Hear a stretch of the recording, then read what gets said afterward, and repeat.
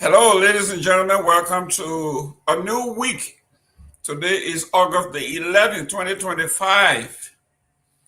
A bright Monday here in the south part of Florida. We are doing very well. Hopefully, the weather is as great as it is in your part of the world. Beautiful weather. Obviously, we enjoy beautiful weather here in Florida. We are hoping the same for you. It is around 75 degrees today and raining on and off. Beautiful weather. Hopefully your week is going as well or started on a great note. First of all, let me get this out of the way. Share this show and go to our website or go to our Facebook page and subscribe to the closing argument. Hopefully, if we have enough people subscribing, someday it may be monetized so we can take care of our employees on the ground and keep the lights on. Share this show. Send in your comments. When you send in your comments, please tell us where you are tuning in from so we can send a shout out to wherever you are. Thank you very much for tuning in. We love to hear from our listeners. Whether you are watching on Facebook, on YouTube, on the radio, we say welcome to a new week. Today is the 11th of August. Hopefully the weather has been good to you in Liberia. We heard it has been raining heavily around the country. We are going to go through some of the headlines through the newspapers in Liberia. Obviously, we usually use the top 3 or 4, the Daily Observer, Front Page Africa, the Liberia Investigator, and sometimes the Analysts. We usually deal with those newspapers whose online pages are updated regularly. Mr. Stephen Kier, we do read the comments. Try me today. I'm reading your comment now. So if you have anything else to say, if you have a breaking news, let us know, and we will definitely make comment on it. No problem at all. Today in Liberia, we have several headlines. Some are very disturbing, but we got 2 good ones. Right off the bat, on the front page of the Liberian Observer, Daily Observer, it says, a surge in sexual violence, serious crimes, and road accidents. A surge in sexual violence against our daughters, our wives, our babies. Let me welcome Mr. Masare. How you doing there, Samson? No problem, Mr. Gayman. How are you? Great. We are going, before I go to the headlines, anything that trending, anything that you wrote, anything that somebody wrote that you want to talk about before we go into the headlines from the papers? So for now, I'm yet to enter the studio because at Kia Radio, the show is supposed to be here on Kia Radio, beginning today. So I'm currently at Kia Radio. Excellent. Thank you for reminding me. We are joined today. This is the inaugural day at Kia Radio. So all Yeah, those so in Radio Land, we want to say welcome. And Mr. Mansare, thank you very much for reminding us what's going on at Care Radio.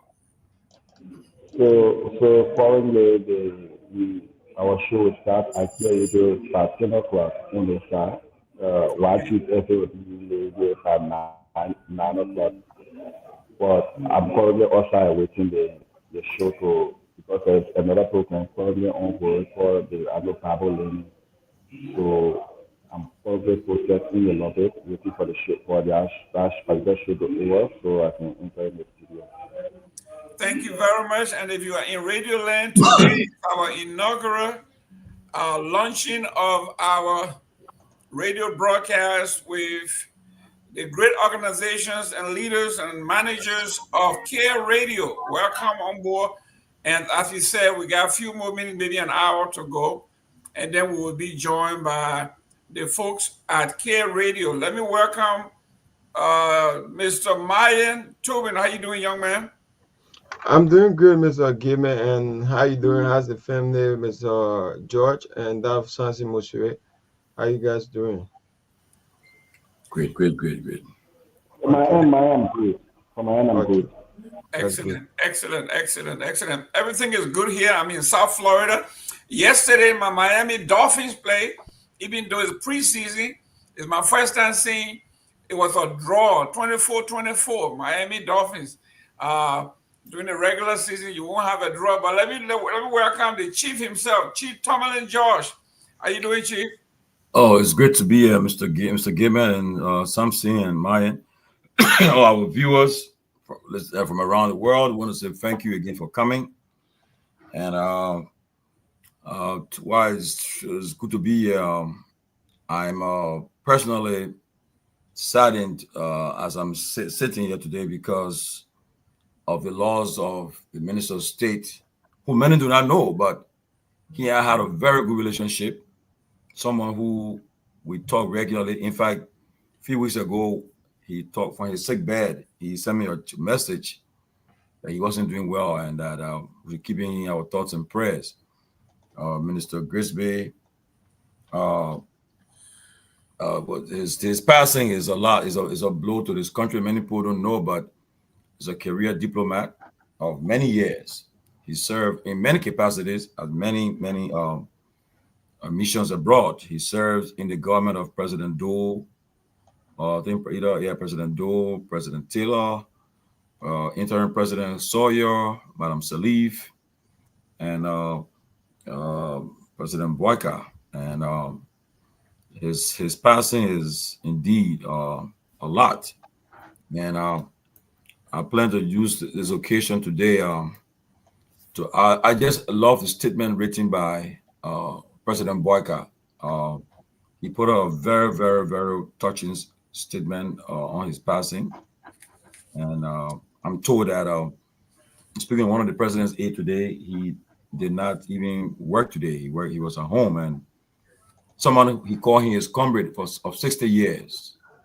You know him as a grace for more than 60 years, from the days from CWA to this present.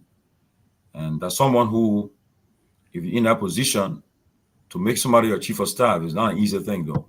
It must be somebody that you know personally, who knows you well, who you can trust, a trusted confidant, because that person will cover cross the T's and dot the I's for you, and will always be that person in your ear for the last time, even if you go to bed, get up in the morning. If you're taking a major decision, that person will be someone that you want to consult. That's why I'm told that Ambassador Grace Davis have hit hard because the president was really looking forward to him returning home, continue his work. But please permit me to read the president's statement on his passing. He said, "I received the news of the passing of my chief of staff, Minister Sylvester Grisby, with immense sadness and shock. I have lost a confidant, a loyal friend, and a dedicated servant. His passing leaves a huge void in my office and in the hearts of those of us who had the privilege of working alongside him. Sylvester was a man of firm principles, clear vision, and unwavering dedication to public service. He was a friend and a brother of many decades. Today, as a nation, we honor his memory We remember his dedication, courage, humanity, and the balance he provided in difficult times. Rest well, Greg. That was a statement issued by President Boyka on Saturday, immediately after he learned of his passing of his closest confidant, his chief of staff, Ambassador Sylvester Pewee. Whoever the president traveled, he always he left him in charge to chair the affairs of the cabinet. And later on, I will tell you guys how I got close to Mr. Pewee, especially during this presidency of this tenure of this government, from the same platform. But I will share with you guys later on as I give other people a chance to share the light on him a little bit. But indeed, Liberia has lost a consummate Democrat, a diplomat, and a statesman of impeccable credentials, Ambassador Sylvester Pewee. But besides that, the weekend was not bad. We attended the Basel High, Mr. Gayman alma mater. We attended the Basel High School reunion. And they treated us well there. In fact, the Basel treated us very well, and the Basel people there, you know, my people, so they are very okay. The Front Page Africa was there, and that's why they play from Page Africa.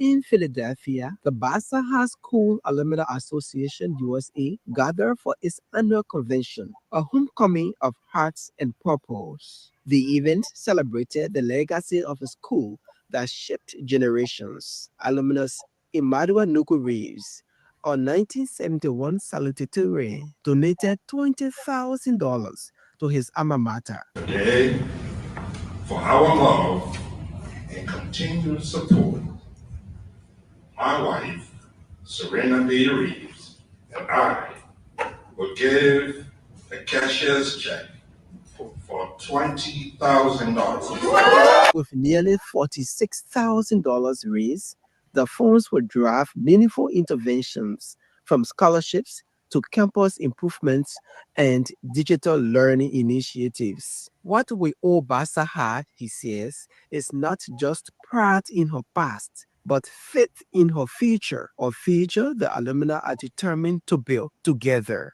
Basel High School, once a symbol of hope in Grand Bassa County, is now receiving renewed support from its global alumni network, with the determination to provide quality education for the current generation of students. Gerald Koyne, Front Page Africa. Wow. So give me your school got a facelift. Your school got a facelift to make $46,000 and the Queen contest. The real money. It's not pledges. That's right. We have cash, real cash. No, we don't pledge, man. We're Basel High School. You guys we don't pledge. You got doctors, you got engineers, you got people from different career distinctions, you know, and they gave to the school, the alma mater. And most people don't understand though.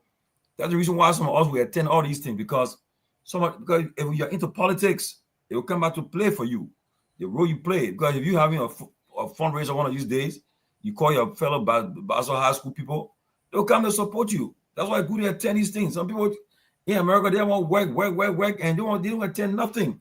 The community organization, their school, they graduated from, they attended. They don't want to take nothing. That's why when something happen to them, you go to the program, you see a few people there. You know, I'll tell you the story. There's a family I know. The family, they live in one state. I won't call the state where the person will know I'm talking about that. They won't stay for I think more than 30 years, and they lost a relative. You think that place will be so packed, but it wasn't. They had a program at the funeral home. I said, oh, what did the years just stay here? Because we know the problem. They didn't associate or feel with anyone. As a result, nobody will attend you, will put hands around you. That's why it's important you stay in touch with your community, your school you attended, you stay in touch with them. Attend these things is very good because God has blessed you to come on this end. Your people, your friends back home need the support. Once you start attending and contributing, you go there and they go and get back home. They will always honor you because you didn't forget about them. But some people just want to, no, it's not about you going places though. It's not going places. It's about networking and making your own contact. So tomorrow, when something happen to you, they put their hands around you. You know, that's why it's important. But Basel High, I give a house to them. The Basel and the Basel High Luminous, they show up. We had this guy there. He'll be on our show probably this week. For a few minutes. D12. What his name? Yes, the guy D12. Yeah, the performer. He performed, man. He shut that place down, man. He had that place shut down. Kid is very good. And the Basel High people showed up. They came from all over America, from the various states. They show up there and they had election. The president re-elected. This guy, they keep on electing this guy because he's doing a good job. He re-elected. The officers, most of them are re-elected, and they are moving forward. So I enjoy the program, and I want to say hats off to the Basel High Alumni Association in Americas for a great program. Yes, we want to say thanks to Mr. and Mrs. Reed, Nuku Reeves. They have been a great friend of the school. They donate handsomely every time, very generous. But everybody else there also do give. Like I always said, if you didn't go, you are obligated to still sending your conference sitting fees and all of that. And that organization has over $150,000 in savings. That's a lot of money in this country for an organization to have that kind of money in its savings account. That tells you great stewardship of what they do, those who are in charge, how closely knit we are, and how well we think about our school. One of the oldest schools in the country, 1905. Wow. Yes. A school was called Hazard Academy, established for boys, all boys academy, and to train leaders of the country into law, diplomacy. So if you hear that the Basel people, they own Arthur Grant Law School, that was true. Everybody that graduated from that school went to Arthur Grant Law School, went into diplomacy, all of those things. So the school have been around for a long time, and they have produced some great men. I know recently everybody talked about Councilor Bromsky and all of that, but all of those great men came from that institution. So yeah, kudos to Basel High School. But yes, we have to pay tribute to the Honorable Grisby. Mr. Gayman, I'm sorry. Before we go, let me say something. I'm sure you know the people I'm talking about to talk about. Two of your instructors, they were Peace Corps volunteers. Yes. I forgot their names, but they were there. And these are people. Yeah, I forgot the names. Maybe Pewee or people will remember the name. But the white man and his lady were there, man. And they said, and one of the lady told me that she taught them.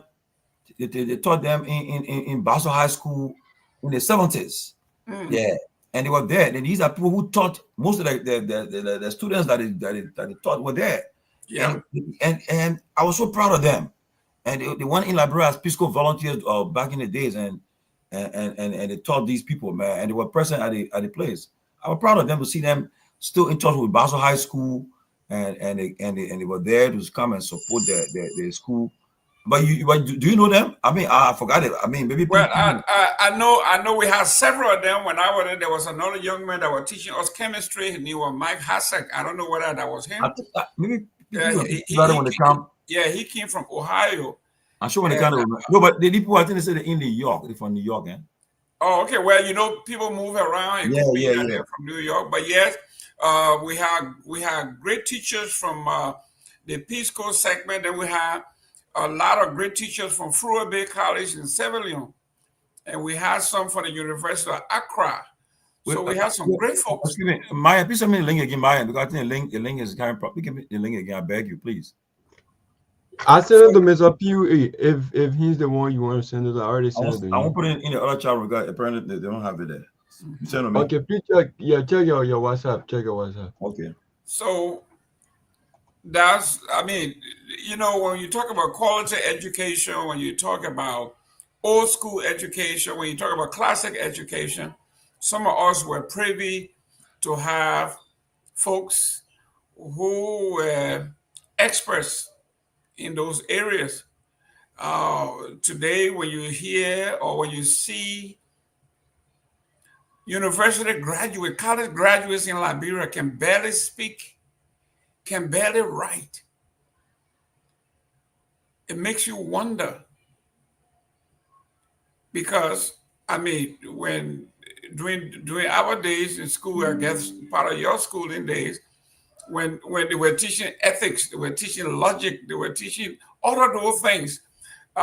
Some of the universities don't even teach those courses anymore because the instructors are not available. People are not schooled in those areas. Like the University of Liberia president said, how is it possible that a man with a bachelor's degree is teaching another man with a pursuing a bachelor's degree? How is that possible? But that's why we have. But anyway, let me read a little bit about the Honorable Grace Bay here. The editorial today in the Liberian Investigator. It says Grace Bay was born 1948. Grace Bay entered public service in the late 70s, becoming a fixture in Liberia Diplomatic Corps. He served during the interim government of national unity under President Abraham C. Sawyer, and later held senior roles at the Ministry of Foreign Affairs, including Deputy Minister for International Cooperation and Deputy Minister for Foreign Affairs. He was appointed Minister of Foreign Affairs during President Ellen Johnson's administration and represented Liberia abroad as ambassador to Belgium and the Benelux countries, where he strengthened ties with European partners and advanced post-war reconstruction efforts. Grace Bay twice held the influential post of Minister of State for Presidential Affairs, first under Ellen Johnson Sirleaf and again under Boyka, who served as vice president during Ellen Johnson's tenure.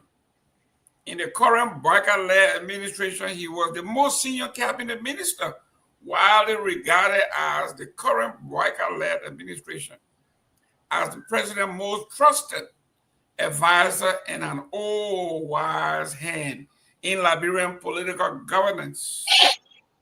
He was also known as a gifted speechwriter and strategist, according to senior executive management staff who worked closely with him until his sudden passing. Grace Bay played a pivotal role in shaping. Yeah, I'm out of phone. Hey, thank you for muting. Grace Bay played a pivotal role in shaping the Boyka administration arrest agenda, focusing on agriculture, road, the rule of law, education, sanitation, and tourism, and was credited with helping the administration establish the War and Economic Crime Court within just over 100 days of Boyka's inauguration, January 22nd, 2024. To many, Grace Bay was an exemplary leader who valued honesty, humility, and results. His work habits included meticulous tidiness, punctuality, and staying late at the office to ensure daily objectives were met. Despite the toxicity of Liberian politics, Grace Bay was never seen or heard publicly attacking his opponents. He avoided responding to critics, referring to diplomacy and quiet persuasion. Grace Bay and Boyka were friends for more than 60 years, having both attended the College of West Africa, CWA, on Snapper Hill, Broad Street, the same school that gave President Sirleaf her academic foundation. So this is the man that we are talking about, Honorable Grace Bay, whose work in government spanned several years, several administrations, several presidents, several ministries, and suddenly he has gone on to take his rest. So we pay tribute to him for a work well done. As we always said in ethics, no matter what, we never speak ill of anyone. There are events that bring us together, usually death, wedding, and the birth of a child. Those days we put our differences aside and rejoice or sympathize. So today, we are not here to bury Honorable Grisby. We are here to praise him. So let me welcome Honorable Pewee, the Dean of the Cabinet. How you doing, Chief? Yeah, but someone meet me. Why are you meet me now? I'm good. I'm good. I beg you, Mr. Gayman, we're talking about the teachers. Somebody just mentioned it, Solomon Bagari. He said it's true. Where it came from New York. Yeah, I knew. They were Mr. Nagbe, and I think people saw them. And they were folks. I think were Pisco volunteers in Liberia back in the years, and most of the students they taught about Basa were there. Some of them, imagine, people were in Liberia more than 60 years ago plus, and they show at the reunion. That was something good. Shout out to Mr. Solomon Reese for recognizing, for helping me on this issue. I didn't know, I don't know the name of the people. I forgot the name, but at least you highlighted it. But go ahead, Pewee. And Pewee, why are you talking? I want to ask you why are you talking? Tell us, what is the significance of the American ambassador issuing a statement to on his passing? They don't usually do it. What is the significance of it? Yes, I will get to that in the JV. But Mr. Gayman, I'm very disappointed. It's because of people like you. We talk about the Basel, how you started setting narrative the last time, emphasizing on trying to historicize different schools. The schools said we should come up with a debate. We the monkeys kingdom. We're very proud of. I'm proud to be one of the very proud monkeys. Yes, but you said this about Basel High and other schools, but you were conspicuously absent. and this is and after you inform us that you will have been there for the entire event and the rest of that, the meet and greet. You even spoke of the meet and greet. You spoke of this, you spoke of that, but I was waiting to see you up to maybe 10 seconds to the end of the program. I said, Gayman going to show face here, but you didn't do that, unfortunately. But again, I just thought to embrace my own disappointment for you not coming, not in you entirely, but for you not showing face to the program. But I want to say to you that there was a very good program. I didn't know that this Basel High School Association of Alumni Association here, they are so passionate about their alma mater and other thing. And I was moved to listen to a speech from I think it's the president emeritus, former president before, but his speech was so powerful. He sent a powerful message to the group and the rest of that. But we'll get to that later on in the show. But I thought to rest of my disappointment by not seeing you, Mr. Gayman, that amplify and emphasize the intent of this show. And you couldn't take a 1 hour. You couldn't take a 1 hour, 10-minute flight from wherever you are in Florida. I'm disappointed. You see, and I'm glad you say I did my part. I did more than most people did. We sold the show. We told you who we were, but I think maybe you didn't go. You were not into the web. You were not into the chat room. But just before, yeah, I'm not member. I won't be in the chat room, but I'm just an affiliate member. I'm talking about TCA. No, I mean TCA chat room. Yeah, but you should have seen that there was an emergency with my twin girls, and I had to go to Tallahassee immediately. Oh, I didn't see that. I didn't see that. Yeah, my bad. Then if it's relative to family issue, then I will withdraw my disappointment. Yeah, no, but that's fine. Yes, but the girl has some issue with housing. They wanted to split up the twins, and we were not allowed them to split them up. They had to be roommates, so we had to take care of that, and that's what happened. But yes, I told you about the institution. We are very passionate. We do very well for what we do. We give passionately to our institution. We generally give to our institution. We gave and we gave and we gave. Hopefully, other institutions can do the same. Honorable Reese donated $20,000 from him and his wife, and that was great.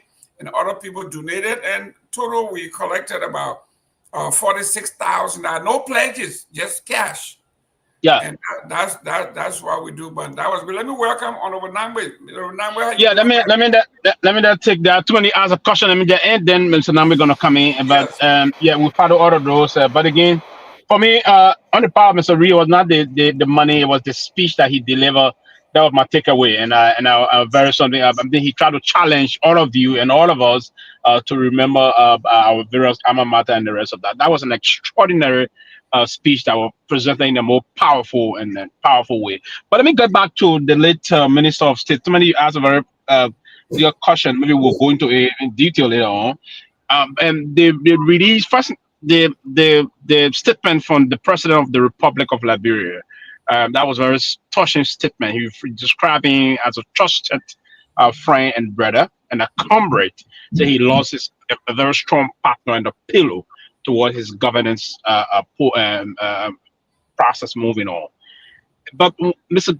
Sylvester Grisby, he and I share one thing in common, is that we got the same first name, and that is good, and I respected him for that. He was a very respected statesman, and ever since I went to the Ministry of Foreign Affairs, the first time I interacted with him, he have returned from the United States, and he came in to get certain things done, and it was to be done through my office. So he came, and when he came immediately, he opened the door, and I saw in diplomacy, you have to respond in that way.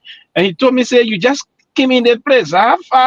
You learning diplomacy too fast. Because the way I didn't wait. I didn't extend a handshake to him. I have to wait to receive it before I budge. And so he was a accomplished diplomat. In terms of diplomacy, he understood all of the necessary things that a diplomat would require to perform his or her responsibility. He understood the tactics. He knew the room. He would do an assessment of how things. He would read a signal from distance and the rest of that. So all those things. But one of the major reasons, Timothy, the United States government, through the embassy near our capital, came up with this statement is that, America pay key attention to diplomacy. And one thing we have to collectively understand, they remember their true friends. On a serious note, no matter what is unfolding currently, they do pay attention to those things. He played a very pivotal role in terms of enhancing America-Liberia relationship. Beyond that, he championed true cause. And that's why in that release, they refer to it as an international statement. They didn't say it's a national statement alone. International statement. His major role he played across the globe in enhancing international diplomacy, international peace, and all of these things brought the recognition. He came, so they knew that he's a man of an impeccable character. Now, apart from him being an accomplished and a career diplomat, they referred to him because most of the role he played, he didn't scheme. He did what he could do in an open way of in diplomacy, right? So he didn't rob them of any opportunity, or he didn't push himself to only amplify his own repetition and the rest of that. So this country really, that's why certain time people were saying, there was sanction. America can't sanction her very good friend like Mr. No, he was far from that. So he was one of those very reasonable, level-headed individual that operated in the Ministry of Foreign Affairs.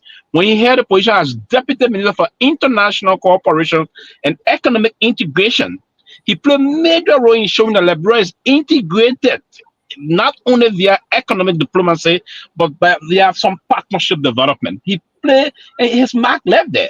And as one of the first Deputy Minister of International Cooperation and Economic Integration, he played a major role also with partner of the U.S. and other major countries like the Japanese fund that started coming to Liberia, to all those things that came towards today having the Japan Freeway.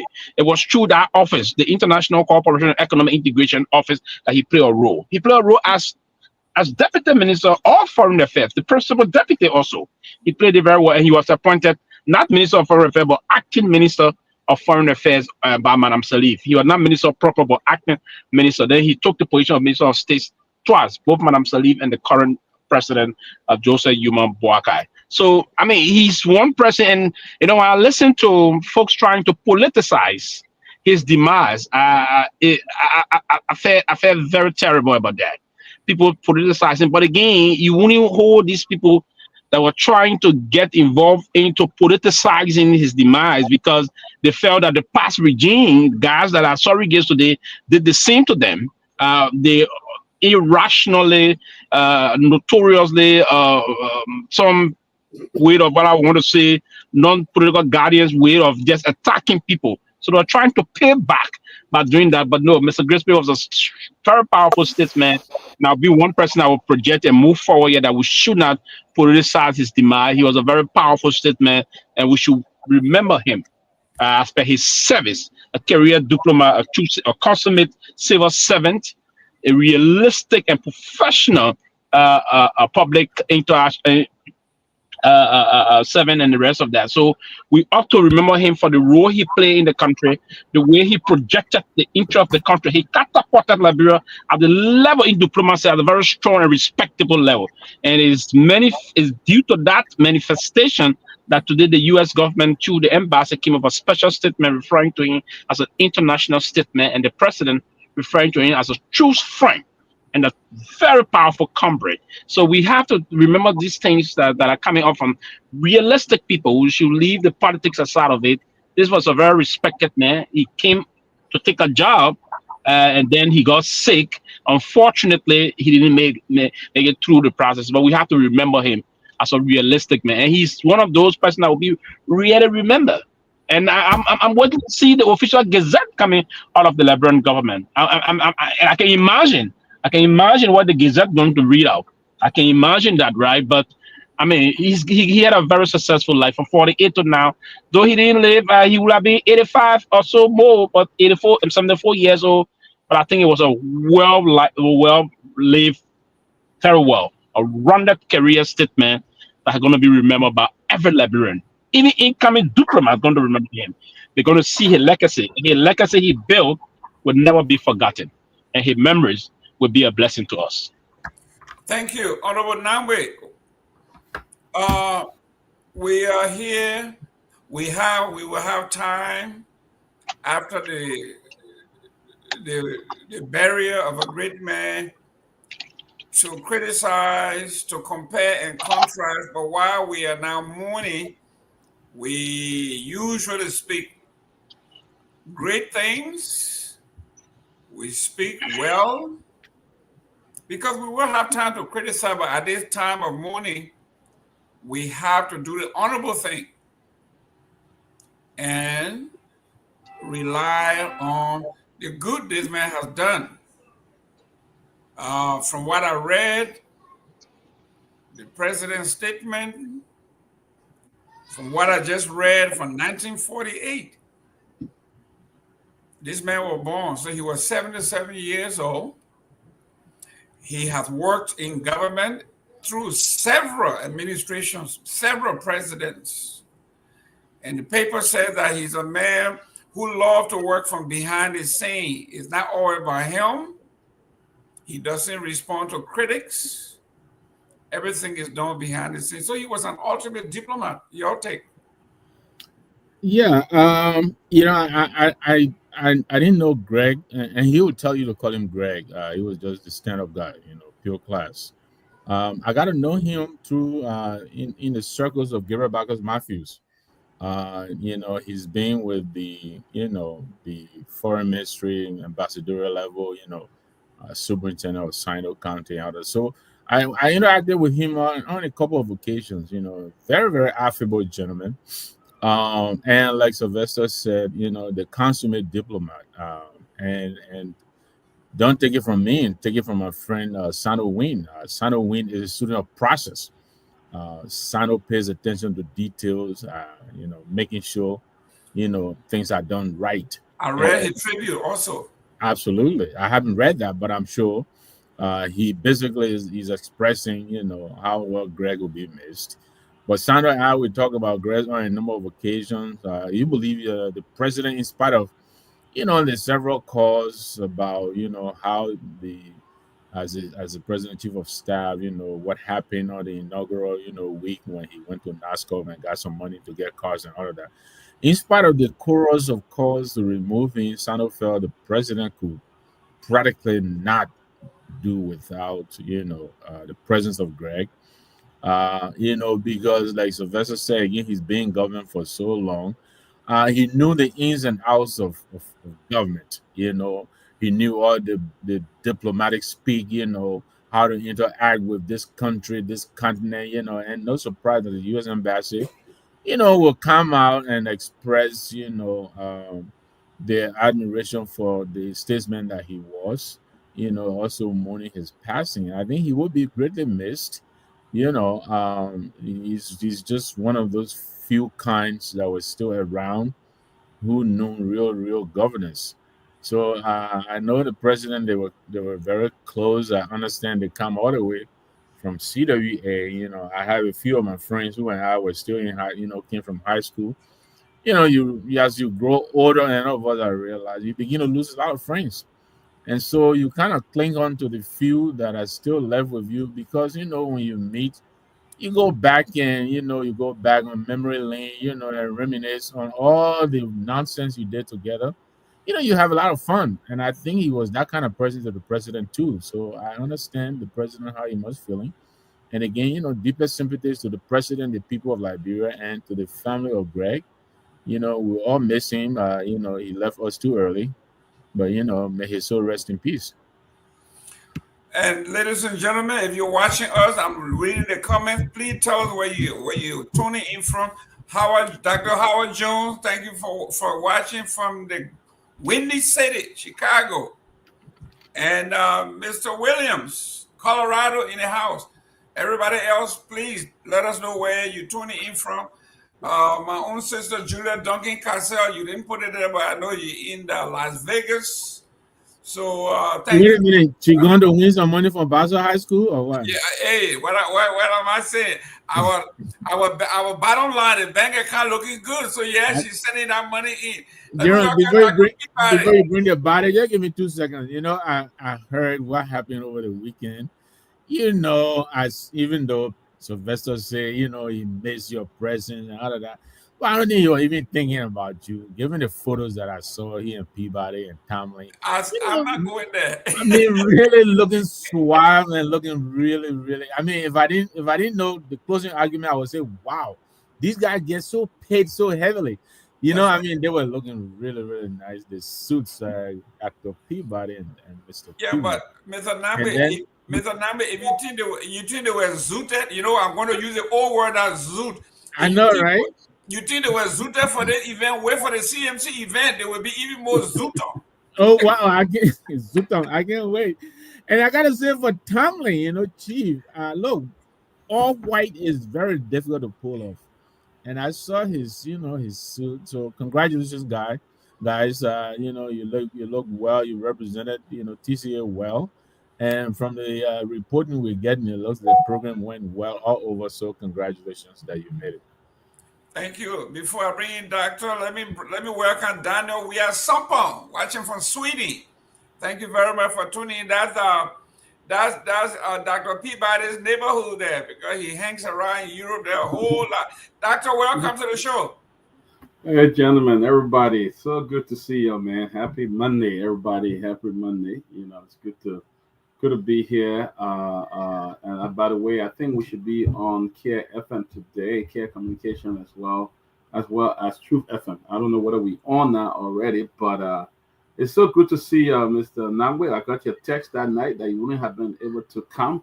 You were not going to make it to the program. I couldn't make it to Maryland. I had to drive from the Poconos. I had to take a short break, come to the Bathurst program, then go back and pick up my family. So it was a busy weekend, but man, Mr. Gayman, your school reunion is well organized, and you guys raised a lot of money. That's the first time I've been to a convention where they raised $19,000 just for the Queen contest. Just the Queen contest. That's correct. Can you imagine? The Basel women, they're beautiful now, so they got plenty of queens. Look, I think the boys, I don't know, but they probably raised around 80K just for a convention. So that was really nice. It was really nice. We were at that convention Saturday when I saw a text on my phone that one of our Graceberry was deceased. Mm-hmm. And I'm like, what? So I told them, everybody was confused, and I said, they say Grisby died, but the minister had passed. But I didn't know him that well, but I knew him when I was small. From a very young age, I heard that name, Grisby, where he worked a lot in the foreign services and the executive management ministry of state. So that name resonated a lot when I was a young man. And but later on he got to know us through the closing argument. He watched this show a lot. He was always watching the closing argument, and he was always. In fact, one time he grabbed Tomalin. Tomalin tried to change his story. Tomalin said, Crispin need to be sanctioned. So Tomalin met with him, and he said, "Oh, you don't want Tommy? You don't want Tomalin to put him on sanction me?" Tomalin said, "No. He said, you lie. I watch it. I watch it. I watch it." But he said he was such a great man. My father-in-law knew him very well. Mr. Sample Dennis Jr. knew him very well. They talk a lot. All of them grew up in Sano, and my prayer and best wishes go out to his family. Thank you. Let me welcome Elvis Morris from Plymouth, Minnesota. Plymouth. Listen, if you want trouble, what did the man say? He said, we didn't land on Plymouth. Plymouth landed on us. So welcome, Mr. Morris. I would like to visit Plymouth one day, but I know that's not a regular Plymouth. You are a copycat. The original Plymouth is in Massachusetts, but that's for another day. But thanks for tuning in. Guys, we got tons of news here. The headline we have from the Liberian Police Department is the surge in sexual violence, serious crimes, and road accidents. Another trending on the Daily Observer, over 500 girls allegedly underwent FGM in Lofa County. Over 500 girls were mutilated in Lofa County. Liberia Water and Sewer Corporation launches a $156 million plan to double access by 2029. The University of Liberia instructor formally charged in armed robbery, attempted murder at Echo Bank. Tension mounts in Nimba District 5 ahead of by-election. Several hospitalized following violent clashes. Conservationists raise alarm at Echo Garguah, resume hunting in the Nimba Reserve Forest. MPC's Samuel Freeman questioned yellow machine purchase amid economic turmoil. Those are the headlines that we're going to be delving into. These are some serious one. Obviously, we have gone over the first one from the Liberian investigator. Wakamon passing of Sylvester M. Grisby hails him as pillar of integrity and trusted friend. And we have paid respect and our tribute to the great ambassador. Let me welcome Truth in Ink. Ahmed, how you doing, young man? We got to teach these people how to use their gadget. You're talking to yourself. Always a pleasure to be on the show. Glad to be alive. Always wonderful to interact with the amazing viewers we have.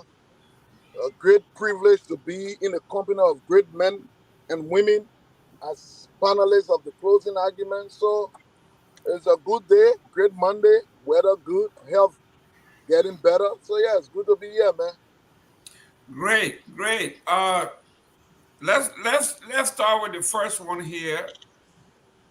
It said the Liberian National Police have released a nationwide report detailing a troubling wave of criminal activities and traffic accidents, underscoring rising concerns over public safety. And it goes on to say the report covered recent months and highlight cases ranging from rape, kidnapping, illegal firearm possession, and mob-related murder, alongside alarming road accident statistics. In Monserrado County, Sir Thomas, also known as Starboy, was charged with rape after allegedly assaulting a 5-year-old girl in Perry Street on August 3rd. Police said Thomas lured the victim into his room and abused her. His confession and the medical report form part of the evidence against him, and he has been charged and sent to court. In Grand Cape County, 49-year-old man Dopoh is facing prosecution for allegedly raping a 12-year-old girl in Bombala town on March the 30th. The victim was reportedly selling pepper, where Dopoh tricked her into his room and assaulted her. Physical evidence and medical findings support the case against him. Criminal coercion and disorderly conduct in Monserrado, Louis Kate was charged with posting threatening, defamatory, derogatory statement about Monica D. Wilson on social media. Evidence includes digital recordings and his voluntary confession. Kidnapping in Grand Cape County, Haji Ismail Kamara and Aliu Pebia were charged over July 14. Disappearance of Jebe Kamokai. Both suspects allegedly gave conflicting accounts about admitting that they were responsible for her disappearance. Can you imagine? Illegal possession of firearm on March 2nd, 39-year-old Amara J. Musu was arrested in Parker Corner, Brewerville, with a single-barrel shotgun. Aggravated assault and theft in Lakbasi, single 30-year-old Butu Kadia allegedly assaulted Taylor Moses Tokba on July 30th and attempted to steal from his shop. Tokba suffered an eye injury affecting by being struck. Two suspects, Famoya Salif and Aliu Salif, are under investigation for alleged mob killing of Daya Remy on August the 3rd in Peaceville Chicken Farm community. Remy were accused of stealing a phone and beaten by a group. They mobbed him. He later died at the ELWA hospital. Both suspects are in custody awaiting trial.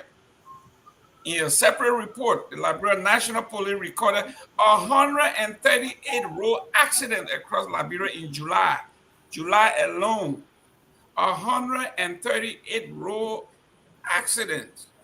These include car-to-car collision, 51, motorcycle to motorcycle, 15, car to motorcycle, 24, car to tricycle, 10, motorcycle to pedestrian, 10, car to pedestrian, 16, motorcycle to tricycle, 3, tricycle to pedestrian, 3, and self-accident, I don't know what that means, 16 cases.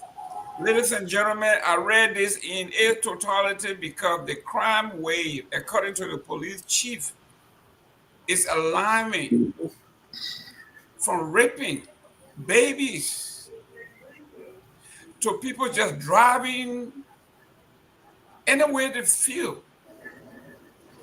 And we are getting dead. People are dying daily.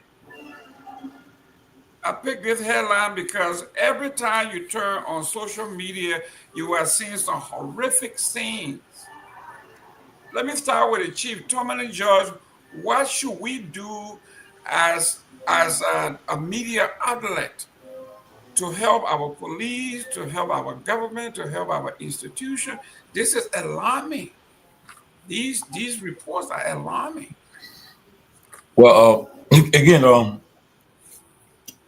as we continue the expansion of the platform, the police inspector general, I think he has agreed to be sent to interact with us, get our folks to come here and also talk about what the police what they are doing at LMP.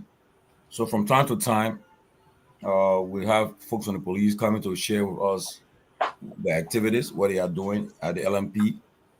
And so, but we want to commend them for the crime rate. I mean, I think they are trying their best with what they got to reduce some level of the crime rate in the country. Their presence over the place. They have gotten some logistics, I think. And I just pray. I hope they can extend it to the highway and other places. Where you have the highway patrols, so that they can. Um, Now I'll just inform that we are about to. Let me see. Okay, we are about to hit the come on. Our guy is there. Kia Radio. We're about to come on live on Kia Radio now. He's already in the studio, so we don't want to announce it. So we'll be broadcasting. When he's ready, we'll go live. He can come Yes. on and we'll Yes, interrupt. We'll stand by. Yes, go ahead, Chief. Yeah. So we try our best to see how best we can work along with them, because, like somebody said, it's about Liberia though. It's about Liberia, and whatever it matters, the country matters. We should take it. We should also be involved, and let us celebrate our wherever the situation is. We should be critical where necessary. We should be critical. But before I end my time, I want to reference what Pewee said. He said something very, very like, for me. I'll tell you though, Peabody broke the news to me on Saturday while we're together about Ambassador Grisby. I kept getting calls coming, but then I couldn't pick up the calls. And Peabody said we were going for lunch when he said Grisby just died. Because what surprised me was he and I chatted, I think, a couple of weeks ago, and he told me, he said, my son, I'm not too well though, and so he was ill, and just to pick it back on Peabody, yes, it was during the time of the we got close because of on this show, very closing argument, and that issue about the NASCAR money came about, and that day I said they must sanction him. So after that, this day he was acting chair of the cabinet, and a mutual friend had called on video. I said, "Oh my man, he said my section, the acting chair of the cabinet." I said, "Oh, hello." I said, "I didn't say so." He said, "No, I watched you." I said, "I watched closing argument." So because of that, every time the show comes on, I will send a link to him. You see, in our WhatsApp exchange, every day the show comes on, I send him the link. We watch the show from there. When I said, "But come on the show," he said, "No, not my job to go on the show though." He said, "I can tell you, I'm a different person." So one time you were throwing your job at another platform. He said, they did think, but they think that Joe Burger will take me from the job. They're wasting their time, because I think Burger needs me more than I need to be here. They I need him. So he will not get me. So except I want to leave, So the people say he was a very important person. And for those who know Chief of Staff, someone who is, that's why right now, the fight is over. The fight is now about who will replace him. All kind of names are coming up, but the president, I know that today they said the president, they went to him today, the cabinet went to him to console him at his residence where he worked today. So because of that, and the fight, because that's a job that people, to get that person, a trusted confidant, they've been knowing each other for 60 years, someone he trusted. And mind you, during the election, he supported Mr. Cummings and the CPP. Okay, and that's why to admit the fact that it is true that there were people in the Unity Party who were trying to fight this man or against him, but what they didn't know is that was the president's call. He was the one who had the power to bring who the chief of staff is and be comfortable with that person. So there's no way, except Grisby wanted to leave that job, but no way the pressure would have put Burger to remove Grisby, because that was a friend he known for many, many years. But after the election, he called him straight, either foreign minister or minister of state. And Grisby said, "I've been in the foreign service, I'll just work with you in the office here." Each time he left the country, he chaired the acting chair of the cabinet. So it's a tough thing on the president. And again, I will miss him, because somebody I communicate with regularly. We talk most of the time. Mr. Ambassador Grisby. So it def really. Honestly, you know somebody in that high position, and you have access to them. So it touched me a lot. I really, and the president and the country have lost a great statesman. But again, my whole team today is mostly on Grisby, Mr. Gayman. So forgive me, please. Thank you. Yes, this is a testament and a warning to every one of us. Watch what you say. People keep these tips. They will tell you, "Hey, my man, you can't. Pewee, you said this about me. Don't try to duck because I'm going to pull up the tip. Like there was a famous sportscaster in New York. They used to call him the Warner Wolf. Warner Wolf said, "Now let's go to the video tip." So that's why Mr. Grisby did to you. You can't deny it.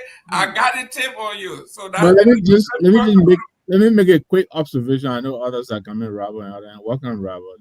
But isn't that the ultimate expression of a vote of no confidence? I mean, Boakai and Grisby know each other for over 60 years, and Grisby decided he was not going to support him for the presidency. What did that say about what we have today? You know, Mr. Nagbe, today is we after the barrel we dissect the whole meeting, but for now we are on. We are in the third lane, which is not bad, not good, but we're going to talk about his profession. So hold your horses. Let me welcome Mr. Garguah. Honorable Nagbe, can't wait to put some pepper into our soup here. We try to do something. He come in, he want to change this thing. Welcome, Mr. Garguah. Thank you, Mr. Gayman. Thank you. I can enjoy Mr. Nagbe. I'm all for it. Whatever pepper you want to put inside, let him put it inside. Okay, and you too. Man, I like your haircut. Thank you. I had a very important tax today, so I had to clean up. Okay, I got a mute button now. So if Mr. Nagbe and Mr. Garguah decide to put pepper in our soup today, we will mute y'all.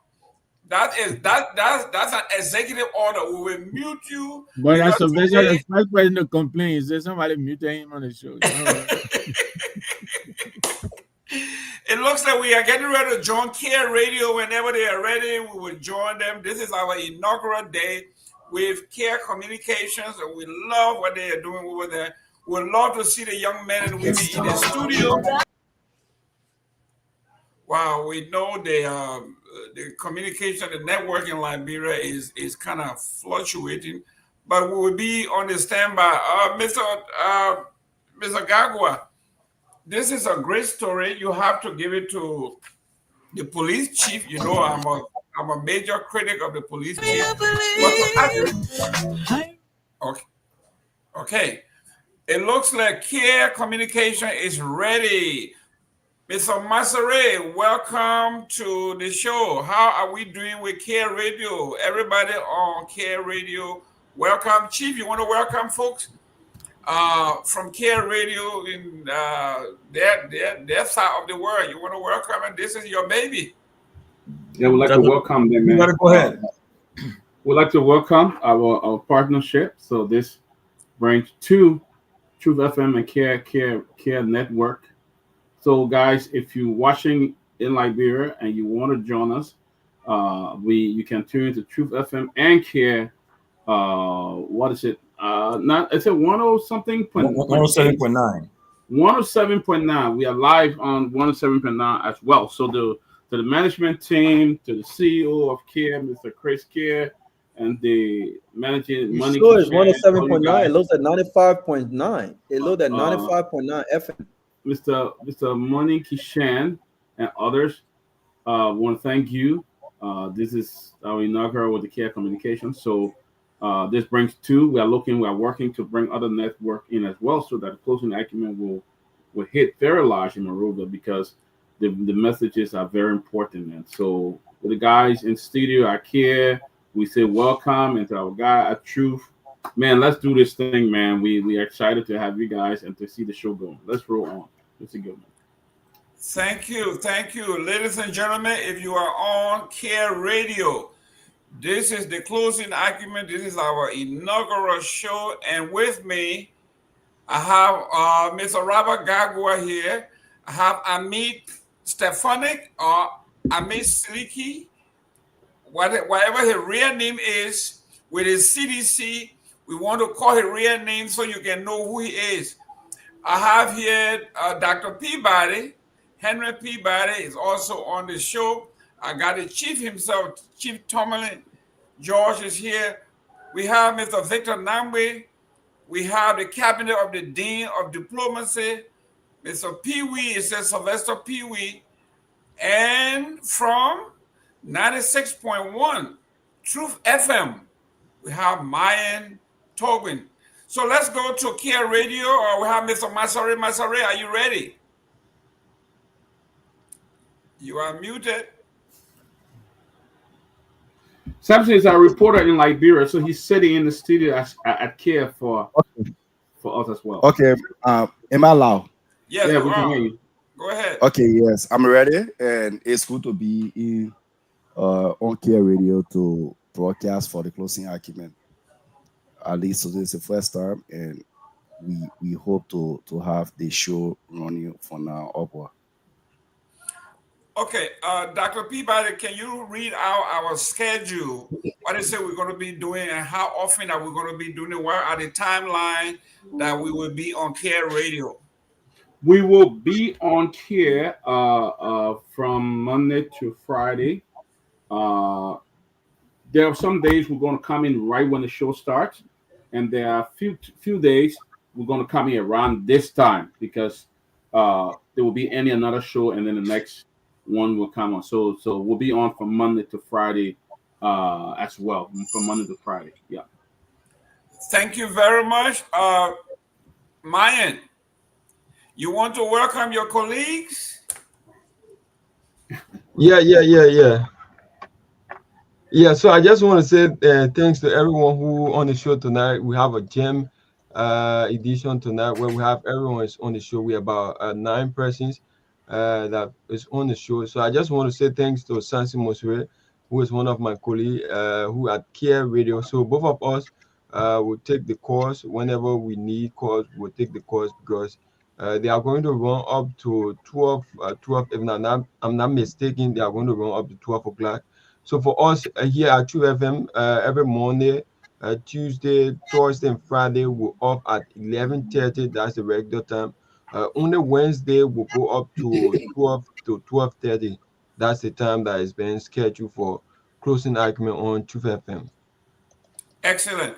So with that being said, at the exact hour of 7 o'clock, our time, we are going to open both lines, and we're going to be hearing from our folks. This is the initial show, so yes, we would like to hear from the folks from Care Radio. So at 7 o'clock, we will open the line to hear, because this is a great day for the expansion of the closing argument.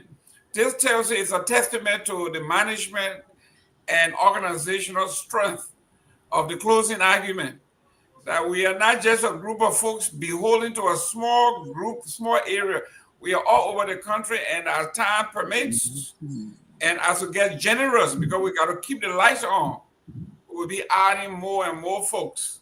So ladies and gentlemen, if you are listening by way of Care Radio, welcome to the closing argument. I am Jerome Gayman. I am here with all the great minds. We'll be discussing everything from politics to religion. We got it covered. So let's go to the police here. The police have done a great job. This is a detail, from our understanding, this is the first time we have seen a detailed report from the police department detailing all the crimes. From what I'm seeing here, there is no cover-up. This is transparency we've been asking for. Robert, we have it now. We are talking about crime from rape to kidnapping. This is the one that was surprising to me.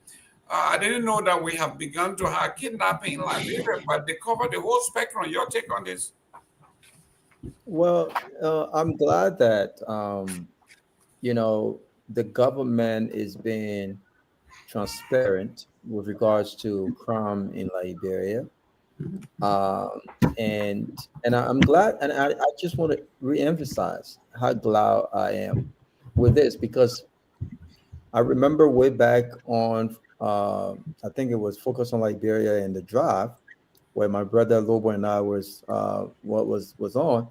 We argued then under the city's administration that I think crime in Liberia should not be politicized. I think that crime in Liberia is systemic, and to some extent, government have not done its due diligence, and government have not put in place the mechanism to start to address the curtailing of crime in Liberia. You know, it would surprise you that petty theft is makes the top of the list when it comes to crime in Liberia. Petty theft, and then followed by armed robbery. And so I'm glad that this government understands now that to fix this crime issue in Liberia, we can no longer politicize crime in Liberia.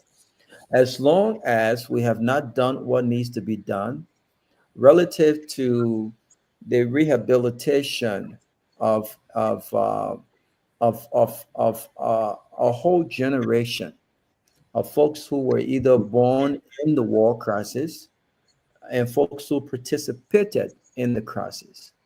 As long as we have not put in place the systems and the structures to address technical trainings, as long as we have not put in place the systems and the structure to create a conducive environment that provides opportunities to these young people, we will continue to experience not just crime, but we'll continue to experience this drug epidemic in our country. So I would not politicize the crime issue. What I would like to see from this government, though, is a policy, a working policy that will address curtailing crime in our country. I have not seen that yet. I have not seen that. CC cameras and it's not the strategy. It's not a policy.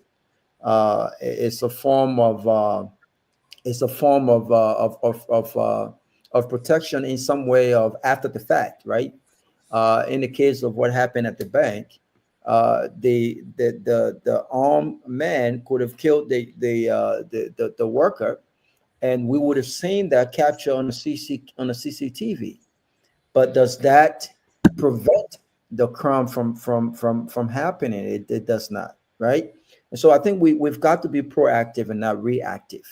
And so if the government is saying that, you know, people should have CCTV, how many Liberians can afford CCTV to begin with? If you know, and so the government have to address a lot of different things. What is alarming also, Mr. Gayman, is how accessible and how affordable guns are in the country, with no checks and balance system, with no background checks. I mean, per reports, this gentleman obtained this gun for $60. If guns can be purchased behind closed doors for as cheap as $60, that's very concerning, especially given our history with the crisis in our country. That's very, very concerning. There have been rumors all over the place that there are guns still packed up in some places. People have guns in their homes. Commanders still have guns.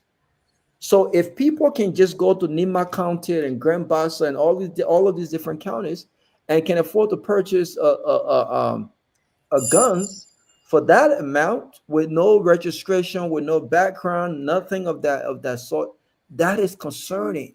That is concerning for me, you know. And so I hope that the government has a plan. I hope that the government has a policy to really address this thing. And there's no better policy to address crime in Liberia than economic empowerment. I think it starts there. Thank you. Mr. Nagbe, in the month of July alone, just July, 138 road accidents resulting into injury and death. 138 registered road accidents in July, in the month of July, leading up to the celebration. Just July alone. What is it you think the police need to be doing, or what we need to do also to help alleviate this problem? That's a lot. 138 accidents around the country just in the month of July in 30 days. Yeah, that's a lot. You know, I think one of the things that probably could help would be you travel from Monrovia. Sometimes my wife and I, we travel from Monrovia all the way to Santa Cruz. So now we don't see any policemen on the road. Maybe some presence will help a little bit. I understand the problem with manpower and all of that. I get it. But I think the roads are really kind of left too unattended for our motorists. So I think that might help. I don't know how much we enforce, the speed limits. Again, we were talking yesterday, about maybe using canine and drones to help with the manpower. These things they're becoming cheaper and cheaper. Technology, the more, when it is introduced newly, it's pretty costly, but as more of it becomes available, maybe we can invest in these things, radars. I don't know how much that will, how that will be deployed in Monrovia. But the point I'm making is it looks like by the time you leave, even red light, by the time you pass Mount Barkley and all of that, the drivers, they're pretty much on their own. They're doing their own thing. Most of these collisions, I'm almost certain they occur outside of Monrovia. Not in the Monrovia area where you go Freeport, you see 4 or 5 police posts standing around doing nothing. When they could be doing something on the road. So maybe that's one of the areas we could look. We talked about, the training and retraining. When the gentleman came here of the Motorcycle Association, we were all talking about, the need for, control the licensing through, road testing and all of that. But the need for the motorists to work with the police, some kind of collaboration to help, kind of sharpen the traffic, traffic skills. We all in Monrovia, we go to Monrovia, you see how the guys drive. To be honest, as much as I'm concerned about the numbers. I think we're lucky that the numbers are not even higher than what they are with the way the guys drive in Monrovia. And most of the guys drive like maniacs. You're in traffic, and before you know, somebody's coming straight at you, like they're kind of run you over. They have no regard. JFK, 21st Street, I believe, some kind of little, solar control traffic light. The motorbike people don't observe traffic light. When the light is red, that's when they really decide they need to go. So all of these things, they all add up to make our roads, very difficult to apply. So I don't know what could be done, but I just think right now the way things are going, the situation has to be, we have to find a way to address it. But I will give it up by saying there is a very high concentration of our police in the Monrovia area than outside of the Monrovia. We need to find a way to send them outside of Monrovia, to help, maintain the peace and safety outside of Monrovia, Wow. Honorable Pewee, we had we have here car-to-car collision, 51 accident in July alone. Head-on car-to-car, 51 cases. Motorcycle to motorcycle, 15. Car to motorcycle, car hitting motorcycle, 24. Then this one, pedestrian, motorcycle to pedestrian, is high. 10 car to pedestrian, 16 car hitting people. Yes. A lot of reasons would support that. And I can recall one of our own big brother, then some years back, I really can this from the Liberia National Police had a show, it used to be on ELBC, about Road to Hell, giving police reports, giving some line of what the police will push for to prevent accident and to do these things. But more than that, what we had before in the country was to and I will hope this new chief of police will focus more or less and leave the politics and focus on running the Liberia National Police in a more professional way. Now, there's a division in the Liberia National Police referred to as the Highway Patrol. is the highway patrol that effective? You can recall the last time when you're traveling, and that's the part of it. The optic is what they just want to show that they're doing this job. When he was traveling, he saw a few of them extorting money from vehicular conductors, if you will. And then what he did, he put in on camera to just show that this happened. But no, we don't want to see that. What we want to see is the restructuring of that division of the Liberian National Police to ensure road safety is a year to, and that's very paramount. Moving on, we do not have a very effective road system in the country, so you have to have a robust mechanism put in place to prevent unnecessary auto crash or auto crashes, if you will. So how can we do that? Is to also ensure that that division is not only vibrant, but that division is accounted for. There's more accountability in that division. Then you see that who is the head of highway patrol, for instance, and what is the deployment mechanism. And now from from Coca-Cola factory to Ganta, moving through towards the Grand GSR, how do we do the deployment? Now between Monrovia and that of Cac City, can we have two highways? And now again, it will come back. He would not have to sit and strategize to engage the government, because that's a very major public safety issue we have here. Major one. How can we deploy?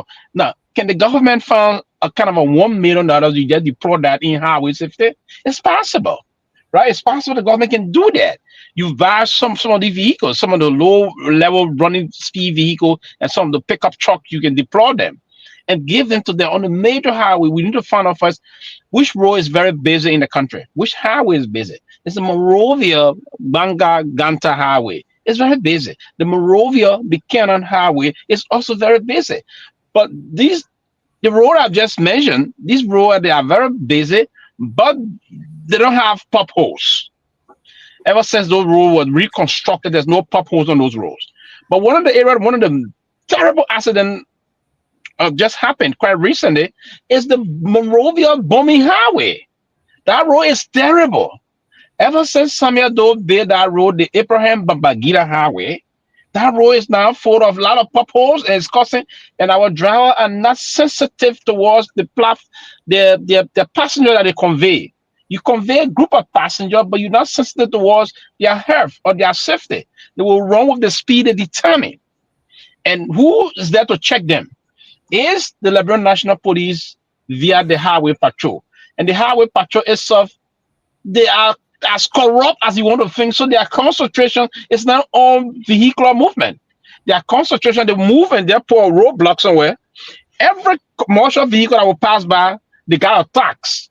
And that one of them told me before, say, hey, we do these things because, I used to be close to Chris Massacre. So I packed one other time coming from Banga, and I videotaped. So I engaged the guy. I came begging, crying on his knees. He said, if you do that, they will fire me. I said, but why are you doing that? He said, our bosses will require us on this patrol side to carry 50,000 every weekend. Imagine, Gayman, 50,000 Liberian dollars every weekend. The head of the highway patrol is sitting in Central and is waiting for this money to be reported to him every weekend. On that, and he will change that assignment. And the guy don't want that assignment to be changed. So they set a roadblock somewhere. Every commercial vehicle that will hit, they have 1 to 15 gate. They have 1 to 15 gate, or immediately after 15 gate, before reaching the 30 thereabout. Currently, they will still have it there. Every vehicle, if it's a bus, the bus will pay 500. If it's a taxi, 500. A taxi will pay 300. Then the truck, some of the truck will pay from 2005 upward. Imagine that. That's what they focus on. The focus is not on safety. The focus is not on improper carrying. Because some of those improper carrying can lead to accidents sometimes. Sometimes you see the coal bags. They will hit a pickup that should carry 50 coal bags. You see that pickup with 150 bags of coal. Imagine. The pickup is meant to carry 50 bags of coal. And that pickup is conveying 200 bags of coal sometimes. They will put a stick. That's improper carrying according to the vehicular movement laws of our country. But they don't care about that. What they care about, that pickup should be prepared to pay like $2,000 and pass and go. And then the guy will calculate that already. Will say, okay, that's what I'm going to do. So to succeed in doing this, We need the Liberian National Police to be effective in terms of the highway patrol. And this also have to engage the government of Liberia through the Ministry of Public Works. That bumming road, ever since it was constructed, is done. It's terrible. And I think the president drives on that road all the time to go on his farm. It's bad, Gayman. That road is causing a lot of accidents. It got a lot of curve. The Abraham Bamagida road need to be reconstructed. The road is done. It was constructed in the 80s. It was named, I think it was a partnership between the Liberia and Nigerian government. It was named after the then General Abraham Bamagida. Right, good. But the road is done now. It's impassable. It's almost not pliable now because of the condition of the road. So vehicular movement on those roads and the way we drive, not using road safety mechanism, is causing some serious problem towards the motorists and the pedestrians that are traveling on those roads. So it's a problem that we have to tackle, and we have to tackle it collectively. Remove politics from it. Other than that, we're going to be having a lot of, see the innocent kids. The guy was running and he plunked in one of the potholes, pumped into the water. See the amount of kids, innocent kids will die and other things. It's bad. We have to preserve the life of our citizens. These are potential presidents, government officials, economic entrepreneurs, doctors, accountants, and the rest of that. How do we preserve their life? Through implementing proper public safety. That's the problem we have in the country. Thank you. Let me go to before I go to the management, because management has, we want to know what is the policy of the closing argument, because the chief here said the police warned that the high number of traffic accidents remains a serious public safety concern, calling for greater public awareness. Now, public awareness means jingles, radio spots, all of that. So I'm coming to Tomalin and Dr. Peabody. What policy do we have in place to run jingles, to run stuff like that? But before I go to you guys, let me go to our newest guests from Care Radio, Mr. Masare. How are you, young man? You are on the ground. Talk to us about the traffic situation, the accident, and the death. This is just in Monserrato, not even outside of Monserrato. Yeah, so since the issue of this entire control of motorbike coming in the main city, for me, I think the traffic situation reduced one, and the situation of unnecessary accident also reduced. But then normally when the motorcyclists normally used to ride across Monserrato, specifically Central Monrovia, Cinco side, we used to experience that unnecessary traffic and more besides the accident. But the highest number of traffic of accident cases normally come from that the end of Nimad between Pond and Nimad side, that particular road, because of the deep curves, too many deep curves, especially reaching around Batara. That road is so horrible, it's almost a death trap. And that road have recorded the higher number of accident cases so far. But in Monserrato, the accident cases are not too many as per my own observation. But unless the rural area, recently we had an accident case around the Kid Mount side where a truck ran into Tessie, leaving everyone dead, apart from a little baby who was safe, I think because he or she was on her mother lap at that moment. But for Monserrato, not too many high level of what's the name accident. But for traffic, is huge. Cinco normally experience a very huge traffic in the morning between Concord Town to Cinco for you to access Central Monrovia. It's normally difficult, I think, because we have the University of Liberia, we have the mansion, we have Capitol Building, we also have Foreign Affairs to that particular route. And for the course of Congo Town traffic, I think it's because we have a ministerial complex that is hosting almost 10 different ministries and agencies over there. So for accident cases, not too many in Monserrato so far. Thank you. And give me. Sorry, just a minute, Masari. That point there is, I think, it's just an attitude on part of government passing this government on. The way to solve the problem in Cinco and the Bolivar, the stress of the Torgbean Bolivar, is to now government find the money, do the Kehleboe Boulevard route from 2nd Street hitting Kehleboe Boulevard. Stretch that road and open it up. You need alternative routes to reduce. Now, there's growing vehicular issue coming on now in the city. You need that. If you don't do that, we'll always have problem in that single belt. Open the road, put some money in the budget for the road to be constructed, the Kehleboe Boulevard from 2nd Street moving through. You will have solved that problem. There's another route from Crown Hill hitting to back to factory. That's another option, but they said that would be millions of dollars too much. But then the first one is do the Kehleboe Boulevard, find partners to initiate, bring some innovation to do that. You will solve the traffic problem there. Other than that, we're going to be having traffic problem from Monday to Friday. And when everybody's going through that side, everybody, it's a problem for us. It's a problem. And one way, and that's the it's a one way. One way in and out. We have to be innovative. There's nothing in our country. We have to build something to improve the country moving on. At least so when we driving for them, it's a problem. Honorable Peabody, can you flag Jay Chessin's comment, please? Can you flag his comment? Okay. No road in the country, man. No road. All the accident to that road problem. Terrible. Honorable Chelsea is saying that road has outlived its usefulness. The company using that road with those huge trucks should be stopped. Western Cluster must build a railroad and stop. Which road? You're talking about the Pomin Kamara. Yeah, but I told you that the Abraham Bamagila Highway. Or they should rebuild the road or able to take the axle load from the trucks. So this is where he's talking about you either build a railroad, because when they came in first, this is what they said they were going to do. If you don't want to do that, then you got to redo the road that will be able to carry bigger load as per axles.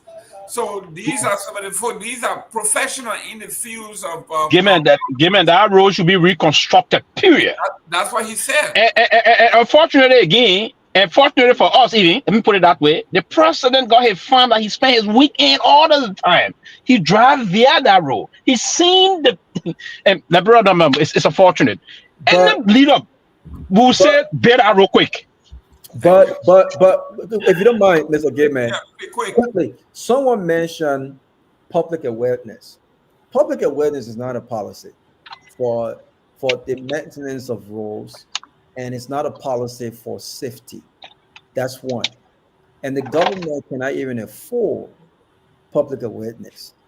Okay, I agree with everything Sylvester said, but here is one thing that Sylvester did not say, which is the president can drive as many times on those roads.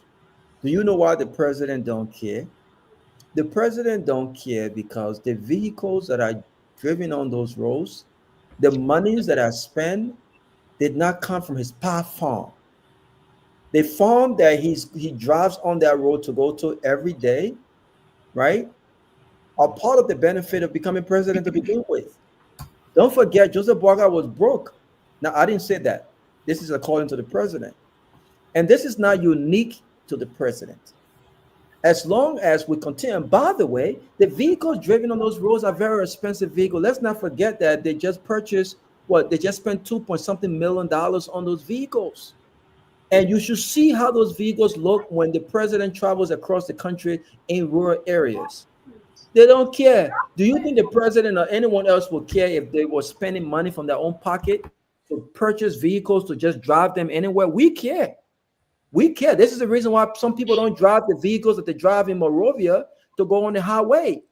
Our leaders do not give a damn, Mr. Gayman, because the monies acquired to purchase these vehicles are not their own money. When you are spending money that you did not work for, when you do not understand what it takes to get what you use, people tend not to give a damn, especially when there's no accountability. So I don't want anyone to tell me about public awareness on radio stations. You can put as all of the public awareness on radio stations are not policies for safety and road maintenance. It would not work, not in this century. Thank you. Thank you. Seleke, I like the public awareness piece because I know what it does. I have been on several boards with children's program, and I know what the power of public awareness, but not just that, but they follow up. There are other things that go along with public awareness. But with the program, but with the program you mentioned, what you already have a policy. The policy has been implemented, and you're doing a public awareness to aware the folks. You can't do public awareness with your policy, with no structure. That's the point that I'm making. Excellent. Seleke, your take.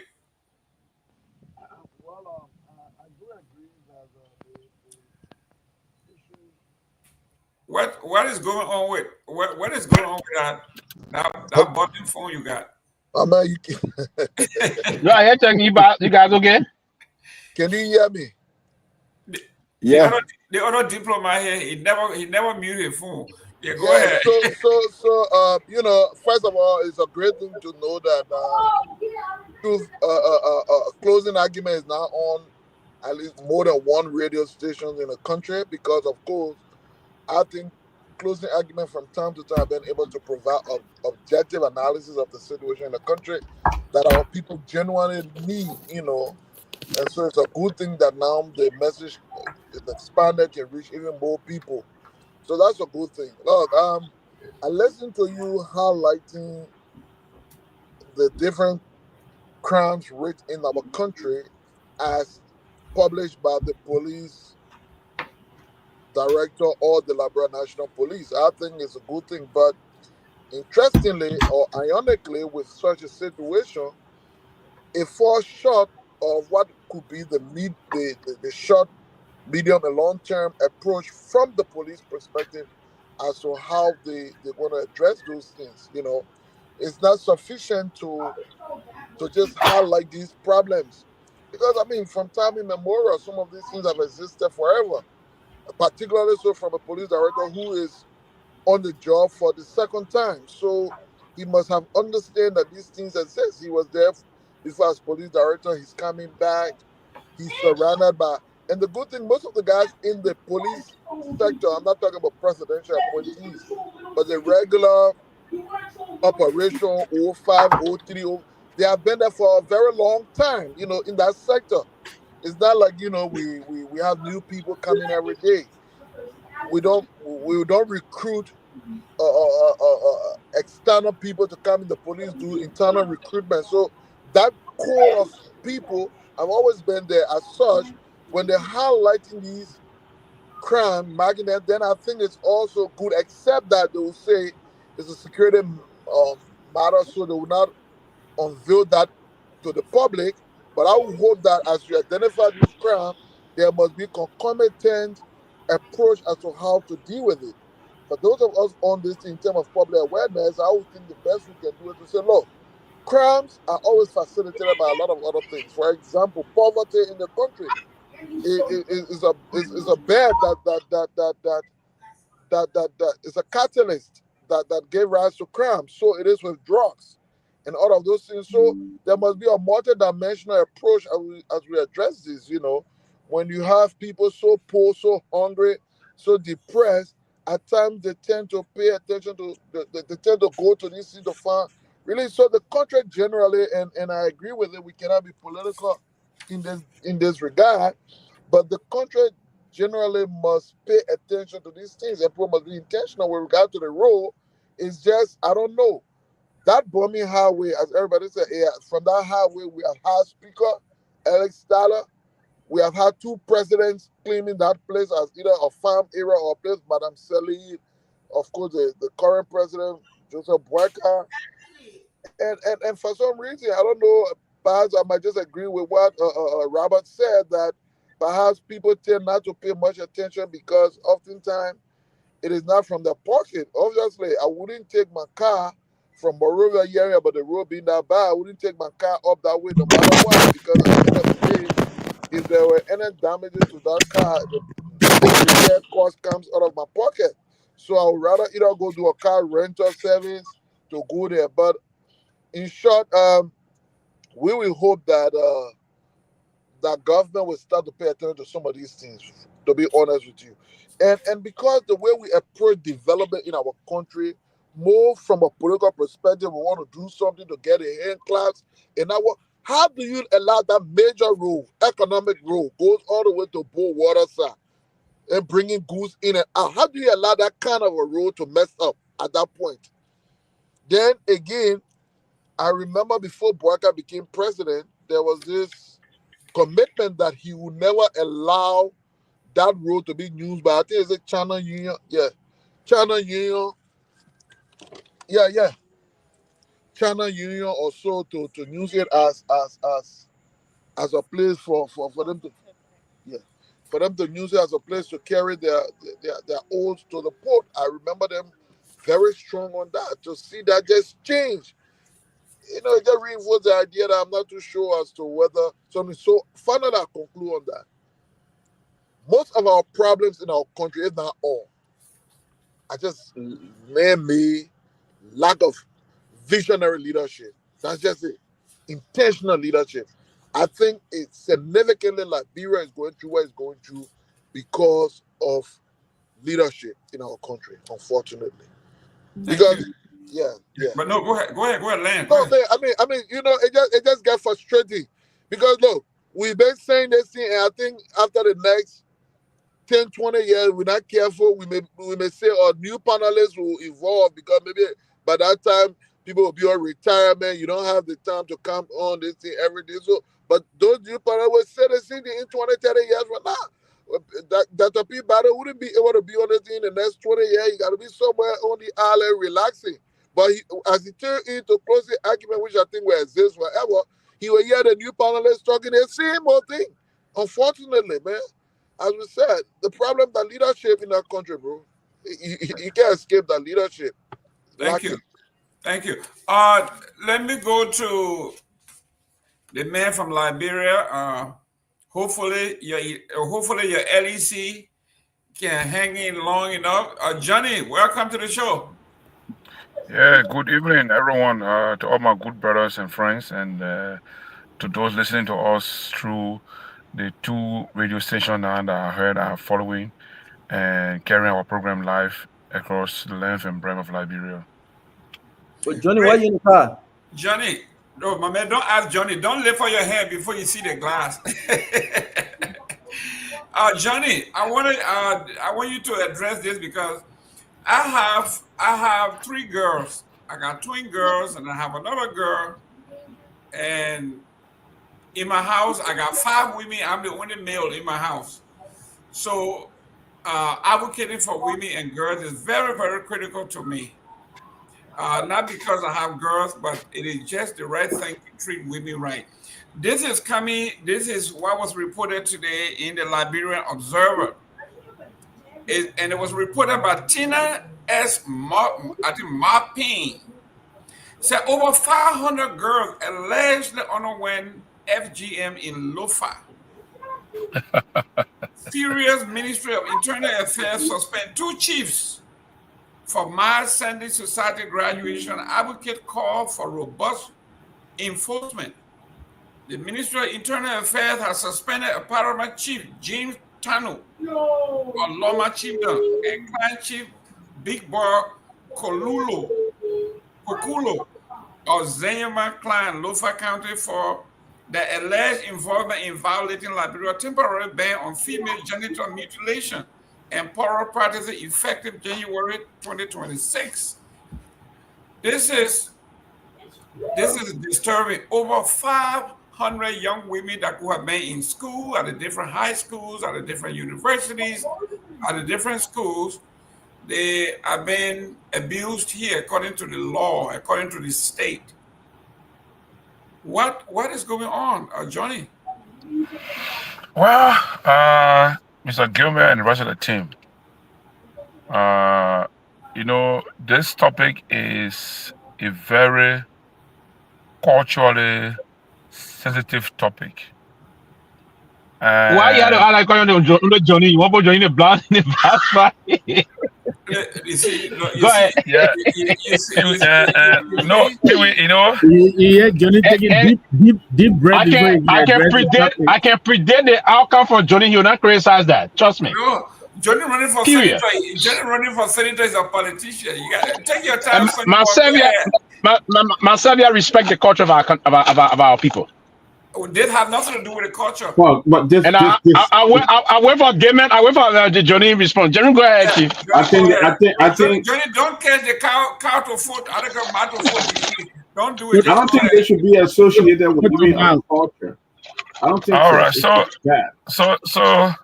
you know, Mr. Gayman, this topic is very, very important, and I don't think the time we have on this platform is enough to dissect it and go into detail and discuss the ramifications of cultural practices. And Gayman, listen now, gentlemen. I didn't say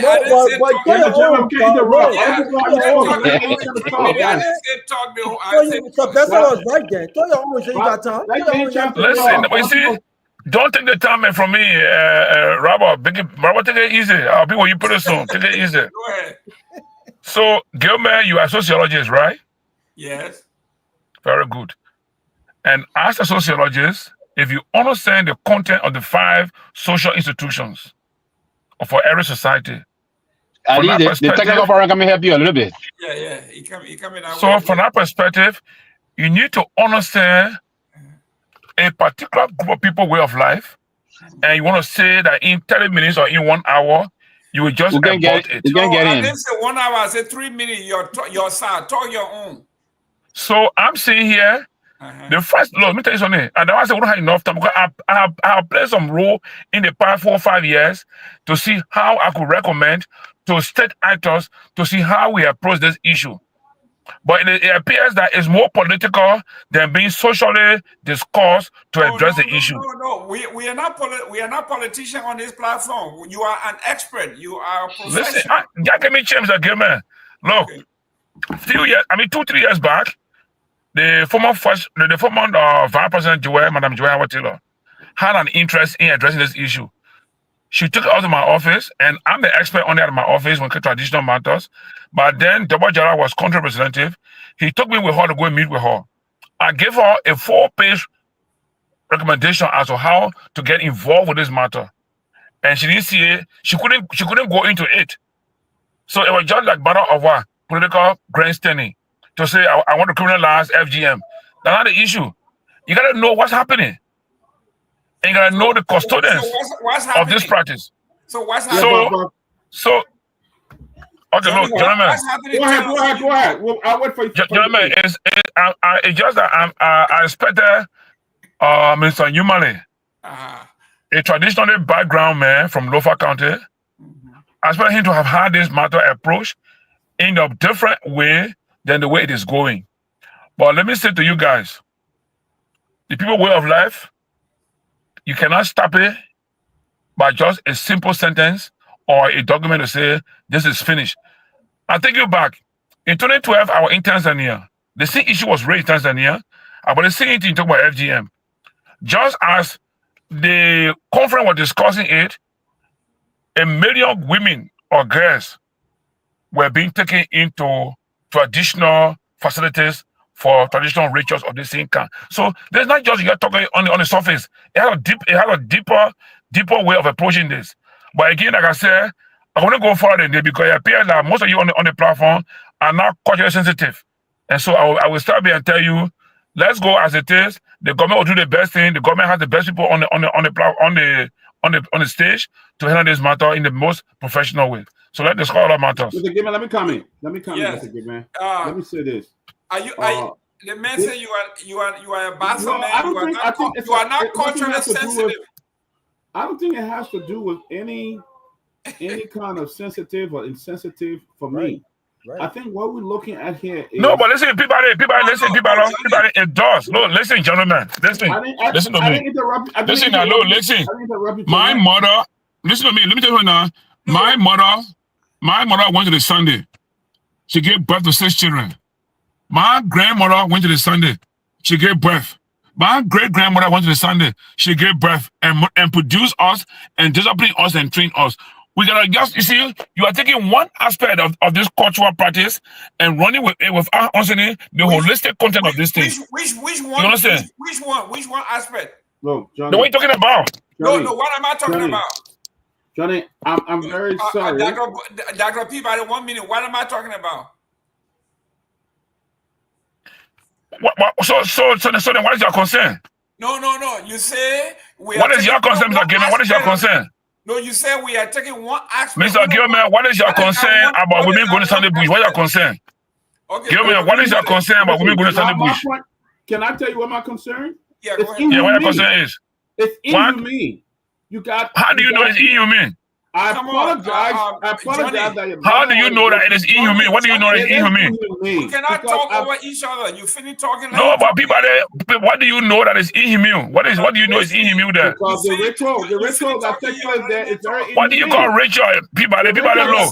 You guys gotta be. You see, you gotta try to learn the cultural values of people before you start talking. What is inhumane about this thing? Okay, but let me explain, Johnny. What is your inhumane thing you know? Talk about it. Johnny, you may be expert on it, but I've lived in places where these kind of inhumane attitude takes place, and these little children become the victim of it from time to time, and it follows them on the entire life.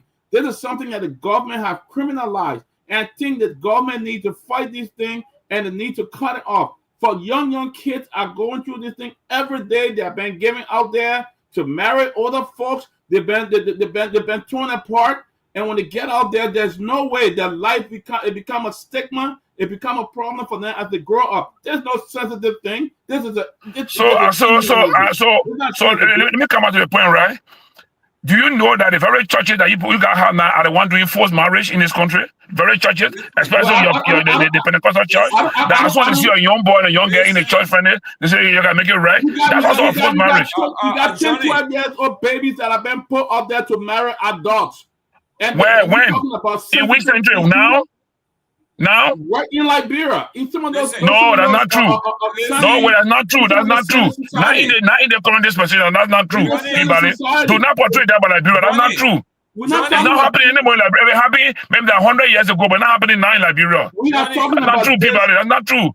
You see, you guys living on too much of perception. You need to understand the culture of your own people. That's not true. No, you don't. You don't, people. You don't. If you understand the brain culture, you won't speak the way you're speaking. You don't. You gotta know. No, on this note, we have to be careful how we present issues on the public platform. If you're not knowledgeable, don't discuss the topic on the platform, please. If you don't have knowledge, do not bring the topic on the platform because you cannot knowledgeable on the platform. Johnny is not having knowledge. I would not allow you to do that. Dr. Peabody, go ahead. The fact here is, it's not having knowledge or culture. I know about my culture. I grew up as a young man, and I saw how these people would bring these little children to town and give them to older men. These children live with. I've had friends who are female, and it will tell you that stigma live with them all through their life, and it's so embarrassed to even have a relationship with people that they can't do it because of this kind of behavior. I think it's dehumanizing. It's totally bad for our young children, and the government need to create awareness and stop these people from doing this thing. It's wrong. Thank Jerome, you. can I just Robert Garguah, go ahead. Can I come in? Okay. Let Mr. Number go to our account. Okay, Mr. Number, you go ahead. Thank you so much, Robert. And why let Johnny leave? Oh, where's Johnny? Johnny running for Senator. There you go. No, what I wanted to say was Johnny. No, I'm here. I want to find somewhere better with Light to be on the show. I will not run away. I want to show with you. All right. Okay. So when you started, Johnny, you said most of us here on the set are culturally insensitive. I don't know exactly what that means, but I thought you would use this moment to educate us on the benefits of this because you seem to believe there are some benefits. For all that I know, I agree with Dr. Peabody. What I know of this is traumatizing to the young ladies, and there's practically no benefit. So I thought you would use this opportunity to educate us so that we'll understand, because I understand the society in its totality is not just about the mutilation. When the ladies go in the bush, as we call it, they're taught other things, how to cook and do other stuff, take care of home and stuff like that. So I thought you just said there's no benefit. Now you're defeating your own just concluded statement, Mr. Nagbe. This is my speculation, and I'm saying to you, I thought you should have used that as part of it. That's the good side of it. There's the other side of it that we can remove, but we can use the good side. But you can go ahead. I just thought to I'll leave it there. So let me say this. So let me say this. Why you keep laughing? Since we are talking, but you know, Sylvester, Let's go. Guys, y'all get right a chance. Listen, Sylvester, I know you can come and make flower now, but Sylvester like to be politically correct. So you want to talk about the good side and the bad side and all that stuff. What we are focused on is the negative impact. But let me start with what I think is good about that. The initiation of boys and girls, the poor and the sending society and all that stuff into manhood, adulthood, the teaching of domestic skills, all of that stuff. I don't think that these are culturally bad things, because we learn these things in many culture. I'm a guy, but I was taught how to cook. I love to cook. It's therapeutic for me. In fact, I got a degree in culinary. I'm a professional chef. In my house, I don't mandate that my wife cook. I get in the kitchen and I cook. I cook any African dish that you would think about. I can cook Topoh very well. I cook Italian dishes. I cook American dishes. And apart from that, we were also taught to clean. But these practices and these teachings were instilled in us to make us independent and not dependent on necessarily a woman.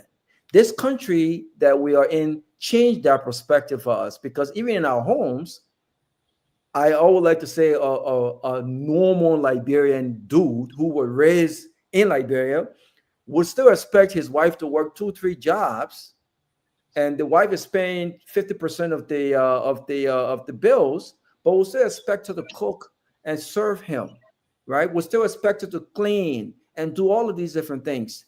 These things, I think, from in hindsight, taught us the right way, because we find ourselves in a society now where you would not expect your wife to help pay the bills. She's working 1, 2, 3 jobs, and you expect her to cook when she comes home, even though you're off. No, when you're off, you get in the kitchen and you cook for her.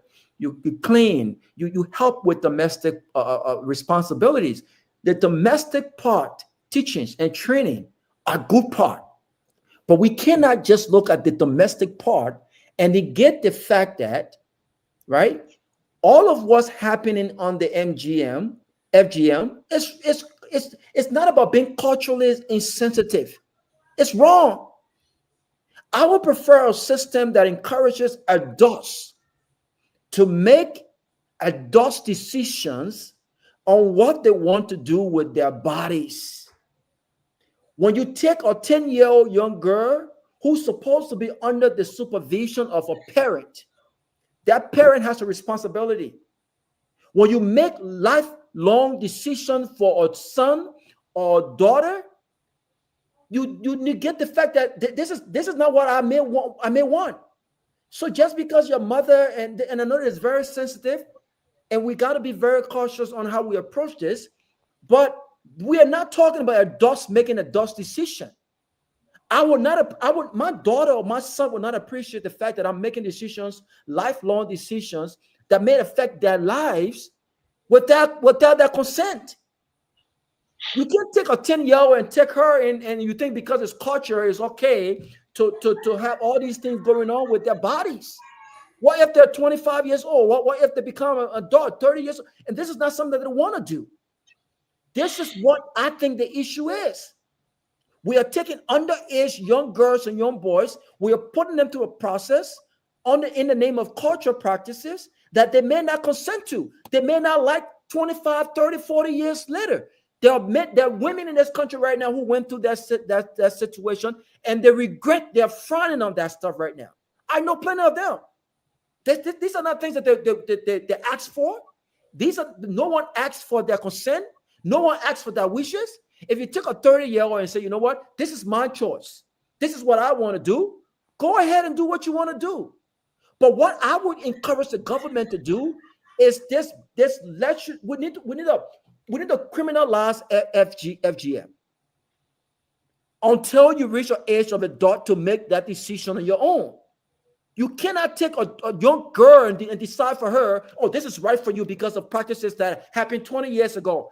Oh, so we expect this to be happening 100 years from now? No. things have changed. We're evolving. Our culture is our culture, and our culture must be respected. I get that. But we cannot confuse culture with criminalization. This is criminal, and it's wrong. It's wrong. And what happens, and I'll close on this note, what happens in the life of one a woman where she goes through that process in the case of Johnny's mother, and God bless her heart, because I don't know if this decision was her decision or if it was her parents' decision, right? But just because she was still able to have a baby doesn't mean that other kids who are going through this ordeal are able to have babies. No, this is not the case. This is not the case. So we have to respect the right of children. Parents have got to respect the right of children. You can be culturally sensitive and still understand that it's not right to have young babies go through deals that they may not agree with 50 years from now, 30 years from now, and 40 years from now. It's wrong. Adults should make these decisions on their own. I will agree with that, not children. Thank you. Now let me go to this. I want to ask a question, but I would I want Pewee to mute because I wanted to ask him, but he got girls and women in here. For those of you around here, let me just go around. No, rather, your sister Julia Cassia agree with you. Your boss sister. But listen,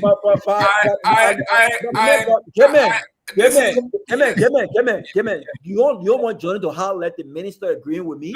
But listen, you gotta holler at that now. Can you holler at it? What I'm saying here, I want everybody to take a few minutes and think about it because we're going to go to the line. But I'm not going to ask the cabinet, the dean of the cabinet, because he got ladies there. The question that I want to ask you is because I know the history going 2,000 years, and I'm going to bring it. We're going to continue this because it's something that I take very personal. But the question is to each of you, take time to think about this. Mr. Nagbe, will you allow your daughter to go through this practice? Well, first of all, will you allow your daughter to go through the practice? Pewee, will you allow your girls to go through the practice? Dr. Peabody, will you? For me, as a sociologist, somebody who has studied. But you haven't given me the time to talk about it because I was just Listen. Yeah, because Raul always accusing me now. I want to be this, I want to be that. So listen, the question is very simple. Because you interrupted me, that's why we didn't come back to you. Guys, yeah, let's do it one at a time. Will you allow your girls? For me, all my girls, I would say hell no. Now, anybody, Mr. Nagbe, if you have girls, will you allow your girls, if they want to do it at an adult age where they can decide for themselves, that's fine. But as on from birth to 18, they are under my roof. That's right. There is no way that I would subject my girls instead of being in school and learning. This is why we got home economics at the different schools. They teach you all of those things. I would not subjugate my women, my girl, to something like this and say and blame it on culture. That is cowardice. Will you, Mr. Nagbe, allow your girls to go through this? My answer is no. But first of all, that's because we don't do that in the Southeast. And so I don't know much about it, but I know my wife is from the North. But I'm sure she's with me on this one. I wouldn't. Thank you. Dr. Peabody, will you allow your daughters to go through this?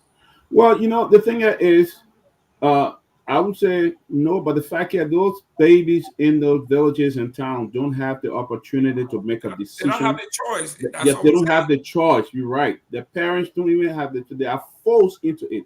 It's more like forcing them. They've not their choice. They kick them into this thing here, this inhumane act. I mean, I've been in those places. I live in Orange Grove. I saw this when they let young children come up and people expose their bodily part and put all these things on them to make them attracted to these old abusers and stuff like that. And these kids grow with it, suffer it for the rest of their life. And you're talking about that culture. What are the norms? Societal norms and stuff like that. I would never allow any child to go through that. Even my daughter, any of my relatives, or anybody I know, I will get married with a parent. Thank you. Let me go to Seleke. Seleke. Don't Ale, you didn't hear me. Okay, there you go. Will you allow your daughter to undergo this? Obviously not, but I just wanted to expand on something a little quick on a minute or two.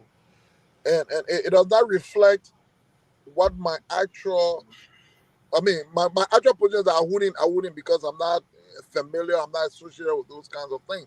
Just merely from the scientific point, I found the method being cruel. I found those implementing that level of surgery not to have the qualification to conduct surgery, the material being used. So many other reasons beyond the fact that it creates everlasting impact. That surgery, that's called the care for it, the instrument being used, and all of those things. So all of those things are there. But here is my son of the hypocrisy of the West.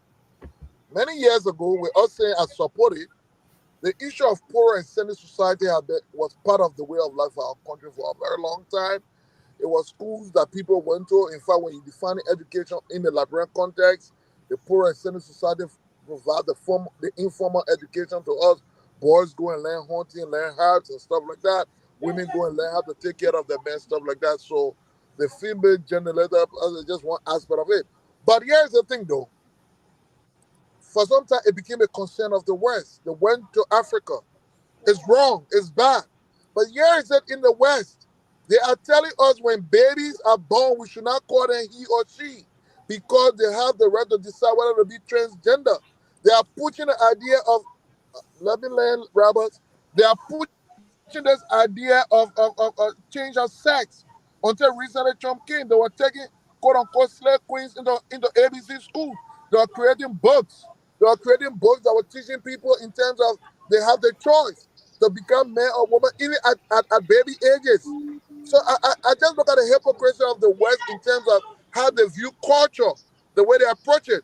This gender became a serious United Nations sponsored thing across West Africa, particularly in Liberia. It became the new wave of stuff. That's good, that's great.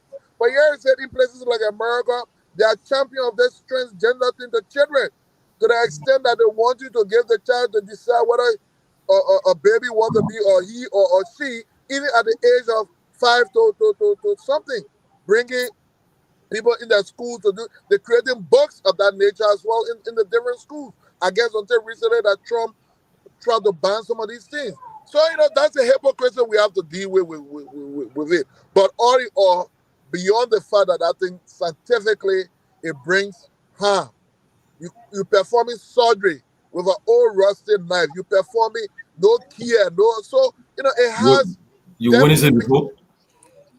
My man, I'm coming, man. You just my man, you got. I'm sorry, go ahead.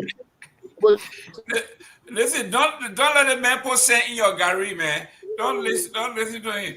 Honorable George. Okay, we got a lot of girls. Let me say this, Somebody says, this, which is true, Mr. Gayman, I will plead that this particular topic, we dedicate a whole show on it because it's very sensitive.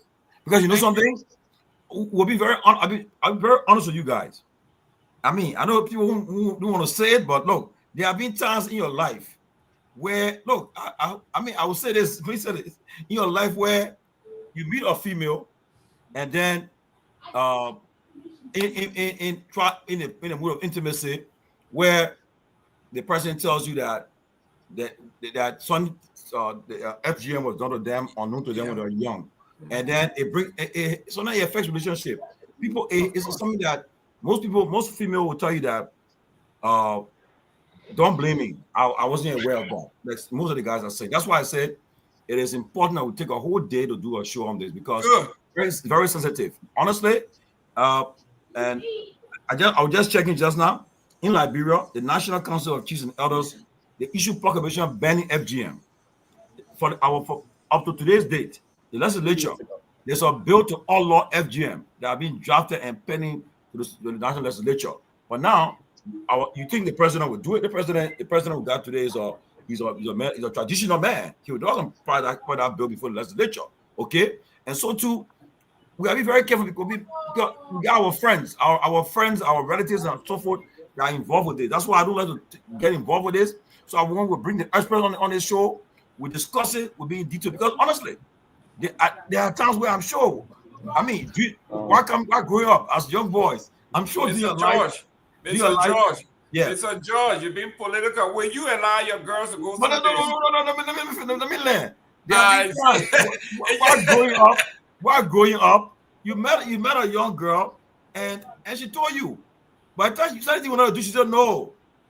You know, and then you stop because of the culture that came about. That's why we don't get involved too much in this stuff, because somewhere along, some of you have experienced that, and there was either the female felt embarrassed, she felt ashamed, but you can't blame them for that though, because when the Peabody said so many girls were initiated at a young age, so when it happened, at that time, if they knew better, they wouldn't have done it. But that's why, again, you cannot attack the culture, because a lot of things are learned in our culture, in our stuff. Okay? Mr. George, you still didn't answer. No, listen to me. So, but how long are you going to take that? The answer is hell no. That answer hell no. Because we got because I mean, in my family, where I'm from, the Bassa tribe, I mean, they are known for doing that, but thank God, my maternal, my grandmother, my great, and so forth, they never encouraged that, right? But I'm not talking about only my family, I'm talking about other people who have experienced it, okay? And today, that's an issue that I don't think we should, right now, we're not prepared to discuss it. Let's go into our politics, because no. Discuss it, because you see, all these politicians. No, trust me. You got come up with You got Pewee and Johnny are two traditional guys on the show, okay? And they won't say that. We all traditional. No, there's certain things that you say that they won't. Mr. George, thank you very much. Let's open our lines. No, but let's go to Sylvester in a minute. We ask everybody the question. You ask us. You are the first person to start. No, but let's Sylvester go. No, I do ask the question. I want to answer the question too. Okay, answer the question. You go now. You go. No, I don't want Sylvester to be mad. Sylvester, go ahead. No, Sylvester got nothing on you. Go ahead. So obviously, my answer is hell no. But I want to just give me 1 minute, please. My answer is hell no. And yes, my brother Tomalin has been very political. Yeah, all the things he just said just now were all politics. And to Richard talked about homosexuality in this country, and how people, she. Listen, I believe in freedom, but I believe in logical freedom. And do you understand? Do you so my daughter and my son in this country, I will love my kids regardless of who they are, unconditionally. But I know this for a fact. I know that God, I'm a Christian. God created the heaven and the earth, and God created man and woman in his own image. And I believe that very, very, very much. So if God gave me a girl, that girl is a girl for the rest of her life, as far as I'm concerned.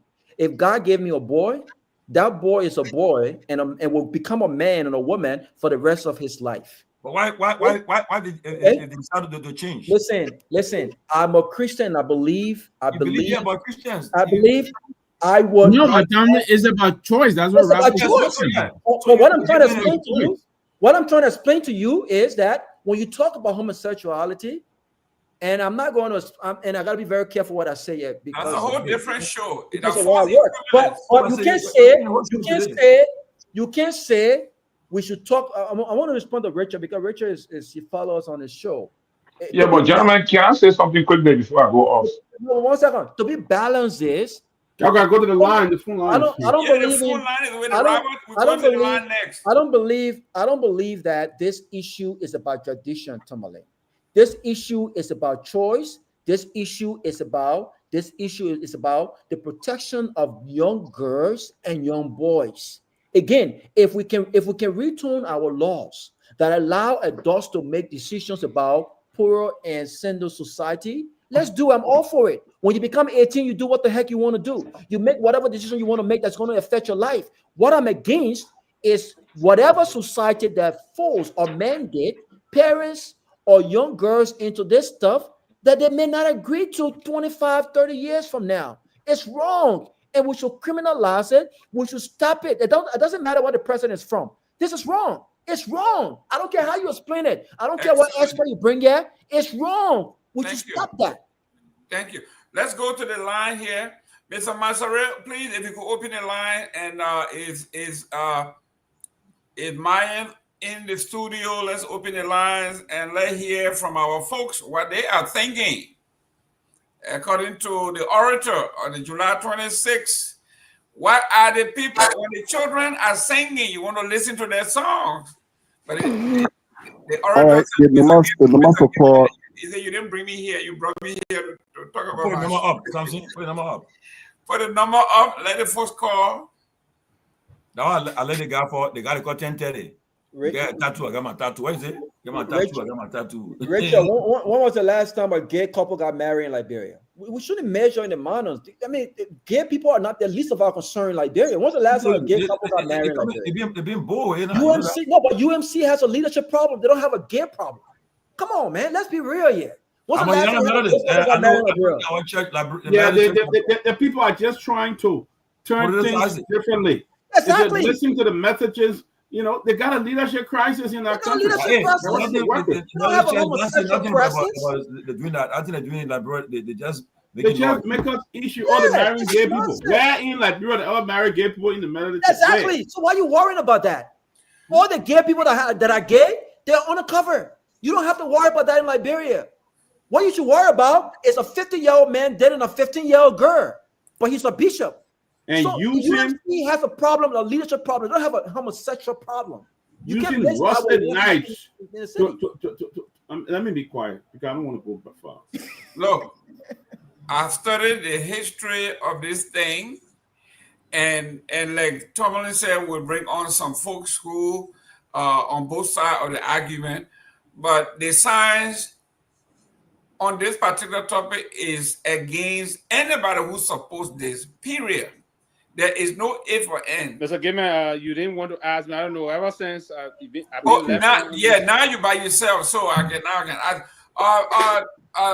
Samson, when you're ready, let us know. Announce the name. I mean the numbers. In Myean, over there, Myean, you can come over and also open the line so we can hear from the folks. But the question here, while we wait for the guys to set up, Honorable Pewee, the question here was a very simple question. I thought it was very simple. Will you allow your daughter to undergo this as a minor? I will begin with that, then I will move into others. So the answer to that question is absolutely no. It's an absolute to that no. Absolutely no. And let me say this. And sometimes I don't want people believing that now I want to be political. No, I don't want to be politically correct. I don't intend.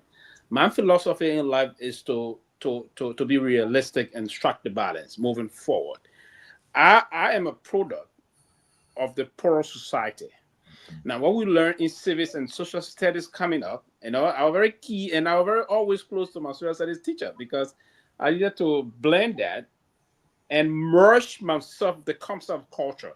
Not only blending, but merging, right? So I underscore the word merge because it was part of the responsibility to learn these things, right? To understand the culture. So I'm a product of the pro society. I went to the pro society at the age, I think, 8, 9, if I'm correct.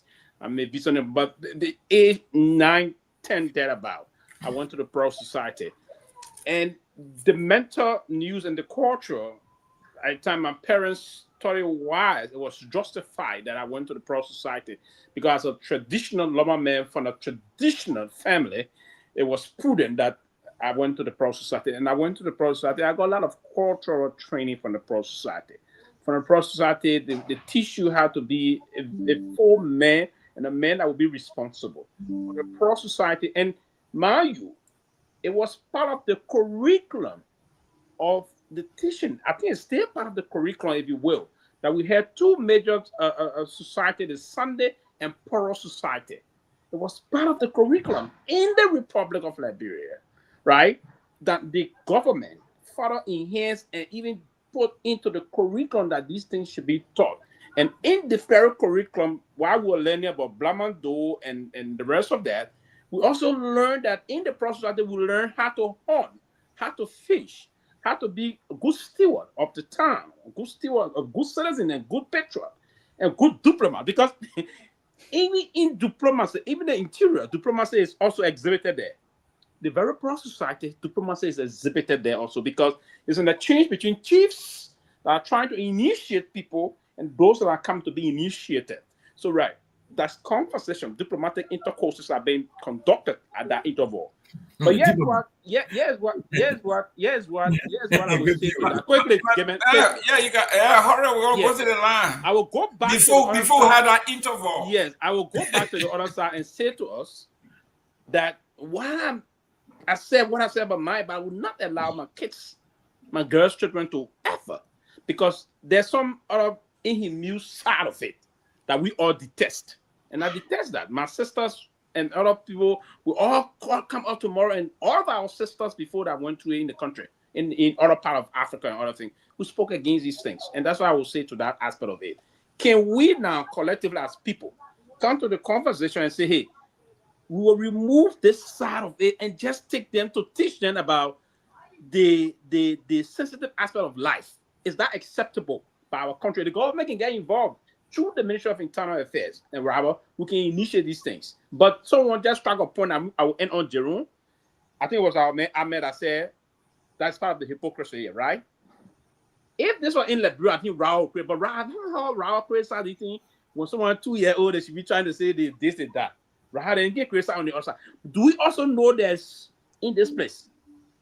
We got this other marriage thing that's been promoted here. Why is that part of this place? Do you know that, Gayman and Raul? Yes, I denounce any act. I denounce any premature. So we can come together to agree on the good side of it, but I against that part of it. Yes, I do. I denounce any act, premature, immature act. Can we legislate something in the country to say we'll remove this part of it completely? Because yes, we're using unsterilized materials on those innocent kids. They're using things that, I mean, it's brutal. So we need to stop. How sure are you guys? You guys been there before? When this, come on! Now we got data. We got data. No. I can't. When is it before? First and foremost, I will not have this. First and foremost, they are not medical doctors. Only doctors are trained to do this in, nurses and doctors. Why? Do you know? Let me say something here. We don't want to go deep into it. That's why I say for me, I will. Don't say that because then we'll push back. Because they are not medical doctors. You can push back all you want. Yes. Go ahead. I agree. You know what the people did there. You know what the people did. What are you talking about? People who been there before. We got data. We got data. I still respect the culture, but we can amend some portion of it. But when you go down there, you say, oh, in other things, you say what? You high left from there?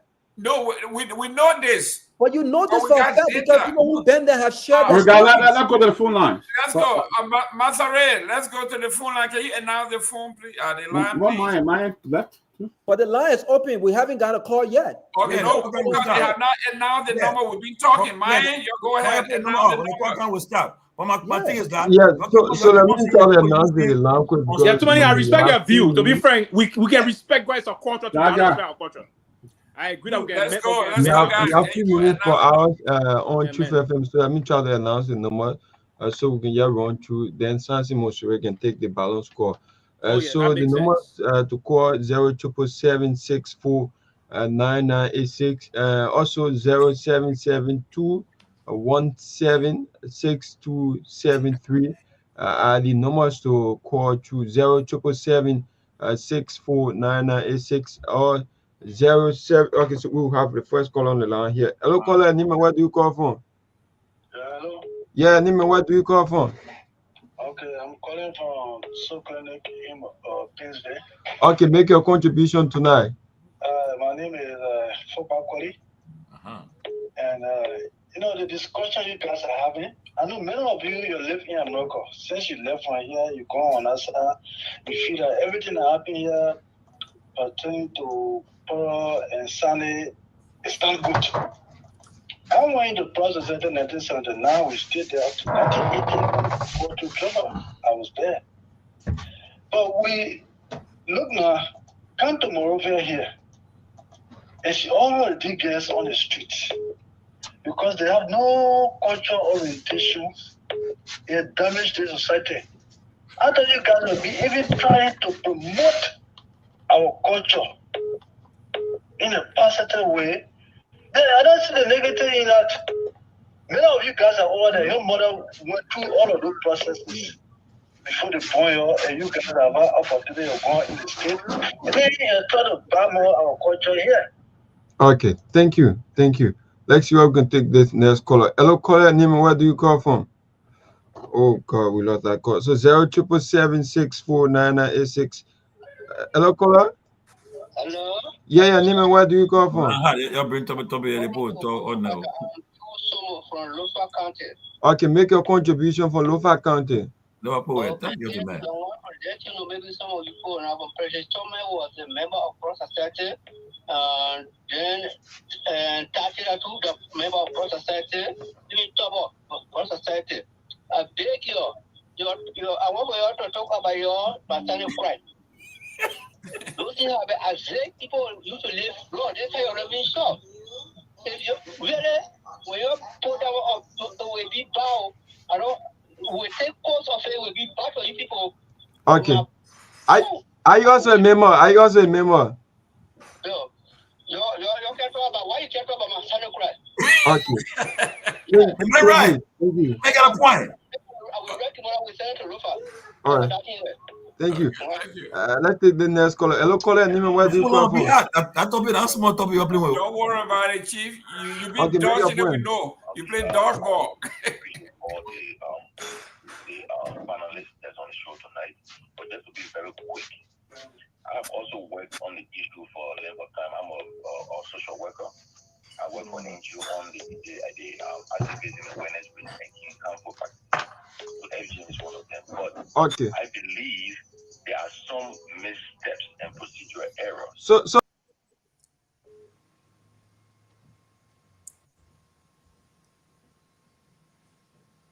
you gotta Did he go off? Yeah, he went off. But Okay. what's the thing guy in the call? The other guy. But we got guys, we are also on 90. All right, for Kia Radio, the number to call 0777959. I repeat, 0777959, the number to call. Let's get this other number on the screen. One minute, caller.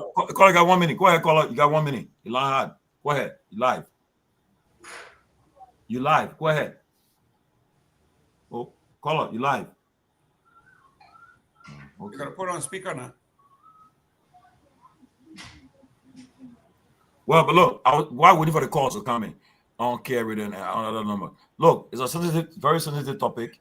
That's what we're talking about. It. We don't shy away from. We're not shying away from sensitive. The topic, honestly, right? Yeah, but let's find a play for a show now. But we still have to talk about it. I got caller. Caller got 1 minute. Yeah, good afternoon, guys. You got 1 minute. Tomalin, you were asking if people got proof and nobody been there. Let me tell you, I heard this thing all through while I was in Liberia. You know, the first place I saw it vividly was in a book in France. Hello? I'm telling you, the whole thing, just as they do it, I saw it in a book in France. So, to ask for proof, yeah, there are proof. But the other thing that Pewee was saying, Pewee, to answer your argument, yes, they need to cut out some of these things. But to say that it's teaching you to be male or it's teaching you to be woman, so the global people or the group people who don't go there, they can't be male or woman. So we need to stop this. And look, like the white people society, they evolve. Like African people need to learn to evolve. We keep in this primitive life. That's why we keep on being backward.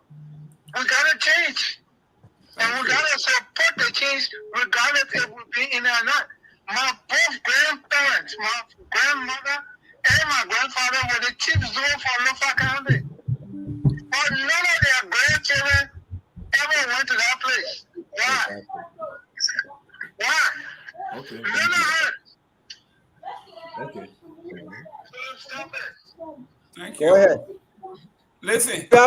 We have someone on the line. Go Okay, ahead. go ahead. So, Go ahead. hello, caller. Make your name and where do you call from? Okay, I'm Pastor Daniel Crow, and I call from Global Town in Liberia. Okay, make your point. Okay, I'm also the chairman of the Bamona community in Lohitan. Okay, go ahead. Life is about progress. Now, in the previous days, our people days, they have now opened vast education. That's why they did things. But now our eyes are open to education in the modern and the civilized world. Should we continue negative acts? I would say 100% no. Now, let me just give you another experience. Excuse me to say to our people in Radio Land, our mothers and sisters, it is believed, it is observed. Women who go into these kind of societies, sexually, they are very much out to be satisfied in bed. You know, they are very much out to be satisfied in bed with men. So if you marry yourself a woman who are going to the street of society, because a principal, you know, say is playing with or is caught, you observe that sexuality is very much how to be satisfied. So you enter the woman in the womb, she will prefer to go out. So it also has negative impact on the womb. Because we were Christians who one woman. The woman will not be satisfied in bed with you. She will rather go out against another man. Okay. Because the rest was close. Excuse me to say that. Okay. Thank you very much. Thank you. Let's take the next caller. Hello, caller. Name and where do you call from? Not true, man. Hello? Yeah, go ahead. Yeah, this is Charles. Make your point. I call from Soul Clinic. Yeah, the issue of FGM need to be discussed with skill, with skill, because it's something that a practice that people have been, for for ages. We understand that there are some practices that are actually harmful, but most of the practices that I done, most of them are positive. They have positive impact. So when we discuss about FGM to just work away, it's a skill. It's actually a skill if we have a discussion with, but to just discussing, the way you put other people discuss it that way, it's not just possible to say we discuss it. So if you have to discuss it with skill, because also if you discuss it for someone to just pronounce it in that more, even sound like an insult, like an embarrassment to them. So you have to discuss it with skill, but if not so, your goal will never be met. Okay, thank you. Okay. So, All right. So the number to call here radio 0772 17 62 73. All I got 1 minute. Go ahead, 1 minute. Well, then y'all take the other number down since. Yeah, you got 1 minute. Got 1 minute. Go ahead, 1 minute. We have someone here on the line, but anyway, we come in. Tomalin. So, my name is Paul Samoa. Yeah, just be on the line. Are you getting me? Yeah, 1 minute. You got 1 minute. Yeah, my name is Paul Samoa. I'm calling from Massachusetts, USA. So, thank you for the topic on the discussion. But I want to say this, right? The topic discussed tonight is, I'm not looking at it to be anything, but I'm a member too of the Foreign Society anyway, from Bapuru. But today, I agree with some of you on some of these things you said.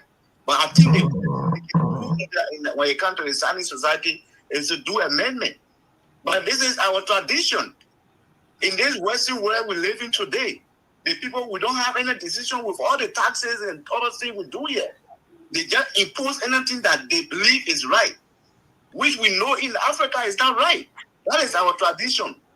So we cannot just abandon it because of maybe somebody go to school, right? You go to school, but there must be something that our forefathers brought, and we have to live according to that. Abandoning all these things is only going by the Western world tradition. That is their tradition we are following. Like Johnny said before, when it comes to gay marriage. Today, when you are over there, if you go to Liberia, today somebody getting, when they say they're not married, men want married men, you will not agree. But you in America, you cannot do any you don't have anything to say inside. Because that's what the people system agree to. Right? So why can't we just try to amend our own than to say we're abandoning everything? We cannot abandon it. That is not right. Thank you. Myean. Yeah. So something is there. That's something kind of doing normal. So Care Radio, the numbers of call because we have an issue with the main line here until tomorrow. So I will use my personal phone. Phone number so 0772 1762 73. I repeat 0772 1762 73 for Care Radio. Thank you. Okay, so let's take this call. Let's take this caller. Hello, caller. Hello. Yeah, your name and where do you call from? Okay, this is Peter Johnson. I'm calling from New Jersey. Okay, make a point. Okay, thank you for the show. The whole society video is pretty laborious. I want if the somebody in jail said they get free. So society video talk say you get tired. Everybody is out and let me drop down to the point on that they were talking about. You see, all of y'all are there. Your managers are born they were cleaning and started before you go down there. So it will not be easy.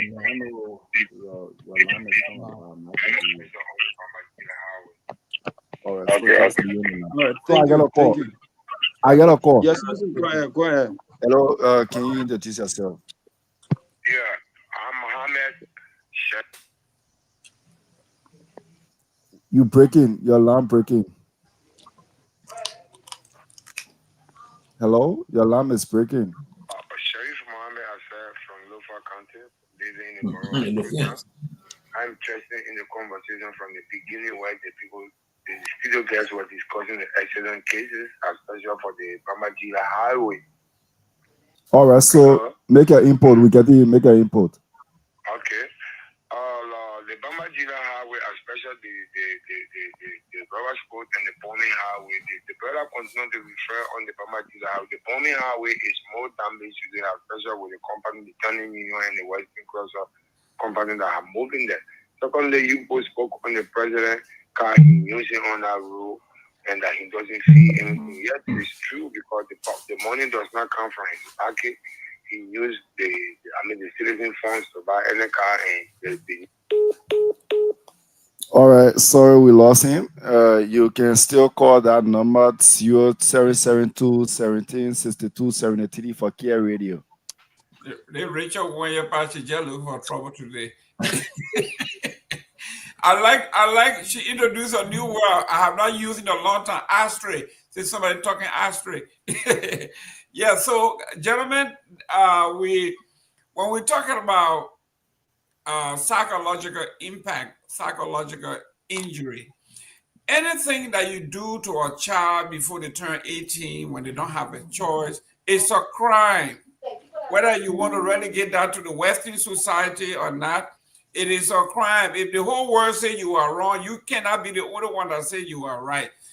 And we are also, we are missing the topic here. Somebody say we're talking about abandoning the culture. No, we are not saying abandon your culture. We are saying get rid of the evil part of the culture. Go ahead. But who defines what is evil? You tell us. Johnny. So Johnny, you don't think there's nothing evil about this culture? I'm really disappointed. You won't alter anything about it. No, but you're saying that people doing the culture is wrong. What you're saying? No, but let Johnny answer the question. So Johnny, you won't alter anything about this culture. Myean, when you get a call, gentlemen, you get a call. Yeah, come on now. Yeah, go ahead. I'm not a standing person, but I'm going to disclose those. I want to close the thing and talk about politics. Okay, about Liberia culture. People will not give the ring. Your name. I'm not from Chibo. I'm from the Southeast Division. I'm on Liberia. Okay, Michael Pachibo. Okay, thank you. So my advice to you, anyway, is a good analysis, but I want to close that paper. Okay, thank you. Yeah. Okay. So his input is we should close it. Nobody should talk about it. And it will just go away because we don't talk about it. Listen, gentlemen, and like I was telling you. So Mr. Gilman, is this part of the CMC agenda? What? if listen, I would tell Musa, I would advise. So no, now the way I come with CMC, so we can know about it and know how to prepare ourselves for you. So if it's a CMC agenda, okay, now we understand what CMC is about. That's no problem. Y'all got out of phase here, right? We have to discuss this issue within the context of understanding people's cultural right. You understand what I'm saying? You cannot just get up and say somebody way of life is evil. No, I read the text. I will not say on the platform and let you be such statement. But if this is CMC agenda, no problem. We receive you in Liberia. We provide the platform. We discuss in detail. Johnny, you ask me a question. Let me answer the question. You say it is CMC agenda. I'm telling you, I will categorically say to Musa Ability that this thing has to be pushed in the Senate and the House so it can become criminalized. That would be my advice to him. Okay, so wait, let me ask you something. So let's hold a national election on the matter. Let's hold an election in the matter. No need to argue. Let's hold a general election in Liberia. Let's go election in Liberia. Say how many Liberian people will go against cultural parties or support cultural parties? Let's go for election and they both close. But let me ask you one question. That's a false. Let me ask you one question. Wait, I have one question. Do you circumcise your son? Yes, because it's hygienic. Why? It is proven. I just told you. Because it's hygienic. It's medical. Do you know how many men? Do you know how many men? Do you know how many men? Do you know how many men? No. Listen. Do you know? But did you know that the intent, the historian of circumcision was not particularly a health issue? Do you know if you go back? You talk about biblical. If you go back to the history of circumcision, do you know the reason for circumcision of males? Johnny, all sociology will tell you. Okay. You don't use why you use because you cannot define intent. Nobody can define Johnny, I think. What happened was this. Why don't you wait? No. Why don't you wait? Let your son be 18, 19 and decide when to circumcise himself. You are talking about the early age. The medical data says. No, listen, gentlemen. Why don't you let your son grow up at the age of 18, 19, go to school and learn about biology, everything, and decide that he will be circumcised or not? Do you know that your son is not having circumcising him in the Gilman? Johnny, you are running for Senate in Dopoh, and we know where you're coming from. So that's I'm very clear. I'm very clear about what I'm seeing here. I'm very clear about what I'm seeing here. I will not be deceptive. I'll be very clear. Allow your son to grow at the age of 18, 19, 20. Let him decide when to be circumcised. Don't circumcise him at the early age. Let me say this quickly. So this Poro and Sunday, they are not evil society. Nobody said that. They are not evil society, right? It's not. And that's why I said to you before I said this. I said for me, I'm a prime. I went to the Pro Society and I got a lot of basic training from the Pro Society. Do we have some of these society that we have? Do we have concerns that needed for to put into place some safety concern to protect the tradition? Those concerns can be discussed, and we can do it. But for anyone, I like that possibility. I like that. For anybody to categorize them to be evil, I vehemently reject and oppose that. That is a misrepresentation. Misrepresentation of that. It's not an evil society. But Pewee, nobody said that. He said that particular practice. Go ahead. Let me come for a second. Let me say this for real. No, that practice is not even it's unsafe. So we can get rid of unsafe aspect. What do you mean unsafe? Thank you.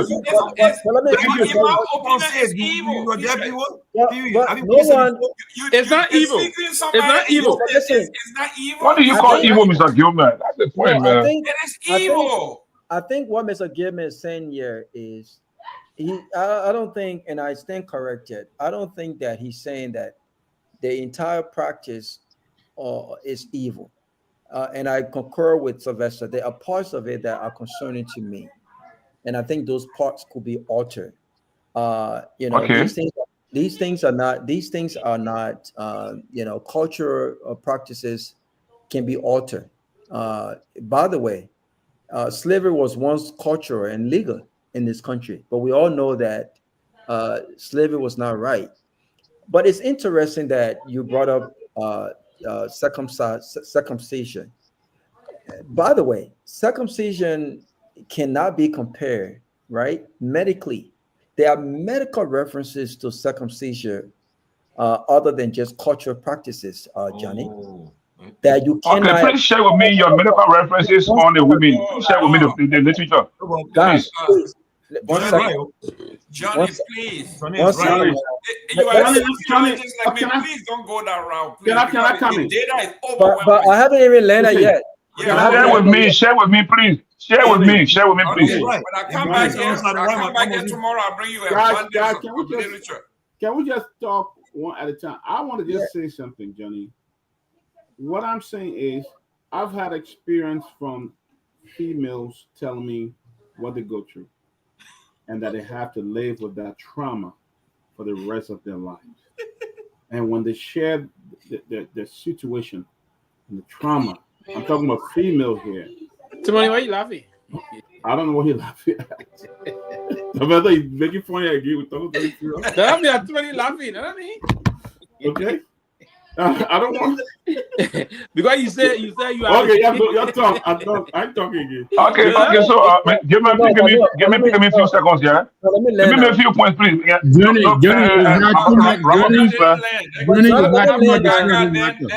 let me land. There you go. All right, I got a call. I'll let Robert land. Gentlemen, I'm not speaking. I'm not speaking. I just been asking questions. Hold on, we got a call. Go ahead. Hello. Please introduce yourself. All right. You will listen to the show. So, what's your input? This is Africa. We are in Liberia. We believe in culture and tradition. For me, I joined the project that day. A full member of the project that day. And our forefather lived by the tradition. They grew by it. But right now, it's one female star. Actually, it's bad. I mean, I don't talk about it on the show, but it's bad. It's female star. But for the male star, I think it's okay. Because I'm a star, I got to remember them. We lost our record, but he was giving a supporting point towards for the male and supporting that Peabody argument that Johnny, the point. Johnny, a good point. You say. Can I say something now, gentlemen? No, this is after Rama, then Mr. Nagbe. Thank you, guys. Yeah, Mr. Johnny. So when will I speak? No, but you just Johnny, when you stop down, I've been asking questions. Yeah. Johnny, but wait now. I've been asking questions as all. I've been asking questions as all. Okay, but Johnny, the Montana, let me speak now. Johnny, you are completely wrong when you compare circumcision to what we're talking about, right? They are medical, and don't even sit on the show and tell me to give you medical proof. There are medical, it's been proven, not just in America. This is not from the West. Across the world, there are medical reasons behind circumcision, such as HIV infections, such as pineal cancer, and these things have been studied and they have been proven. Circumcision is not. No, I'm not asking for circumcision. I'm asking for the female you're talking about. No, don't misquote me. Robert, my point is not on circumcision. My point is on giving reference on the female part you're talking about. For the male company, I understand that.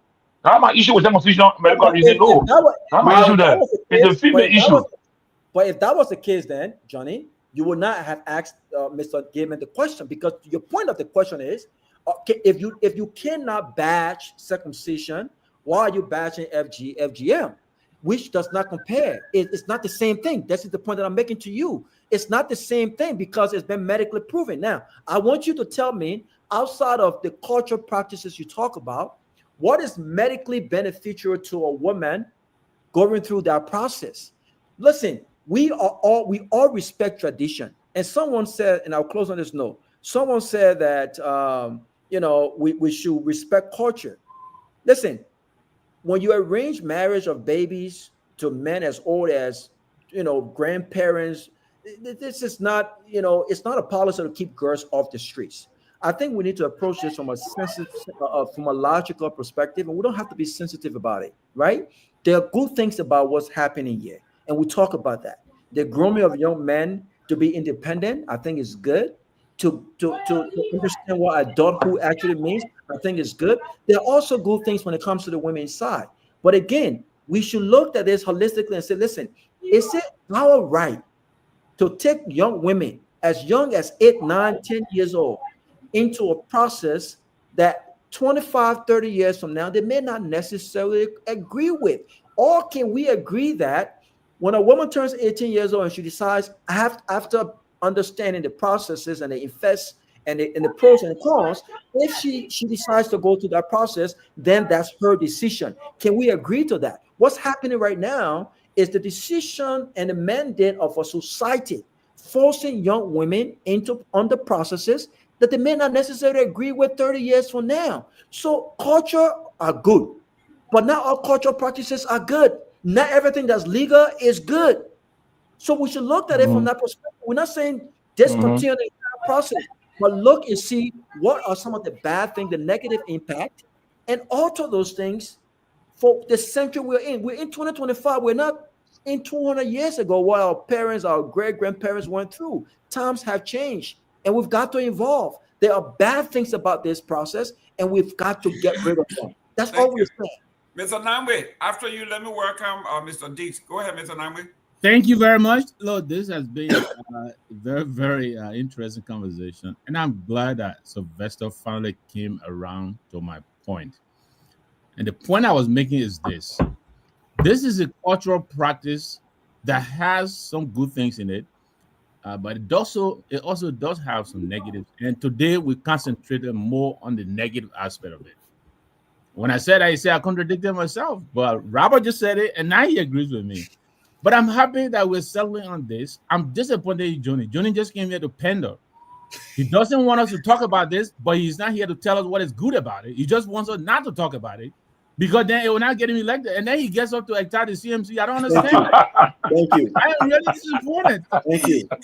You said nothing here to support the fact that this is a good practice. It has some good things in it. So I will pass it on to you if the moderator will allow me so that you can come and defend.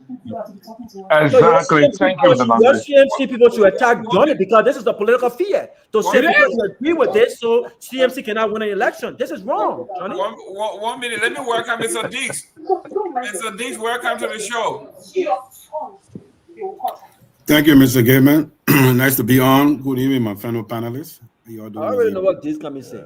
Deeks, you are a politician. I put you in the lion's den. We already know you got You're about to be political correct. No, trust me. Like I posted earlier when I was outside doing something, I said this is a culturally sensitive issue. It should be handled delicately. You know, when these things, this is where this is coming from a region that is also traditionally child, so he will be very careful. No, he know. The man want to go back to Cape. He know. Go ahead. Let me talk, man. Don't preach. The man want to go to Cape tomorrow. Yeah, so, I know you in Robertsport. I can see in the background Robertsport. So be careful. You cannot. I heard people say, "Oh, this is criminal. This is criminal." You know, you cannot criminalize people's cultural behavior. You know what I mean? Excellent. So if we want to have a national discussion around this thing, you got to bring the stakeholders in there. People like Johnny, people like Pewee that have been through the thing. You got other females that are national figure that have been through the thing. Then they can talk to the people and then they can say, you know what I mean? Let people say certain things are not that don't go with today's norm. Yes. We can take that all and stick with the core teaching.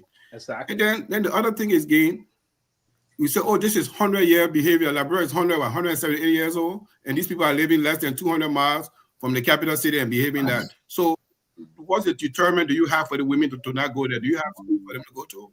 Do you have any kind of training to give them? Nothing. These people are less than 200 miles from the city, and they're still living primitive life. So you expect those kind of behavior. It's a culturally sensitive issue. Oh, you can't criminalize it. Let's be honest, you cannot criminalize it. Yes, you can. And you cannot just outright ban it. You got to bring them to the table. Because guess what? I'm coming. No, listen. There's some people that are banning it. There's people that say, oh, Joseph Boga is my traditional uncle. So because it's not being implemented. Listen. You cannot cherry pick culture that benefit culture tradition that benefit you. No, because the government fails to implement this practice, it does not make it right. That's what I'm saying. Nah, you guys are interrupting now. You're interrupting again. Listen, everybody. Did you agree that at one point human sacrifice was cultural to almost all culture? No, in our normal culture about sex sacrifice. Human sacrifice. Listen, it is. It was. Human sacrifice was culturally acceptable. Yes. Of course, it's still happening today. Which tribe? In Ghana, it's happening in Ghana. Some other places. Bro. When tribe listen, Mr. Tomalin, how do you define mob justice? Do you agree that sacrifice was a cultural acceptable practice? You agree to that? No in Liberia. I didn't say. Come on, I didn't say Liberia. Do you agree that it was an acceptable? Gayman. Yes. Human sacrifice is taking the life of somebody against the will.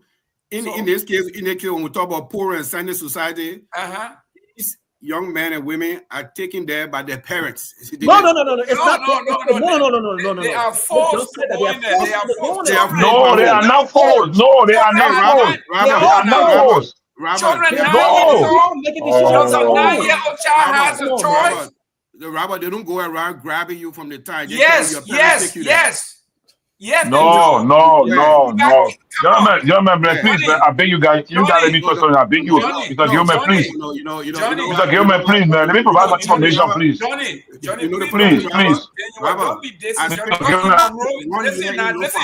me beg you to give me a few minutes, please. No. I won't let you go any further because in Monrovia, we got cases where people were going and grabbing children from the streets. Okay, you're wrong, Mr. Gayman. You're wrong. I can tell you. Mr. Gayman, can you allow me to tell you some information about power and Sunday? I will bring the articles tomorrow. No, you see, Mr. Gayman, you are disconnected with tomorrow. Mr. Gayman, yeah, is it? So traditionally, arrest my kids. No, Pewee, I beg you, man. Please give me. I said, Pewee, I beg you, man. Let me use your time. Say this, you know what I mean? Let me use your time, Pewee. I beg you. Everybody got 2 minutes to close because it's 12 o'clock. We gotta go. Gayman. You got 2 minutes. 2 minutes. Yes. And let me say this because we can sit here. We allow mis and disinformation, blatant mis and disinformation towards this culture and all of it. So that's what I would say. Now, people are not coerced to go there, or people are not. There's no level of coercion, anything of coercion, basically. Okay. So families.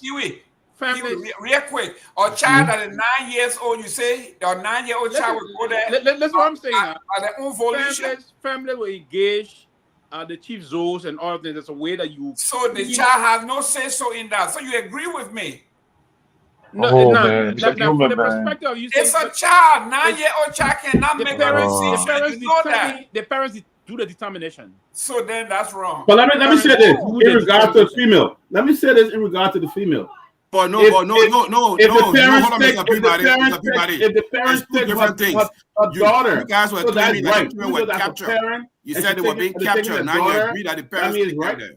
There's two different things. So no one. I will bring the articles tomorrow. They are not in the street moving about. Let me go and they are not in the street moving about. I will bring you. I covered that story in Monrovia twice.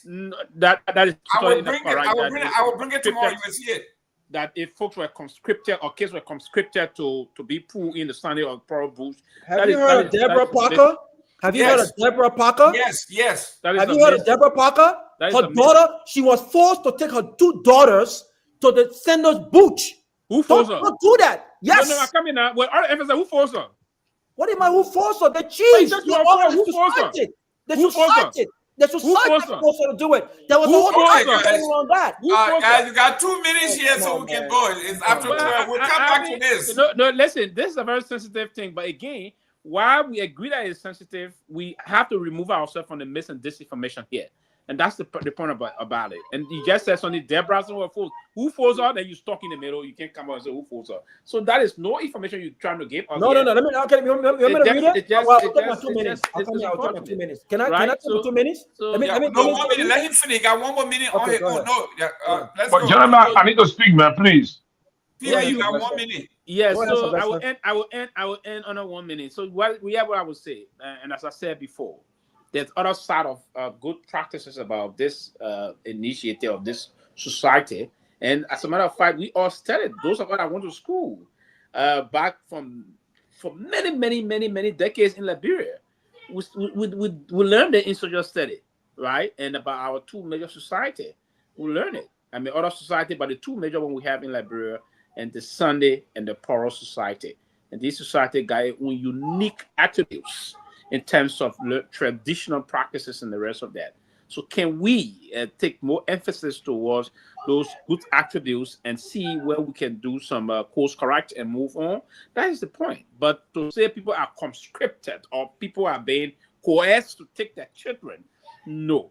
This is meant, family decides we have to accomplish this cultural responsibility. So our kids will have to attend. The family make a decision, and as a matter of fact, the family will prepare. They will get the meat, the rice ahead of time.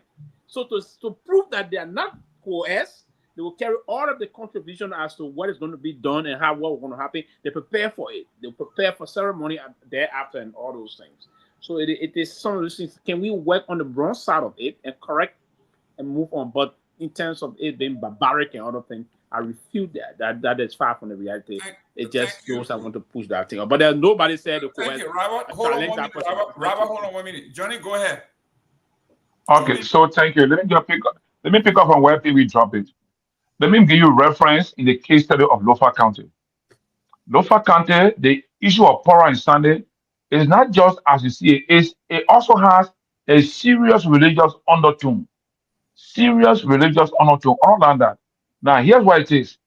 The fact that we have Poro and Sunday, culturally, it's done in a way that men have 4 years and it rotates according to the tribal settlements. So, like right now, for example, in Zozo area, last year was the end of Poro.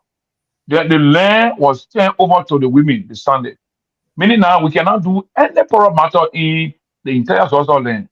And if, for example, an elderly person dies, and that requires us to do a traditional ritual for him, we have to go to the Sunday zone and ask her for permission so they can lift temporary bench to allow us to perform how to perform as a council men. You don't have to explain that on the radio.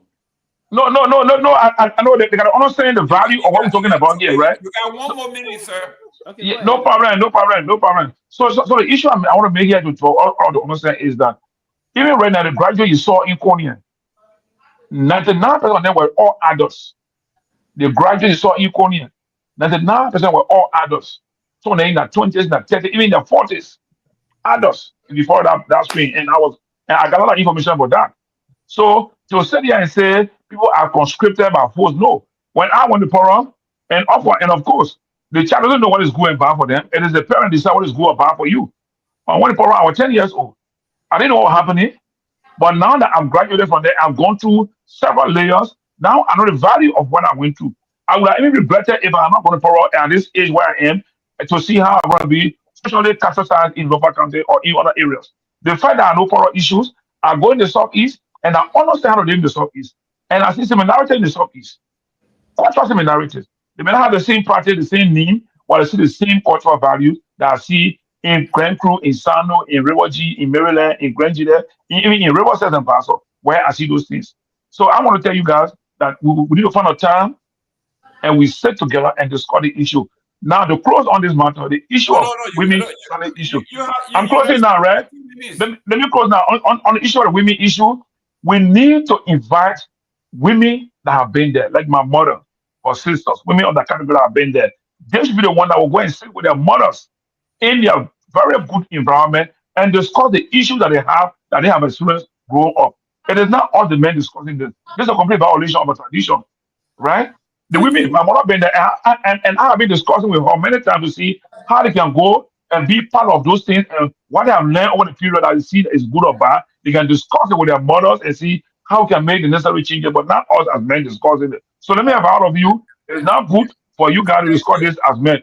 But on behalf of all of you, I will put quarter down for you to forgive you for discussing the matter on a public platform. Thank you. Don't forgive and don't apologize on my behalf because I'm categoric and I know it is wrong and this is what I believe. Don't apologize on my behalf. Go ahead, Robert. So Deborah Parker, on the 28th of September 2021, her 15-year-old daughter was walking the streets of Mount Barkley, the town near capital Monrovia, with her friend when a woman connected to the zoo's traditional leaders threatened to take the young girls to the Sandal Bush, a secret society for women where the initiation includes female genital mutilation, FGM. Blah, blah, blah, blah. Yeah. So Parker went to the police station and she basically expressed her concerns about what was happening. By the way, Deborah Parker was also initiated in the FGM when she was 10 years old. Her parents initiated her in that, and she made very clear that she did not like that as an adult. That's not something that she felt that decision she would have made. On November 10th, more than six weeks later, Parker was informed that her daughter and 42 other girls had been transferred to another location in town. Parker went to the place where she heard her daughter was being kept, grabbed her, and took her home. But the damage had already been done. She had undergone FGM and had missed weeks of school. So for anyone to sit here to buttress some narrative that everything about this culture is good, that people are not forced into this thing, I think it's just disingenuous. No one is saying that we should not respect our culture, but we also, as sensitive as this is, we also must be reminded that there were things many years ago that were legally right, that were legal, that were not right. Slavery was one of them. Was not right. People are still being impacted by it today. Cultural practices are good, but there are bad parts of our cultural practices that we must speak out against. I don't care what anyone says. I believe that a young woman should be able to make decisions, especially impactful and sensitive decisions about her body, such as FGM, herself. She should be able to do that because this is a lifelong impact. And when that woman turns 18 or 21 and she understands the culture and she thinks that this is good for her and her life, of course, go ahead and do that. But for babies to be initiated, whether by parents or by this into something that they have absolutely no knowledge about, they have no knowledge about the impact, the long-term impact. By the way, these folks, their parents are long gone. These parents were illiterate. They didn't have the time to educate their kids on why they took them there, why they went through these processes. Most of them are still lost today. Your time is up. Let me close on the note. Let's not add that this is all bad. No, I don't think Mr. Gayman is saying this is all bad. I don't think I'm saying this is all bad. But let's go back to the drawing board. Let's go back to the drawing board and say, listen, it's wrong for babies to be initiated by parents or by whoever. It's wrong. Let them make that decisions on their own. And if anyone wants to use this as a political tool to threaten political parties who have a legit concern about this, a part of this FGM, it's also wrong. We cannot fear people into silence and to say, you know what, oh, is this CMC agenda? Okay, we know where you're on now. We're prepared. It's wrong. We must denounce this. We must speak up against this, and it's wrong. People should not fear and bully people into silence. Thank you. Nagbe, your 2 minutes.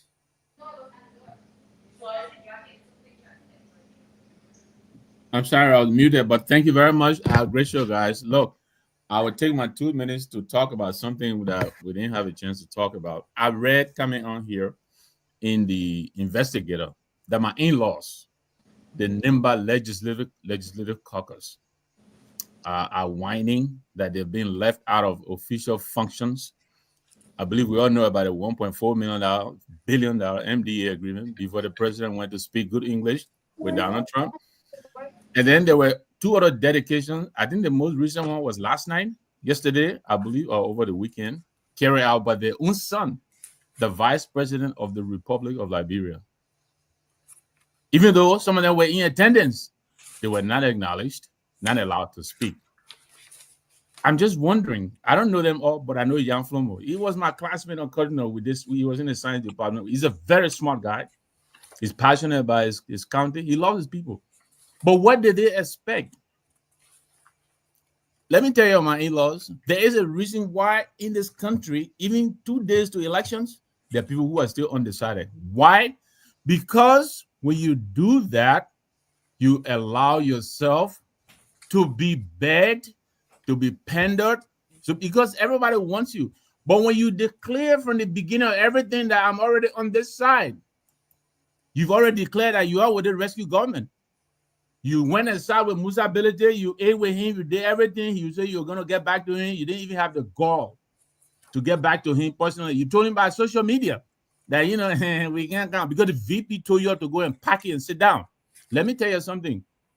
2029, everybody's looking at Nimba. If you don't know yet, the VP himself is floundering and he's looking for his own position. He wants to be the first among equals in Nimba. And so he'll do everything to marginalize you. This must be breaking news to you, but I'm sure you already knew that. He wants to either be the one coronated to run or to run with the president, if you didn't know that. And so he's going to marginalize you every chance he gets. Why? Because you're already in his corner. And what are you getting for it? Peanuts. So you can go ahead and whine and do whatever, until you discover the power that lies in your hands, you will continue to be marginalized. But I love you all, my in-laws. Thank you very much, ladies and gentlemen. We do not want to confuse what we are talking about here when we're talking about family. We will come back to this topic. We will bring, Mr. Dix, you were back. Your 2 minutes. I'm sorry. Yeah, I mean, I would just reiterate some of the things I said before. It's culturally sensitive. I know I heard Robert mentioning about Mount Bagley. If you know a little bit of Liberian history, those issues have been touching issue with this poor and silent society that have been operating close into a metropolitan area. Back in the 80s, they had an issue in Bangetan. They had, I think, Mr. Nagbe, if you remember, they had a big issue in Bon County with Madingo and the Pele people where Doe had to go to Edward Komusaka. So, I mean, that's a valid point. When you're operating in urban areas where people move freely, you can you try to restrict their movement.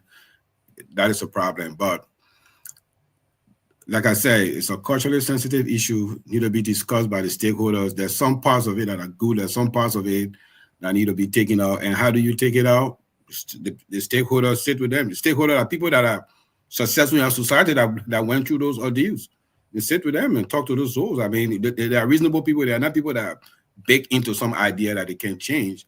They are reasonable, but to just sit and just criminalize, cultural behavior as a whole, I would not agree. I would not agree with that. I'm very sensitive to people's culture, and I know there's a certain part of it that has issues, and those issues can be addressed. But to just criminalize it as a whole and just blanket it, it's evil, it's this, and nobody get conscripted. I've never been part of it. I got relatives that have been part of it. None of them were conscripted. They were taken by the parents. And I don't understand. You say a child cannot make. Yeah, our kids don't choose their school. We choose the school for them until they reach the age of 18 and decide for themselves. But I mean, it's a cultural thing. So setting part need to be changed. We agree with that. But nobody gets conscripted into that thing. Nobody gets conscripted in that thing. I know that there's issue with urban areas, people setting up Sunday and Pro Society in the urban areas and try to catch people and say, oh, you trespass and all that stuff.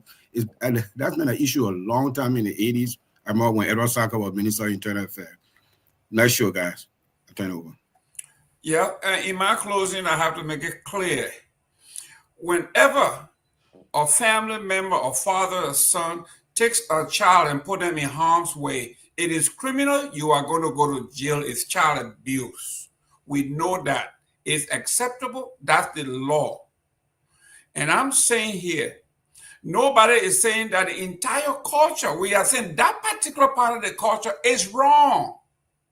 That particular part of the culture. And this is not sensitive at all. This is a topic that we need to talk about. It is not sensitive.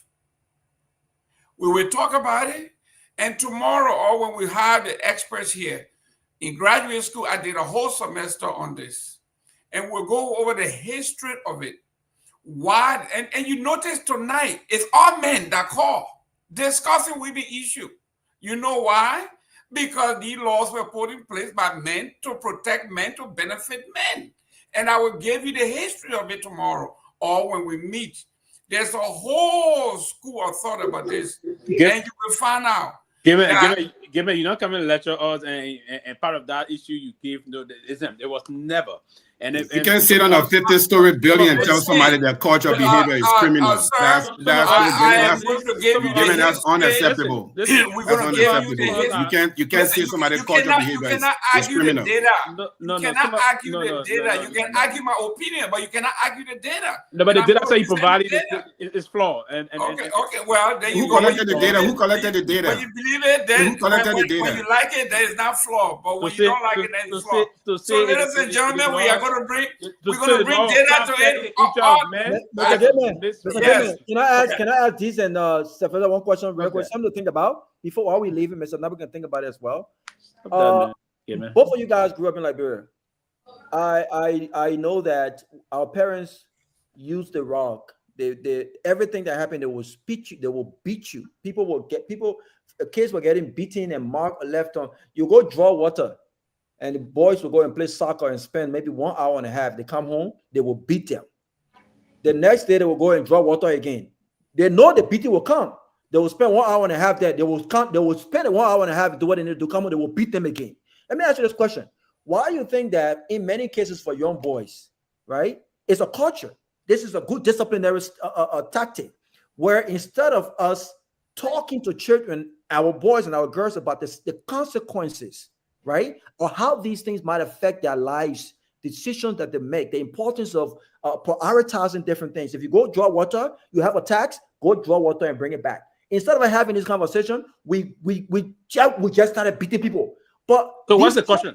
The question is, most of the kids got immune to the beating and they kept doing what they were doing. So if you were Sylvester and Deeks, were you ever beaten for something that you just could not help yourself and you just kept doing and beating did not help it? I don't get your question. I don't get the question. I don't know you come in. I got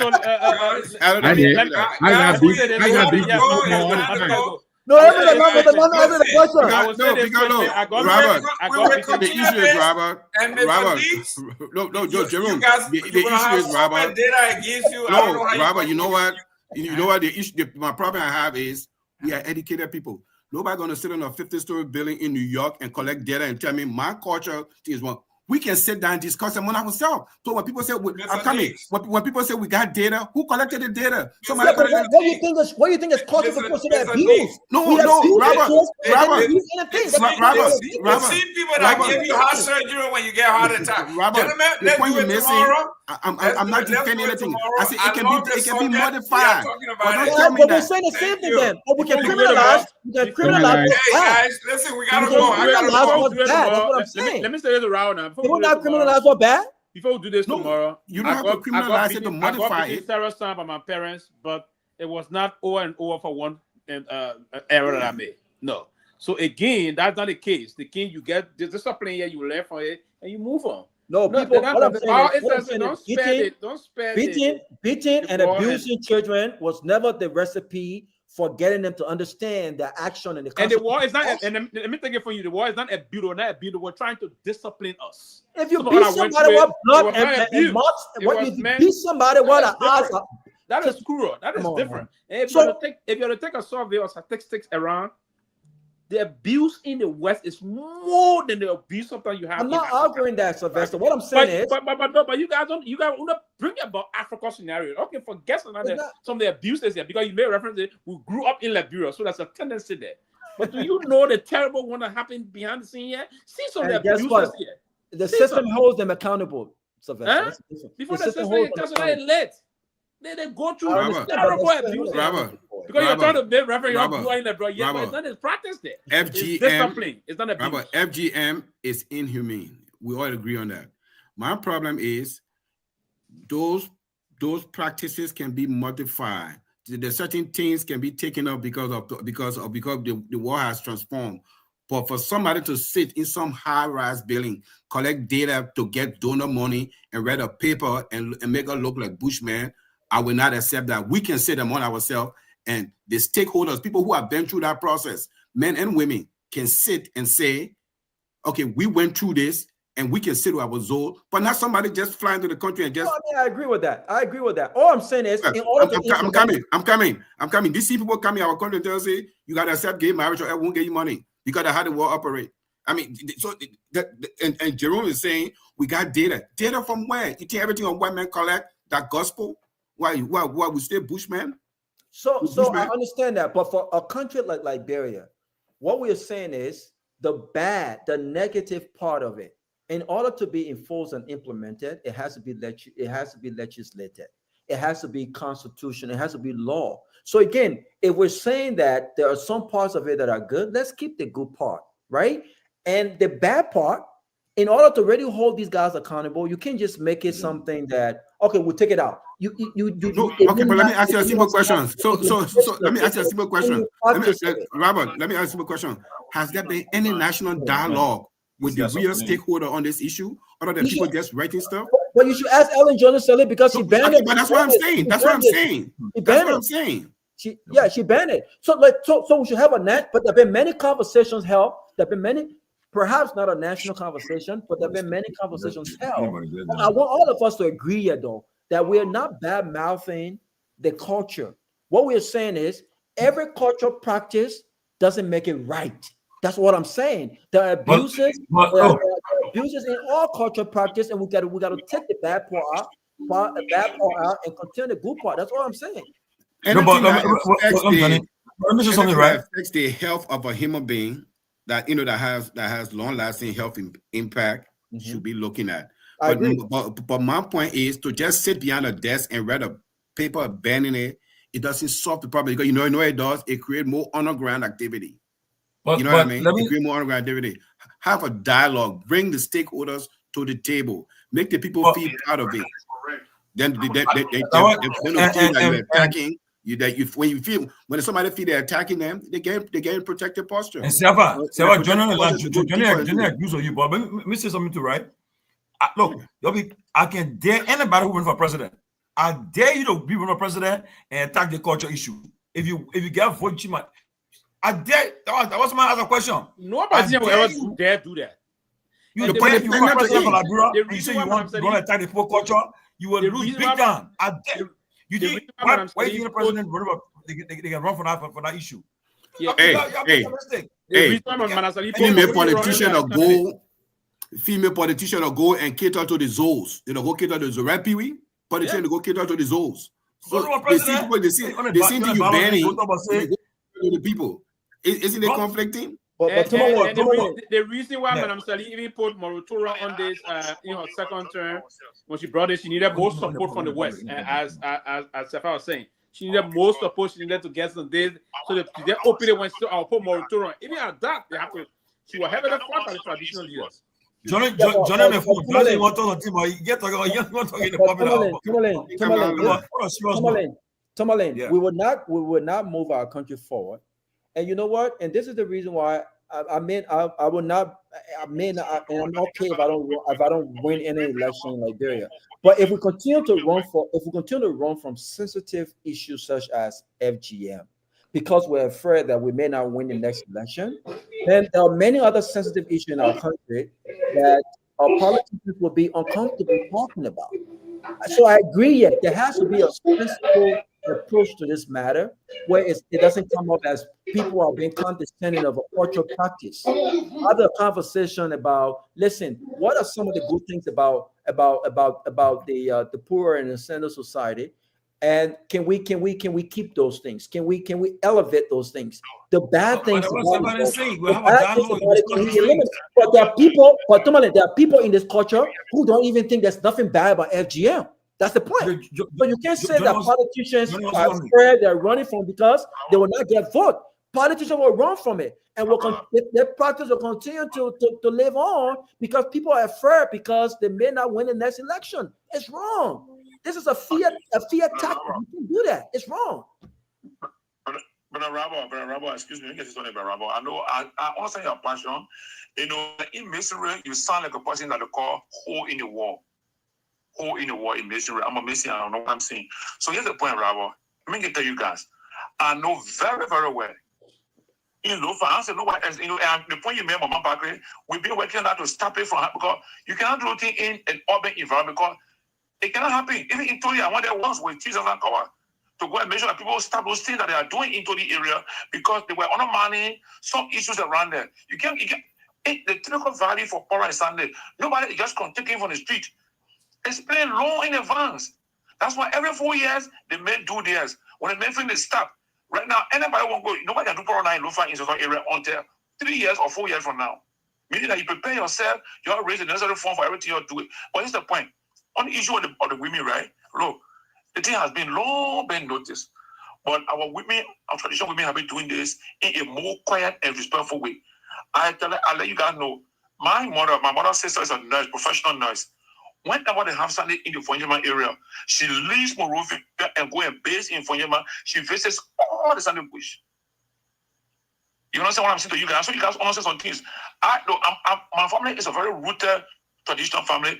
We were educated in the system. We approach it from a different perspective, not in the condescending and disgraceful way. We talk behind the scene. We meet in the real environment where they will understand each other and talk to us.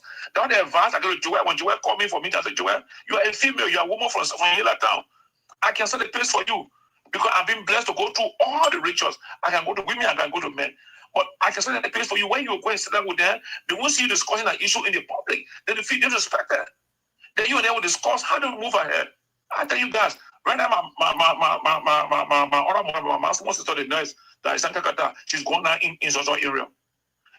All the women that being the standard that knows the issue, they go to help their mother to do those things that will not honor my have things. I mean, you gotta know now. So we're speaking as brothers on the floor. You think we're stupid poor? You think we're stupid from Lofa? You think we're stupid in the traditional issue? You think we know what we're doing? We're not stupid. But Johnny, but we're not going to marry public sentiment. Johnny, you know what I'm saying? Johnny, I come to understand that I told you, well, look, this thing doing is good, but don't say you want to criminalize it. Go first and consult. I got a woman in, came out, woman in Teni. She got a whole village, the traditional village. The woman said, Johnny, I will announce all the Sunday stores. Let you come sit there and talk. What are the issues she got with us? Okay, so we can discuss back and forth. They will not move forward. People are willing to listen, but we got too much public perception now. They're just doing evil, demonic things. That's why it is. I've been on the team for the last 15 years. And I know how much impact I made gradually into people understanding, even to respect the rule of law when it comes to human rights issues in the community. But it can't be like we get kind of in the public and condemn everything, but people hear that, they get resistant to it, and you can't stop them. So let me ask you a question. I remember, yes. Johnny, so have you detailed where the women complain that okay, let's say, because I know people are trying to strike a point, but then he left it. But my question was, is that, for instance, this people are saying that they take the women in at a very young age on when the young age is taken in the society.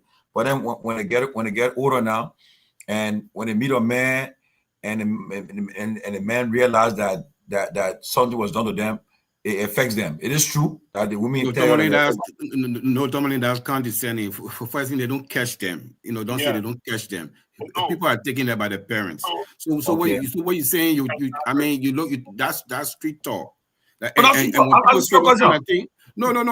No, but my question is, Safa, they don't catch them. They don't catch them. That perception. They don't catch them. People are taking them by the parents. They don't come and catch you and kill you. Like you okay. Let me take it back. But let me ask a question for you now. So your parent takes you there, right? And then at the time they took you there, you are young. You didn't know they had control over you. Now you become a woman now.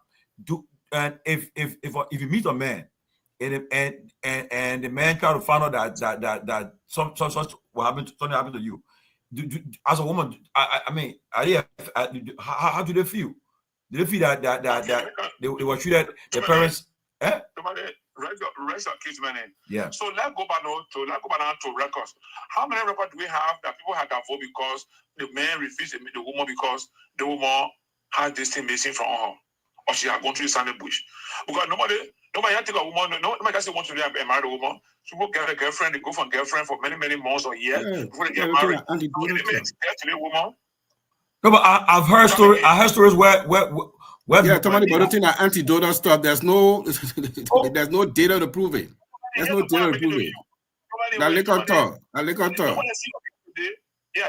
Yeah, I agree with this, right? And have a relationship with them. Okay. You met. Let's say you met this girl. Yeah. She got the situation. Yeah. You're living together for 5 years. We married again. So why you marry her? But in the first place, you see now you see. No. Yeah, but you know what more condescending, Tomalin? You know what more condescending? No. You know more condescending is that. No, what more condescending, Tomalin, is that we're sitting on the show and talking about women. We're talking about women on the show, which is very wrong. You know, I can like no. You're not having, because look, you're not having when you take this whole thing, you just take one thing and you take it, you put it down certain row. It's like a bunch of guys sitting there and talking about abortion right for women. You know that's why we sound like right now. I know women. I know that people who have complained about this and they're concerned about that. That's what all the other guys are saying. Yeah, but that's not data to prove anything. Tomalin, you are hearing from people who are saying it, and that's what I said to them from the beginning. I said people who are not sensitive, who are not culturally learned and educated in the matter, they should not talk the matter here. You know what I'm saying? You don't talk it. Don't get involved. You get be buying public sentiment because probably people don't understand. Tomalin, we have to know that women who have been there, how many women from there have raised issue to say that they have to protest the feeling on drug abuse protest? How many women have protested against this thing in the public? No, but you see, wait, let me say something, right? What I found in life, okay, I'll be honest with you, I think I did sociology. I'll be honest with you, what I found out, really honest with you, is that women who are raped, they find it a problem to even tell people they were raped. Do you know that? So certain things a woman will not say. They're not comfortable saying it. That even they were during the war, there were some women that I remember when we were working with an NGO in Liberia, when we have an interview, some of them you go and talk one-on-one, they will tell you, they will cry and say they will happen to me, but they won't say it publicly because they feel ashamed. They feel that it's not their fault though. Yeah, it's not their fault. Yeah, I agree. Okay, so you see, that's about rape. That's the same thing with this thing too, right? Rape, right? Some women will not talk about it because they there's an issue, right? People who are going to the Sunday and be processed properly. No, you see, since the war ended, there have been some misgivings about Sunday business within the border between Nagbe, Bomi, and Tomarovia area, right? But you haven't heard any protest situation about Power and Sunday in Fonjama, in Bong, in Lofa Bong, or even Nima, the Mano region, right? And even the Gio region. They also do Sunday in the Gio region. But here's the point I'm telling you. All those that have been there, properly sanctioned, organized, they are the ones that even enjoying themselves now that want to go to Lofa, go to communities, they are recognized as this and that because they have titles, they have roles to play. So, for example, my sister, when my sister was called Kehleboe. That Kehleboe means a title. That name is a title. So when she in a garage, she called him Kehleboe. She's giving preference and she enjoying it. So she would never stay in the public and say, I'm against Sunday. Just like they would have a discussion, right? So yes. So let me just close on this note because I gotta go now. To Tomalin's point. Wait, are we still in the public? Yeah. Yes. So don't say anything. We're still on. Yeah, but you can come back, Johnny. Yeah. So to Tomalin's point, you know, if I met a woman that was raped, I don't think it's a conversation that is, I can understand why anyone would be ashamed to talk about that, but I don't think it's a conversation about shame, right? I would not leave a woman that I love because she went through some ordeal that is not of her own fault. Her own fault, yeah. If anything, I would sympathize with her, and I won't do it. I won't. My love for her will have nothing to do with her ordeal. If anything, it will motivate me to really join whatever she wants to do to amplify this topic about rape and how can we prevent young girls from being raped, right? Same thing with the FGM. There are women who went through FGM, not knowing or understanding the culture of FGM, and then at their adult age, after they've been told about it, they might have some, issues with disclosing that to a partner, because again, they had no say so in that decision making. This is the reason why we continue to say that a part of that process needs to be altered, needs to be modified, whatever adjective you want to use. They don't need to disclose to the partner, Robert. The partner will know. Yeah, but when again, that's what I'm saying. It goes back to the point of taking young girls to the initiation without their consent, because again, at that age, even though they're taken by their parents or whatever means, they don't understand the full scope of what this actually means for them as adults, as mothers, or as wives. So we need to go back to the drawing board and take a look at this issue and have an honest conversation about it. Jomo Jala, I will address Jomo Jala. Jomo Jala, one second, Johnny. Jomo Jala, you talk about circumcision, and I'm sure I hope you're circumcised, and I'm sure you are. And I'm sure you are circumcised. So, no, but Robert, do you know that even if you're not circumcised, do you know you can still have a child, right? You know that, yeah, right? you can still have a child, but but why are you talking against it too? Yeah, but there are medical and there are social shaming of people who are not circumcised. I mean, everyone knows that. If Jomo Jala, I say you go around showing yourself to everybody. Yeah, but even but the shame, the shame at a partner, the shame. There's many things we can talk about over here when it comes to uncircumcised men, right? But parents, but Tomalin, parents who chooses to not circumcise their boys until they become of age to make that decision, they can still get circumcised at 18 years old when they become considered legal. They can still do that. The only problem is the process might be more painful for an 18-year-old kid as opposed to an infant. But you can't compare circumcision with this whole FGM, Jomo Jala. It's so different. It's been proven. It's not a Western culture. It's not a Western culture thing. It's been proved there's many medical reasons why circumcision is recommended. But Robert, you're being unfair because now if you say medical reason, the guys are saying cultural reason too. Then what? No, what cultural reasons are not the same as medical reasons, and it's not a Western culture. You can't mix the two. Yo, Robert, I have one question, Robert. The question I want to ask is, with regards to what you talk about FGM, what do you know? I mean, how do you know what's happening? How do you know the process is done? Yeah, good. Yeah, because I hear you're talking about sterilized. Johnny, out of respect, I'll say this much. Out of respect for women that I've talked to that have gone through this process and reasons given why they have objected to the process, I won't sit on this platform to discuss the whole process. But why should you believe them? Why someone lying? No, but they went there. They went. There's a family deeply rooted in this culture. You know, my father's from Trade Town, Grand Basso. These things were happening. These things were happening in Trade Town for like, come on. I mean, these are things that we know. Can you ask those women that you have spoken to appear on the show to discuss all what they have experienced? Oh, and you think they're going to appear on the show? You think they will appear on the show? But you see, the man ask you, when you see, no, I don't think they will appear on the show.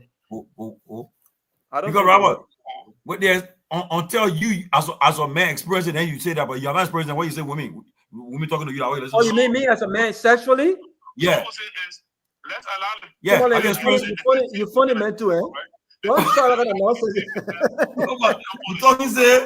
You talking say we may explain on you. I said you are experienced. But let me frank. No, I will not experience it, Tomalin. I'm a married man. No, before that time. But you see, don't speak for everybody. I'm not speaking for everybody. We're talking about what's wrong. But Tomalin, the problem is that we're trying to have a discussion around a topic, and you guys taking it just you guys taking the most insignificant part of it. Let me tell you something, Tomalin. Tomalin, it's very insignificant. But guess what? The reason I'm saying that my problem is when people say, "Oh, people are conscripted," it is evil. You know, it should be criminalized. You know what I mean? When people are using the words on people's cultural behavior. No, I'm just saying when I say people, then I mean you're trying to ostracize a whole group of society. Then you know what's gonna happen? Like I say, you're going to create a whole underground activity. You're going to create a whole underground activity because it's not a solution. You know, and something we have in Liberia, we don't know how to solve the hard problem. The easier way to solve the hard problem is to castigate people and throw them and say, we'll put you in jail, do it. So what's the easier way to address? No, one second, why you talk? What's the easier way to address the abomination of homosexuality in Liberia? No, I'm not talking about homosexuality. I'm talking about this issue right now. Because we quick to that's legal, right? People of same sex cannot get married or publicly have affection in Liberia. It's an abomination, right? Why? Why is it an abomination? Well, you're talking about two different things, Robert. No, I'm asking you. No, you said no. Is it because it's not cultural practices? No, Robert. We are addressing probably 100 plus years of cultural behavior that we're trying to modify. Well, homosexuality has been a cultural behavior in Liberia. It's just been happening on the cover. No. We're talking about that's lifestyle that people choose. What are you but cultural practice is a lifestyle. No, Robert. I'm laser focused on a cultural behavior by a good sector of the country that been existing before the founding of the nation. And then, so now we have this global trend. FGM is wrong. It's wrong. I would say it's wrong. I don't agree with it. No, you're right. It's wrong. No. Okay, I don't agree with it. I don't agree with it, but I don't say it wrong. I don't agree with it. Not because I don't agree with something that is criminal. And that's what Gayman was saying, and that was my problem. If you do not agree with something, it doesn't mean it's criminal. Okay, so but globally, that behavior can be that whole process, that whole extended culture can be modified. It can only be modified by the stakeholder. But guess what? Like I said, we have never had an honest discussion about any serious issue in the country. Then the solution is to just castigate people and we move on. Yes, move on. So let me ask you a question, right? Can I know you guys give me the operational definition of FGM? What does FGM really mean? Can you guys define it? Female FGM. Female genital mutilation. No, give me the operation to me. What does it really mean? How does it happen? Oh, I don't know. Somebody you know, have you seen it? Have you seen it? Those who are speaking against it, they know about it. For me, I don't know why it's there. I don't know. Well, Johnny, how explicit do you want us to be with this whole process? I'm gonna be explicit with you now. How explicit do you want us to be? Okay, but there are certain part of a woman's body that is not there. That is, and another woman got it, but another woman don't have it, right? But and the reason why I don't want to have it is because I already call FGM. Okay. So what is the medical impact? Maybe I want to answer that question. There's been sex. He cannot even answer the question. Listen, there's been a lot of complaints about That's not true, Robert. Sexually. It is true. People have, I mean, I just myth. That myth. No, it's not myth. It's not myth. Tomalin, it's not myth. You're pretty share with me reports, medical reports. It's not myth.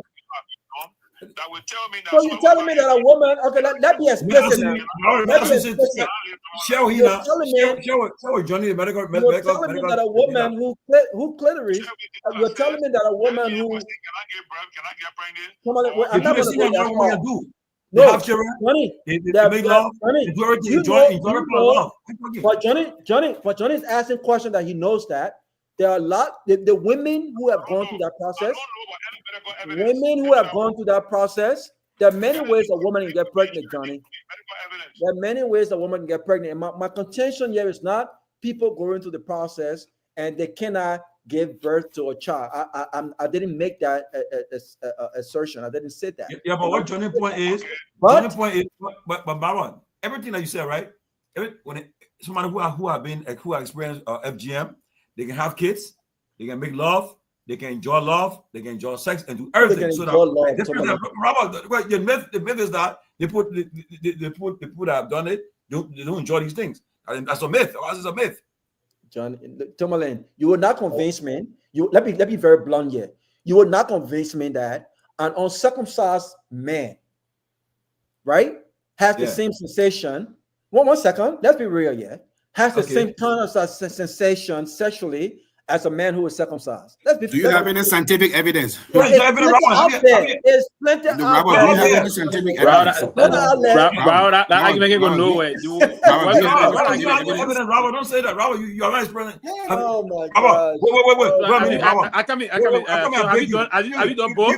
Were you on and then it on? Be wait. Robert, before you're circumcised, you experience it? Yeah, now I see that. He's laughing. Somebody, the same question you and the man asking me, that the same reason why the brain go nowhere. You are asking me. No, he's here now. He said the brain go nowhere. You're asking me, have I ever, I'm circumcised. I'm not. I don't know. Maybe he's not circumcised. That's somebody who are circumcised. Jomo Jala, are you circumcised?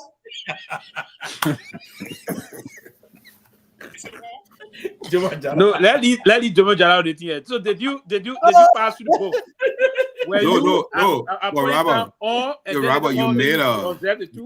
Robert, you made a statement with no scientific evidence. No. Exactly. Siafa, let me honest now, Siafa. Come on now. So you're telling me now, eh?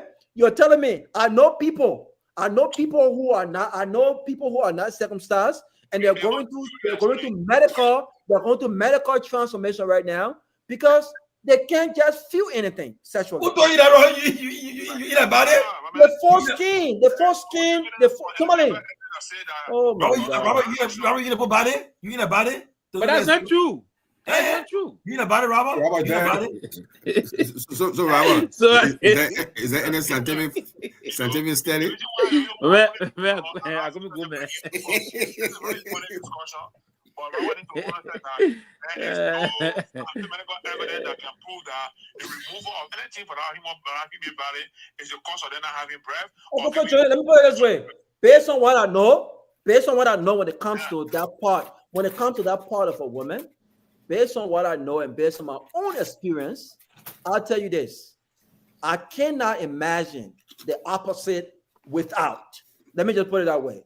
And so you start getting so now you, Johnny, go and bring 10 women on the show, yeah.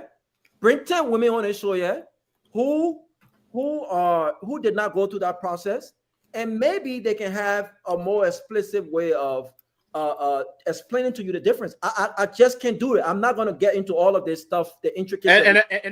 But I do know that the foreskin on your penis, as a 45-year-old man, Johnny, or 50-year-old man, cannot feel the same way as if you are circumcised. You cannot convince me otherwise. You can tell me otherwise. You're not talking experience, Robert. You're not talking experience. We know people who've been to the thing, we know people who've been to the thing. Let's table this discussion. I don't think we should go into detail, and we need to respect both sides, right? So my opinion is that Johnny, 1 minute, please. my opinion here is that there's a way that there should be a limitation to how we want to discuss this. I agree. Yeah, That's so why I don't that's my own fair way of looking at it. Yeah, because there'll be a lot of prospect, a lot of perspective. Yeah, because I know people that have family, they are married, they are not circumcised, but they still living a better life. Yes, exactly. That's what I said. You know. Okay. For me, I I want to say something. Wait. So you know how they had a baby too, right? Tomalin, you know how they had a baby too, right? No way. You know, I want to say something. Oh, you were there? Somebody posted a link from the World Health Organization. And that's one of the reasons why we're backwards, because I'm not going to argue, I'm not going to agree or disagree with what they're saying. This is the same WHO that couldn't challenge the COVID number that China was posting when China was posting that they had less than 10,000 COVID cases in China. The WHO still muted. So let's just forget about WHO. We can solve our own problem. We can bring stakeholders on the table and have a healthy discussion. We don't need nobody to write some concept paper and fly into the country. Yeah. Okay. Nobody can fly. Well, I mean, as people who live from here, it is true that the guy, I'm confused, right? That's to me. The guy who they say who was in the bank for armed robbery. Is it that two different persons talking about so? There are two persons what? Is there two different persons? The same guy they're talking about? That's the debate. That's the debate. Yeah, somebody said there's a different guy who went in the bank and different guy the police captured. So which is which? That is the debate people coming up with, but we will hope the police will be professional in conducting and giving all the real story, right? So that we'll get it up, because it's a conflicted part of information being disseminated. That one group of people saying that the guy in the area there is not the guy that they allege that they saw in the first video 5 days ago. What is saying? Right. So there's this issue about identity crisis here. So the police will be the rightful institution to come out and do a clear identification of the will-be perpetrator, so that he can be duly charged. One of the guy was your criminal before. Hey, Robert, before you go, Robert, before Robert go, I wish I bet with Robert that time I think about 2 weeks ago, when I told him that football, the National League and the Liberian national team, it is sole prerogative of the FA. Tomalin, that day when we have the program with Mr. Mabu Riches, and you heard him saying that? Yeah. Football is the FA, basketball is the Basketball Association. So, Robert, next time we'll bet with you. Yeah, but the national team is the property of the Liberian government, but it's the Liberian Football Association, not the government. No, the national team? See? Property of the Liberian government. We'll talk later. My wife is here. I gotta go, man. It is managed by the FA, but owned by the national team. The development of the national team. Who bankroll the national team? That's the Liberian government. Pewee. I just asked you these answers. Who bankroll the FA? Because Liberia is a poor country. Globally, the national team are self-supported. Globally, Liberia is a poor country. The government takes it. The government because you Tomalin, the country. Tomalin, you have an ineffective FA. That's poor country. Globally, I agree, but Siafa, the national team is responsibility of the Liberian of the government of the day. Of which government? And then you represent you carry the country. Wait. Okay, let me ask you something. So when you're watching the Olympics, when you see Team USA playing basketball, the US government are getting money. Oh, you got it. But guess what now? I see you. Are the US government getting money? Sponsorship. But guess what? When they're preparing to go play World Cup, who can get it for them? That's the federal government. No. The federal government makes money available. Of course, no. The federal government. And those are the England. Tomalin, stop it. The United States national team is owned by you. Let me finish talking. I beg you. Because I have the fact. I was saying the link. The United States national team is owned by U.S. Soccer. U.S. Soccer has a non-profit division. U.S. Soccer doesn't get any money from the federal government. It's 100% sponsorship. 100%. I was saying the link. No. But I will check it out. Because I know that the federal, any government, you carry the country national team. You need to stop that. Go research it and say who. Go research it and say who sponsors U.S. Soccer. They will tell you that U.S. Soccer doesn't get any money from federal government. I do know, FIFA deals with federation, okay? But the national team, the property of the government. The government sponsor the national team. The national team, the property of the government in a poor country. In a poor country. I don't know, but I know. Why did in Nigeria? One time they had problem. They demanded from the government. In a poor country. That's why we get catch up. Nigeria poor. All the countries, national football team or national soccer team bear the flag of the country. The government take care of you. The government sponsor for that. The FA, that is why the FIFA does not allow the government to interfere into national soccer tournaments and games. FIFA the national team. Yeah. The team that plays for the country, that bear the country flag, is the prerogative of the country. However, the FA of the country and the National Office of Football, which is for Liberia, the Youth and Sport Johnny,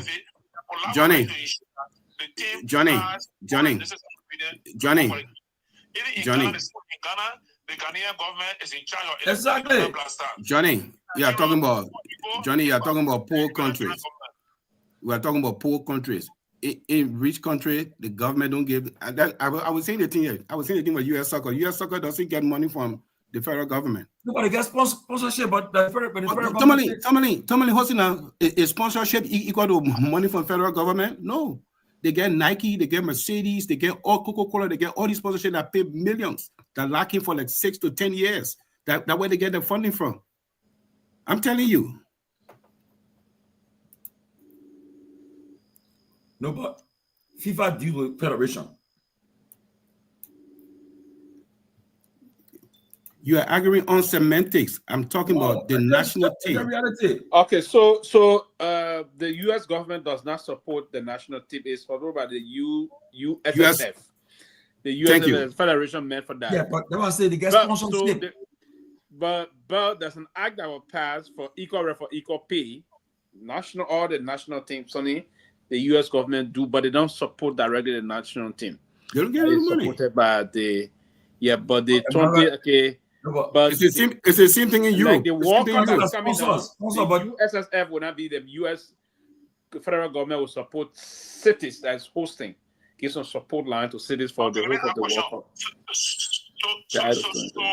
Who appoints the managers and the technical staff for the national team? U.S. Soccer does that. U.S. Soccer does that. Not the government. U.S. but other countries around the world. Let me come back, right? U.S. Soccer does that. Who established U.S. Soccer? So when it comes to paying them, there's an act. When it comes to paying them, the U.S. Soccer is a private entity. The U.S. Soccer is the same as like the NBA. It's the same like the Major League Baseball. They are private entity, Johnny. They are private operating entity. They are not government-sponsored entity. Because of the vibrant economy, that's why they had to operate. The same thing in Europe. It's just because we are poor countries. So when you ask government for money, government will have a say in how you operate. It's simple as that.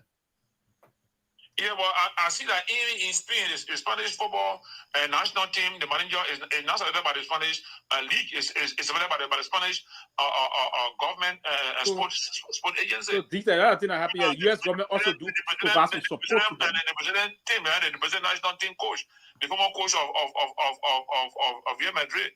He was also appointed by the president and football office, not the FA in Brazil. So America is a unique country with all of its diversity, so they decide that they should not waste time on putting that in the government or federal government business. They give it out. I said, Johnny, you know how much money Brazil get from Nike a year? You know how much money Brazil get from Nike a year? The Brazilian Football Federation. You know how much money Brazilian national team get endorsement? The government of Brazil yes, right. There's this from Sporticas on here. They say the federal government does not directly fund the U.S. men's soccer team. U.S. Soccer is a non-profit organization that receives no federal funding. Yep. While the USSF, that's the name of the organization that has do that, as it's commonly known, is the governing body for soccer in the United States.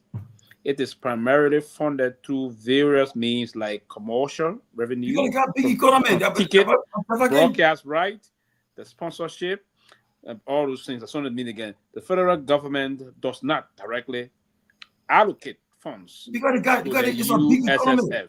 However, there are indirect ways the federal government could be involved in supporting soccer. For example, the 2026 World Cup will be partially hosted in the U.S. and federal funds may be used to support host cities and relative organizations. Accordingly, the equal pay for equal writing term of the USA Act of 2022 ensure equal pay for and benefit for all athletes representing the U.S. in global competitions, including soccer. The act signed into law by President Joseph Biden guarantees equal pay for both the men and women's national team. So there's not another thing. It's while the USSF is a non-profit organization and not directly funded by the federal government, the government does not play a role in supporting soccer through the government. Sorry, the government, yes, support through different means. So in other words, yes, they don't do it, but there's another way to get linked to it. But when the issue, and that's why I emphasized from the beginning, the issue about paying the both national team equal pay for both men, because there was this huge disparity between the amount to pay the women representing the U.S. national team for all sides and the amount to pay men. So there's an act that was signed in 2022 by the former president, ensuring that everybody get paid equally and all those things. So No, there's but some other support Pewee, should know this though. America is different from other economies. Know that. Nigeria, they keep on trying to see what Eagle players were demanding their bonuses from the government. Listen. It's not only in America. Advanced economies. So our the national Nigeria, team. Nigeria economy not advanced? No, I'm talking about Nigeria economy. If you want to know how to, make that's the biggest economy in Africa. No, it's not the biggest. It's not the biggest. So Africa is the biggest economy. They touched Africa. No, they're not touched Africa. I'm telling you. So Africa turn it up. I Africa, know that Nigeria got the biggest economy in Africa. Pewee, Nigeria's a one-trick pony. Nigeria economy depends on oil price. I'll tell you. Oil, when the moving industry start tapping, is that doing well? 90+% of Nigeria GDP depend on oil. But Sylvester, do you agree? Do you agree that FIFA only deals with federation, right? FIFA, Tomalin, let me tell you something now. You see, our problem, we got to draw a line. FIFA only deal with federation. Yeah. FIFA only deal with federation. Do you know for the longest, we were complaining why SKD, while doing Madam Sadi Town, we're always getting aid from China to face SKD. I base my facts on that one research. When I know something, I can argue it. Now, South Africa just took over. Yeah, as of 2025, South Africa is the largest economy in Africa based on a nominal GDP, while Nigeria previously held. I know very well that for the past 5-6 years, Nigeria held it. Yeah, they were. Who started booming and the economy went big time and it was doing well. It was the #1 economy in Africa. That I knew. I heard. I went to a conference. I heard that even to the very UN, I heard that Nigeria had the #1 economy in Africa. But South Africa took it from South Africa. Just took it by 2025. Wow. Yeah, South Africa took it by 2025. So Nigeria got the second largest economy in Africa. No, South Africa had it 2024 also, Pewee. They had it 2024, but before 2024. Yeah. But now I'm saying recent. So the recent can still be last year. Yeah, that's what I'm saying. That's what I'm saying. Nigeria had it for back to back for more than 5 years as the Africa #1 economy.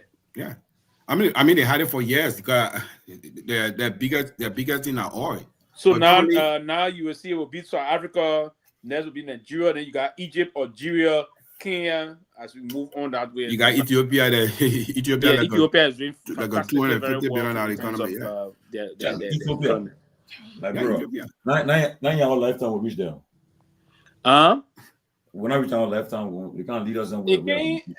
I don't think our children lifetime we can reach there. Number one, we can. Can we do well to be considered a viable economy coming up? Yes. But so we cannot think about being top. We don't have the population. What together what weekend we're discussing about this thing. Okay, maybe Sefa can chill in. Now, I won't go to just for a few minutes before we leave this set. Look, I noticed over the last even in death, even the men death, they've been politicized again, right? The two ruling parties that have held our country, they keep on this fighting back and forth. Now, in order, let's get rid of them. I agree. That's my point now. In order to do that, how can it be done? How can it be done? That how can this? No, there's the issue about like I thought to. I come in right. So as my personal friend, many people I talked to him on the weekend. We expressed I was concerned with him. I told the Chairman Molu yesterday. We have a discussion on these things, right? For me, I felt that if you want to do a tailing, that's not a way to do it. You don't. I don't think you attack your own your party, your form. You don't. I don't think it's the right way to do it. Politics is by guided precision. You must do politics in a way that you are on point. But right now, with what's happening, I can tell you, I don't care what anybody say. With the way things are going, if there's no tear, I gotta run to money. I'll call you. You see, they want to run over an apology. They don't talk that all. Go ahead. I want before you go, people waiting for you go. How do you get rid of these the two issues about the two parties discussing the fighting? Yeah, quickly I would say this, and I said I'm starting a process that's going to move very aggressively. I'm going to be very progressive about it to talk about the way the intent we have to rally support for a tear wave, and the way we intend to go. We start talking to other people, but the way Liberian politicians that you can trust them. Some they come to pretend to say things they can uphold, right? So the two major political institutions we have in the country don't meet well. Yesterday, they were trying to politicize the death of our beloved Grisby, right? People want to politicize it. Is this the way we want to move the country? One group of people believe that. Now, listen, we don't want to have a Caesar battle between those two institutions. Yeah, no, that I would say. So we have to talk about it moving. I mean, that whole thing about them politicizing the death of Sylvester Grisby, that's just classless. That's classless. People writing on Facebook, he was poisoned, all that thing. That's classless. The man just died less than 24 hours, and people posting it out. That's classless. I mean, there's time for politics. And look, let me tell you something.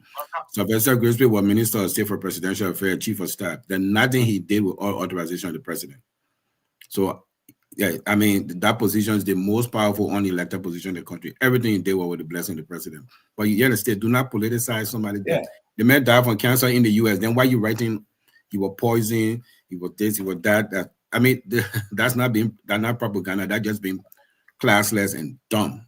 I want to strike with you. But the thing is that I know for a fact that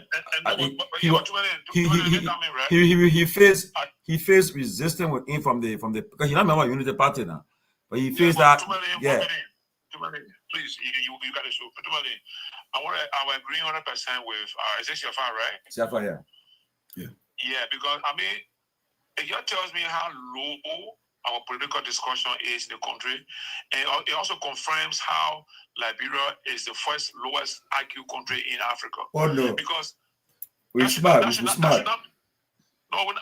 smart. 2% smart. I'm 50%. You know nothing. We 52% smart and say we smart. Don't be that thing here. It's proving, right? Because look at the general. Look at our positions on national matters. Look at the way we discuss the issue of somebody made death. Why should someone say he was poisoned? That's how low our politics is. And until we can refine and make our politics to be at a level where we'll be discussing the issue that matters to the country. And before I close on the thing, until we can make sure everybody now worry about food in the country. When food now issue anymore about us, we're talking about technology now. But once everything will get from there, we're worrying about what to eat today. You know, so what you will eat, our politics will be so poorly conducted, and the few guys that have earned some money through whatever means will dictate the course of politics in the country. And finally, the guys that are trying to deflect from the CDC all the time, my view is that these guys have investment that they have been organizing and been enjoying all the last period of time. And because the way they see the current regime moving towards strangulating or even trying to checkmate potential aggravers, they are trying to switch to protect their interests of their businesses to say, let's align with today's power. That's what's happening. For example, my two brothers, or my two traditional uncles, Sir Joseph and Thomas Father, for me, that's the direction. They have huge investment here. And most of their investment is with concessionaires. And the government are linked to the concessionaires. So it's simple. If the government decides that they have become so arrogant and so resistant to the current regime, they can strongly them by taking corner for them from Islam, for example. land this one, how all his trucks being rented by Mita. Mita can terminate that contract, and then they'll fall down. So they don't want to lose all those opportunities. So they prefer lean along with today's regime so that they can survive and continue to make the money in the country. That's why I think now we are politics. You don't want to protect that business that all the after. Hey Johnny, Johnny, I got a question to ask you. Can you explain to us this whole thing about traditional uncle? I'm trying to understand it. It's based on what? It's based on what? Yeah, thank you so much. Here's what happened. So it's actually between the genesis is between Loma and Kisi. So the mother of Loma people is a Kisi woman called Kumayuku. And the traditional family relationship is such that the brothers of your mother are your uncles. Your uncles are not your father's brother. That's the first thing you understand. All the brothers of your father are your fathers because you guys are all from the same genetic makeup. You guys are all brothers, and so your pa brother is your pa, right? Your my brother is your uncle, because in a sense, by our definition in Loma, that man is a godmother. He's a godmother to you. He's your mother also. Your mother's brother is your mother also. He should care for you. He should take care of you. You should not be hungry when he is around. In the meantime, you, the nephew, are also there to make sure you work for him. You serve him. You understand? So that's how the issue goes about. So, and then we'll go beyond the mother relationship and go to the tribal relationship. So the reason why I call Pewee my uncle, because my mother is Loma and my father is Bandi. So all male Lomas are my uncles. So where your father come from, like your past generation, that you can call them uncle. You call them father or brothers and sisters. Where your mother come from, you call them uncles. All the male from there, you call them uncles, and all the women from there, you call them my mother. So I call all of my women my mother. I call all of my men my uncles. Second thing is my mother's taboo, which is the dog taboo, right? Which means where she come from, dog is here in her esteem. They don't kill dog, they don't eat dog, they take care of dog because dog is by their family. You know what I'm saying? So everywhere I go, and that taboo exists. When I get there, I say, oh, my mother is from this taboo. They will receive me as their nephew and as their son. And we will be obligated to give me place to sleep, place to find food to eat, and whatever I can do. And myself, in return, will be able to go with them on the farm, work with them and do it for them on the farm as a nephew to them. That's my duty. So that is just a brief history of why, or information about the issue of uncle and nephew when it comes to Lofa County. And I guess, and my not guess, the same thing I see happen in the Southeast when I'm in the Southeast working in those 5 counties. And the same thing I see happen. The brother to their mother is called uncle. The brother to your father is your father. So that's just what if you don't mind, I can start that far. But it's deeper. As you explain, it keeps expanding. But the general notion is that all male siblings of your mother are your uncles. And the home of your mother is your uncle home. And the taboo of your mother is your uncle taboo. And that means they are your uncles too. So when I'm in Fonjama, he's also in Fonjama, all of us there are my uncles. Once I call my knee, I tell them my father, where I come from, where we say that you're our nephew. So when I'm speaking to them, I'll take off my shoes and walk up my bare feet. Because nephew cannot be on with shoes on his feet to speak to his uncle. So I remove my shoe and stand. Instead they say, oh, we forgive you, wear your shoes. Because of some other reason they want to do that. But that is it. So in your tradition, if you married and the person died, can a brother marry the person's wife? Yeah, that has been a traditional practice for many years past. And and the rationale, the logic of that is this. So Tomalin and myself, we are brothers from the same father, from the same quarter. He married and I married, right? And my children and Tomalin's children do not call each other. They are not cousins. Oh. They are brothers and sisters. Okay. No, they are not cousins. We don't have cousins in tradition. I know from Lofa. We got brothers and sisters. So Tomalin and myself, we are from the same father. So we are the same genetic makeup. So when all Tomalin children are born, they call me father. My children are same from they are born and being raised in the family. They call Tomalin their father. Your children call me their father. They don't call me uncle. And my children call you uncle. So they grow up knowing me as their father. My children grow up know you as your father. So if I die, you marry my woman. In the event where you die, then your wife, then the widow now becomes my wife. In a sense that when she comes to me, The children already grow up and knowing that I'm their father.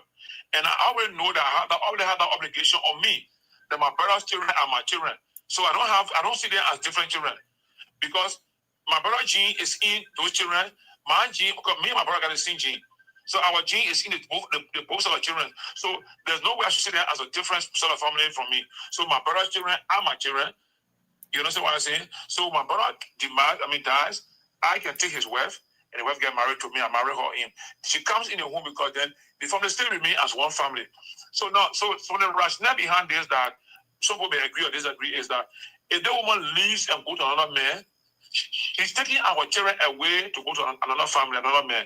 We don't know how the other man will treat our children, in the sense of they calling him the first thing now the white people, the Westerners now, or the whatever we can say, we call them stepchildren. In our context, we don't have stepchildren. We don't have that at all. You see? So we intend to do that so we can keep the family together and the children grow up together. So, for example, I grew up in my grandparents' quarter in Fonjima. My grandmother was first married to my grandfather's brother. Wow. When he died, that's how my grandmother got married to my namesake and Johnny Quigley. Ah. You understand that? Very good. So, and the family is one. And the funny thing is that my grandmother's first child did not survive. So the second child now is my mother that survived. You understand what I'm saying? That's what happened. But then in today's contemporary years now, I don't see it happening so much again because everybody getting Western education, Western civilization, gradually taking over places. So people are not taking, supposed to say, oh, it's my choice to decide to be married to the man or not be married to the man. But in some remote communities still, like some real close communities, it may be happening there, which I know it will happen because in the sense that we are saying that context our cultural environment, and we all understand and know it. We do it, and they go ahead. So Johnny. It's not the widespread like before. So Johnny, if the man still living, but the man's sick, he's still living. You can't do nothing that you take you have died before, or you start loving to the man or more. You see, this is where this is why again the value of culture or going to the Sunday opera comes in. Right? So there are certain things you are taught that not everything that being in the public, but it may be happening, right? So say for example, the man knows he's impotent, he cannot function, right? Yeah. So like the old man in Myean told me the man pantry down. You know that story they had to tell me they say pantry down, the man pantry down. Okay. Or they say the pantry can bear fruit.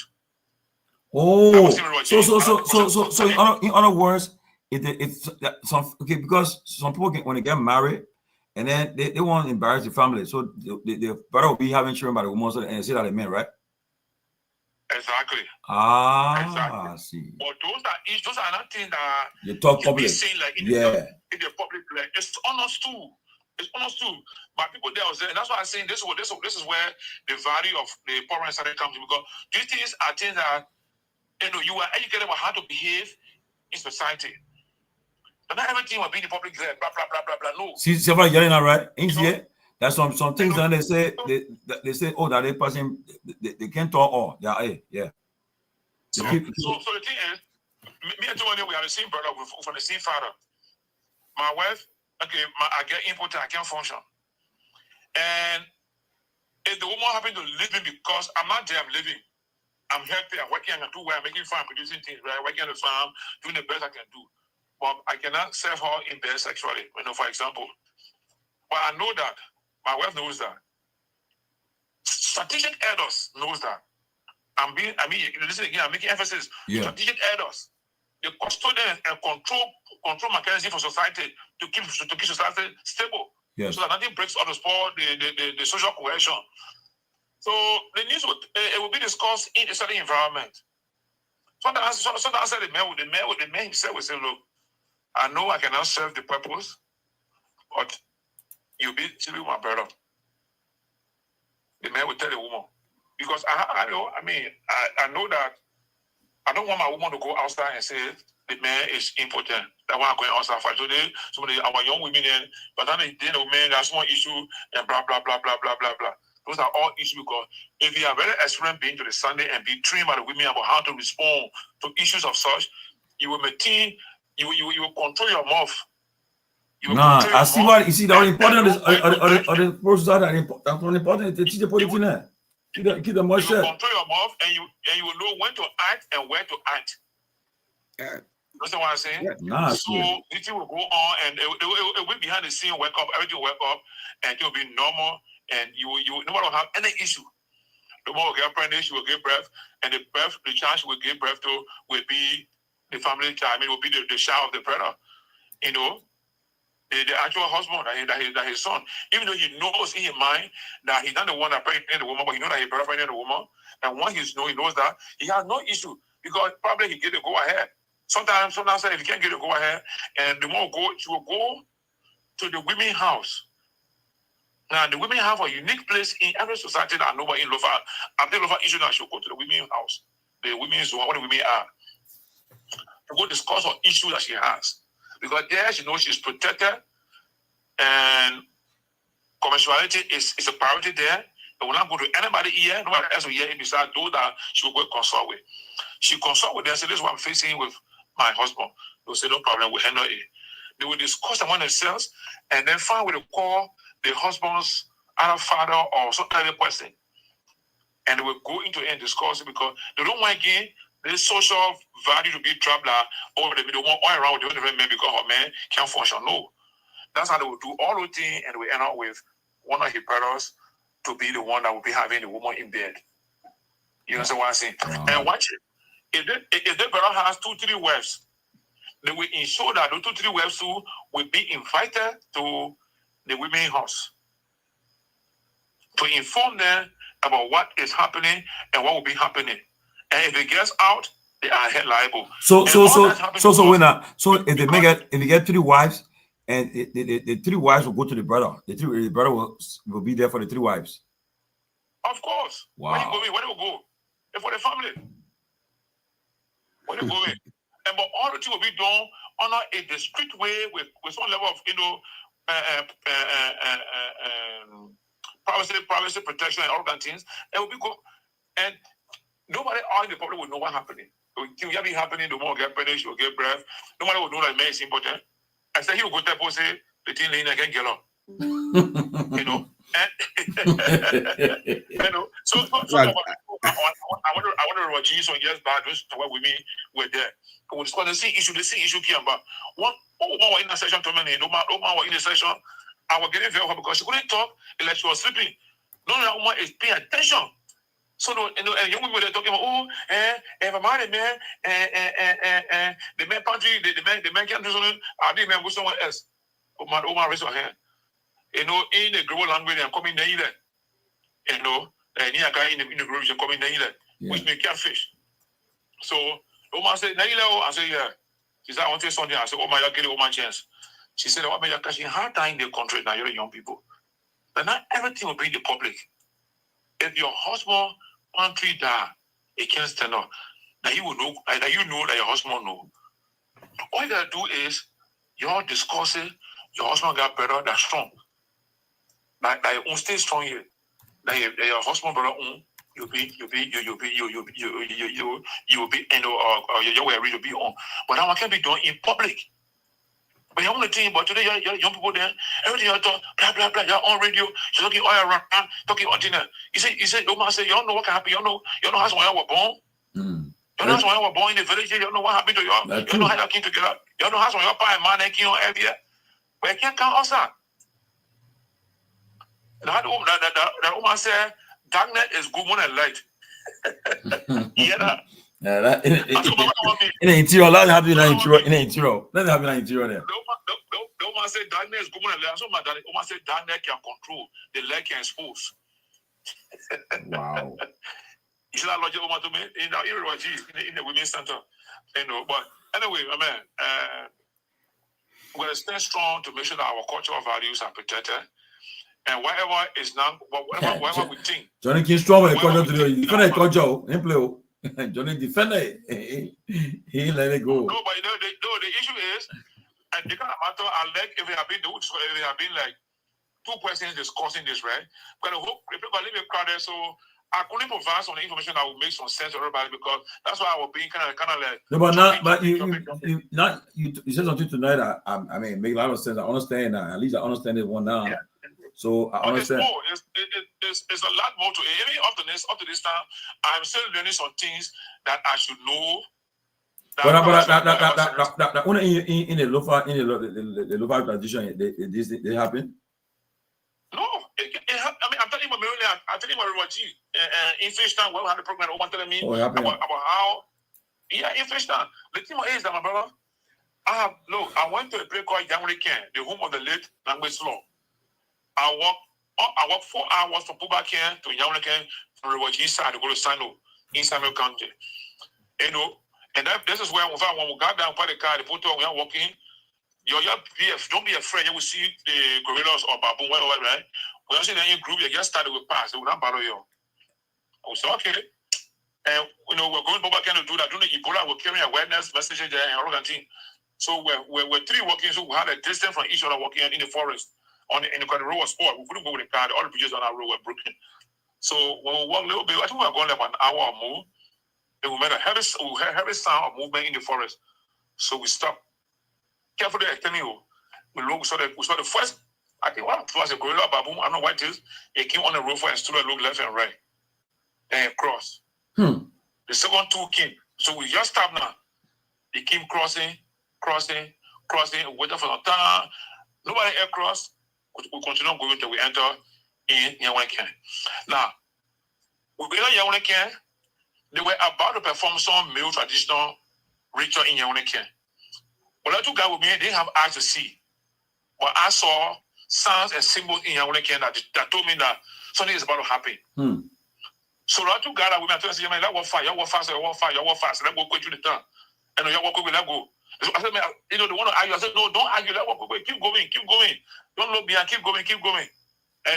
So we all left quickly, we went and crossed to the town and went to where they got the health post, they got the community health post there. Yeah. We went there. It didn't take long. The town was quiet. Everybody ran indoor.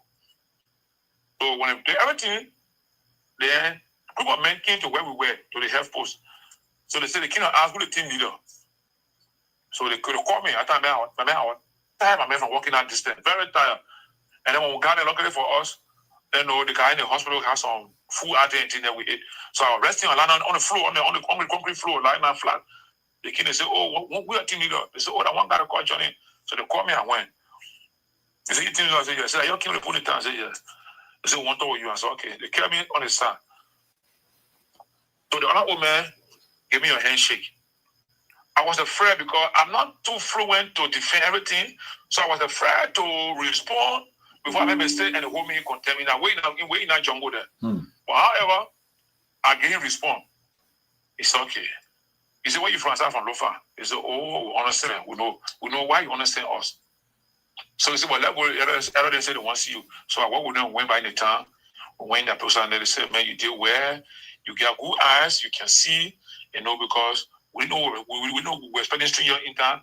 But whenever people come in, here, we know our thing, they can do something. So I said, but anyway, I saw the sign and symbol, and whatever I saw, look exactly like what I know in Lofa. So that's why I told my friend we should go. They said, but then they said to do here too. And that's way there in Sano County, in Kehleboe. They call it Nyenwolo, that the home of the late Nagbe Slow. Oh. You understand? So we spent the night. In the evening, the following day, we went to go fishing. And the thing where our people are doing when the women come from fishing, the way they can position a fishing net. I'm sitting up on the porch watching. We came from water, they stop at the edge of the town. They did all their things. And the only difference is that for us, we have fishing net that we use with a palm leaf thread. For them, there's a rope in the bush you can use for ratting. The ratting you can use. They put it outside, they peel it and bait it with basket to go fishing with it. So our fishing net is different from the fishing net they use in that part of Sando County in that region.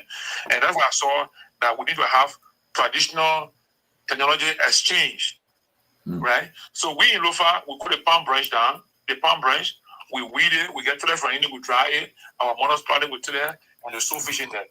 What I saw happen in that part of Sando County, they use the rattan in the rope to plant their own net as fishing net, their basket.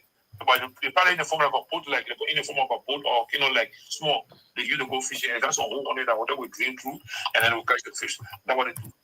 And even by going beyond that, in Grand Crew, I want to farm. I want to see the chief for Grand Crew. I went to him. I want to visit with him and to talk to him about what's happening in the region with regards to human rights and traditional practices with access to justice. And when I went to say, "You on the farm?" I said, "I will see him." So we got to the farm. I met him on the farm. I said, "What the farm?" I said, "Farm." He said, "Yeah."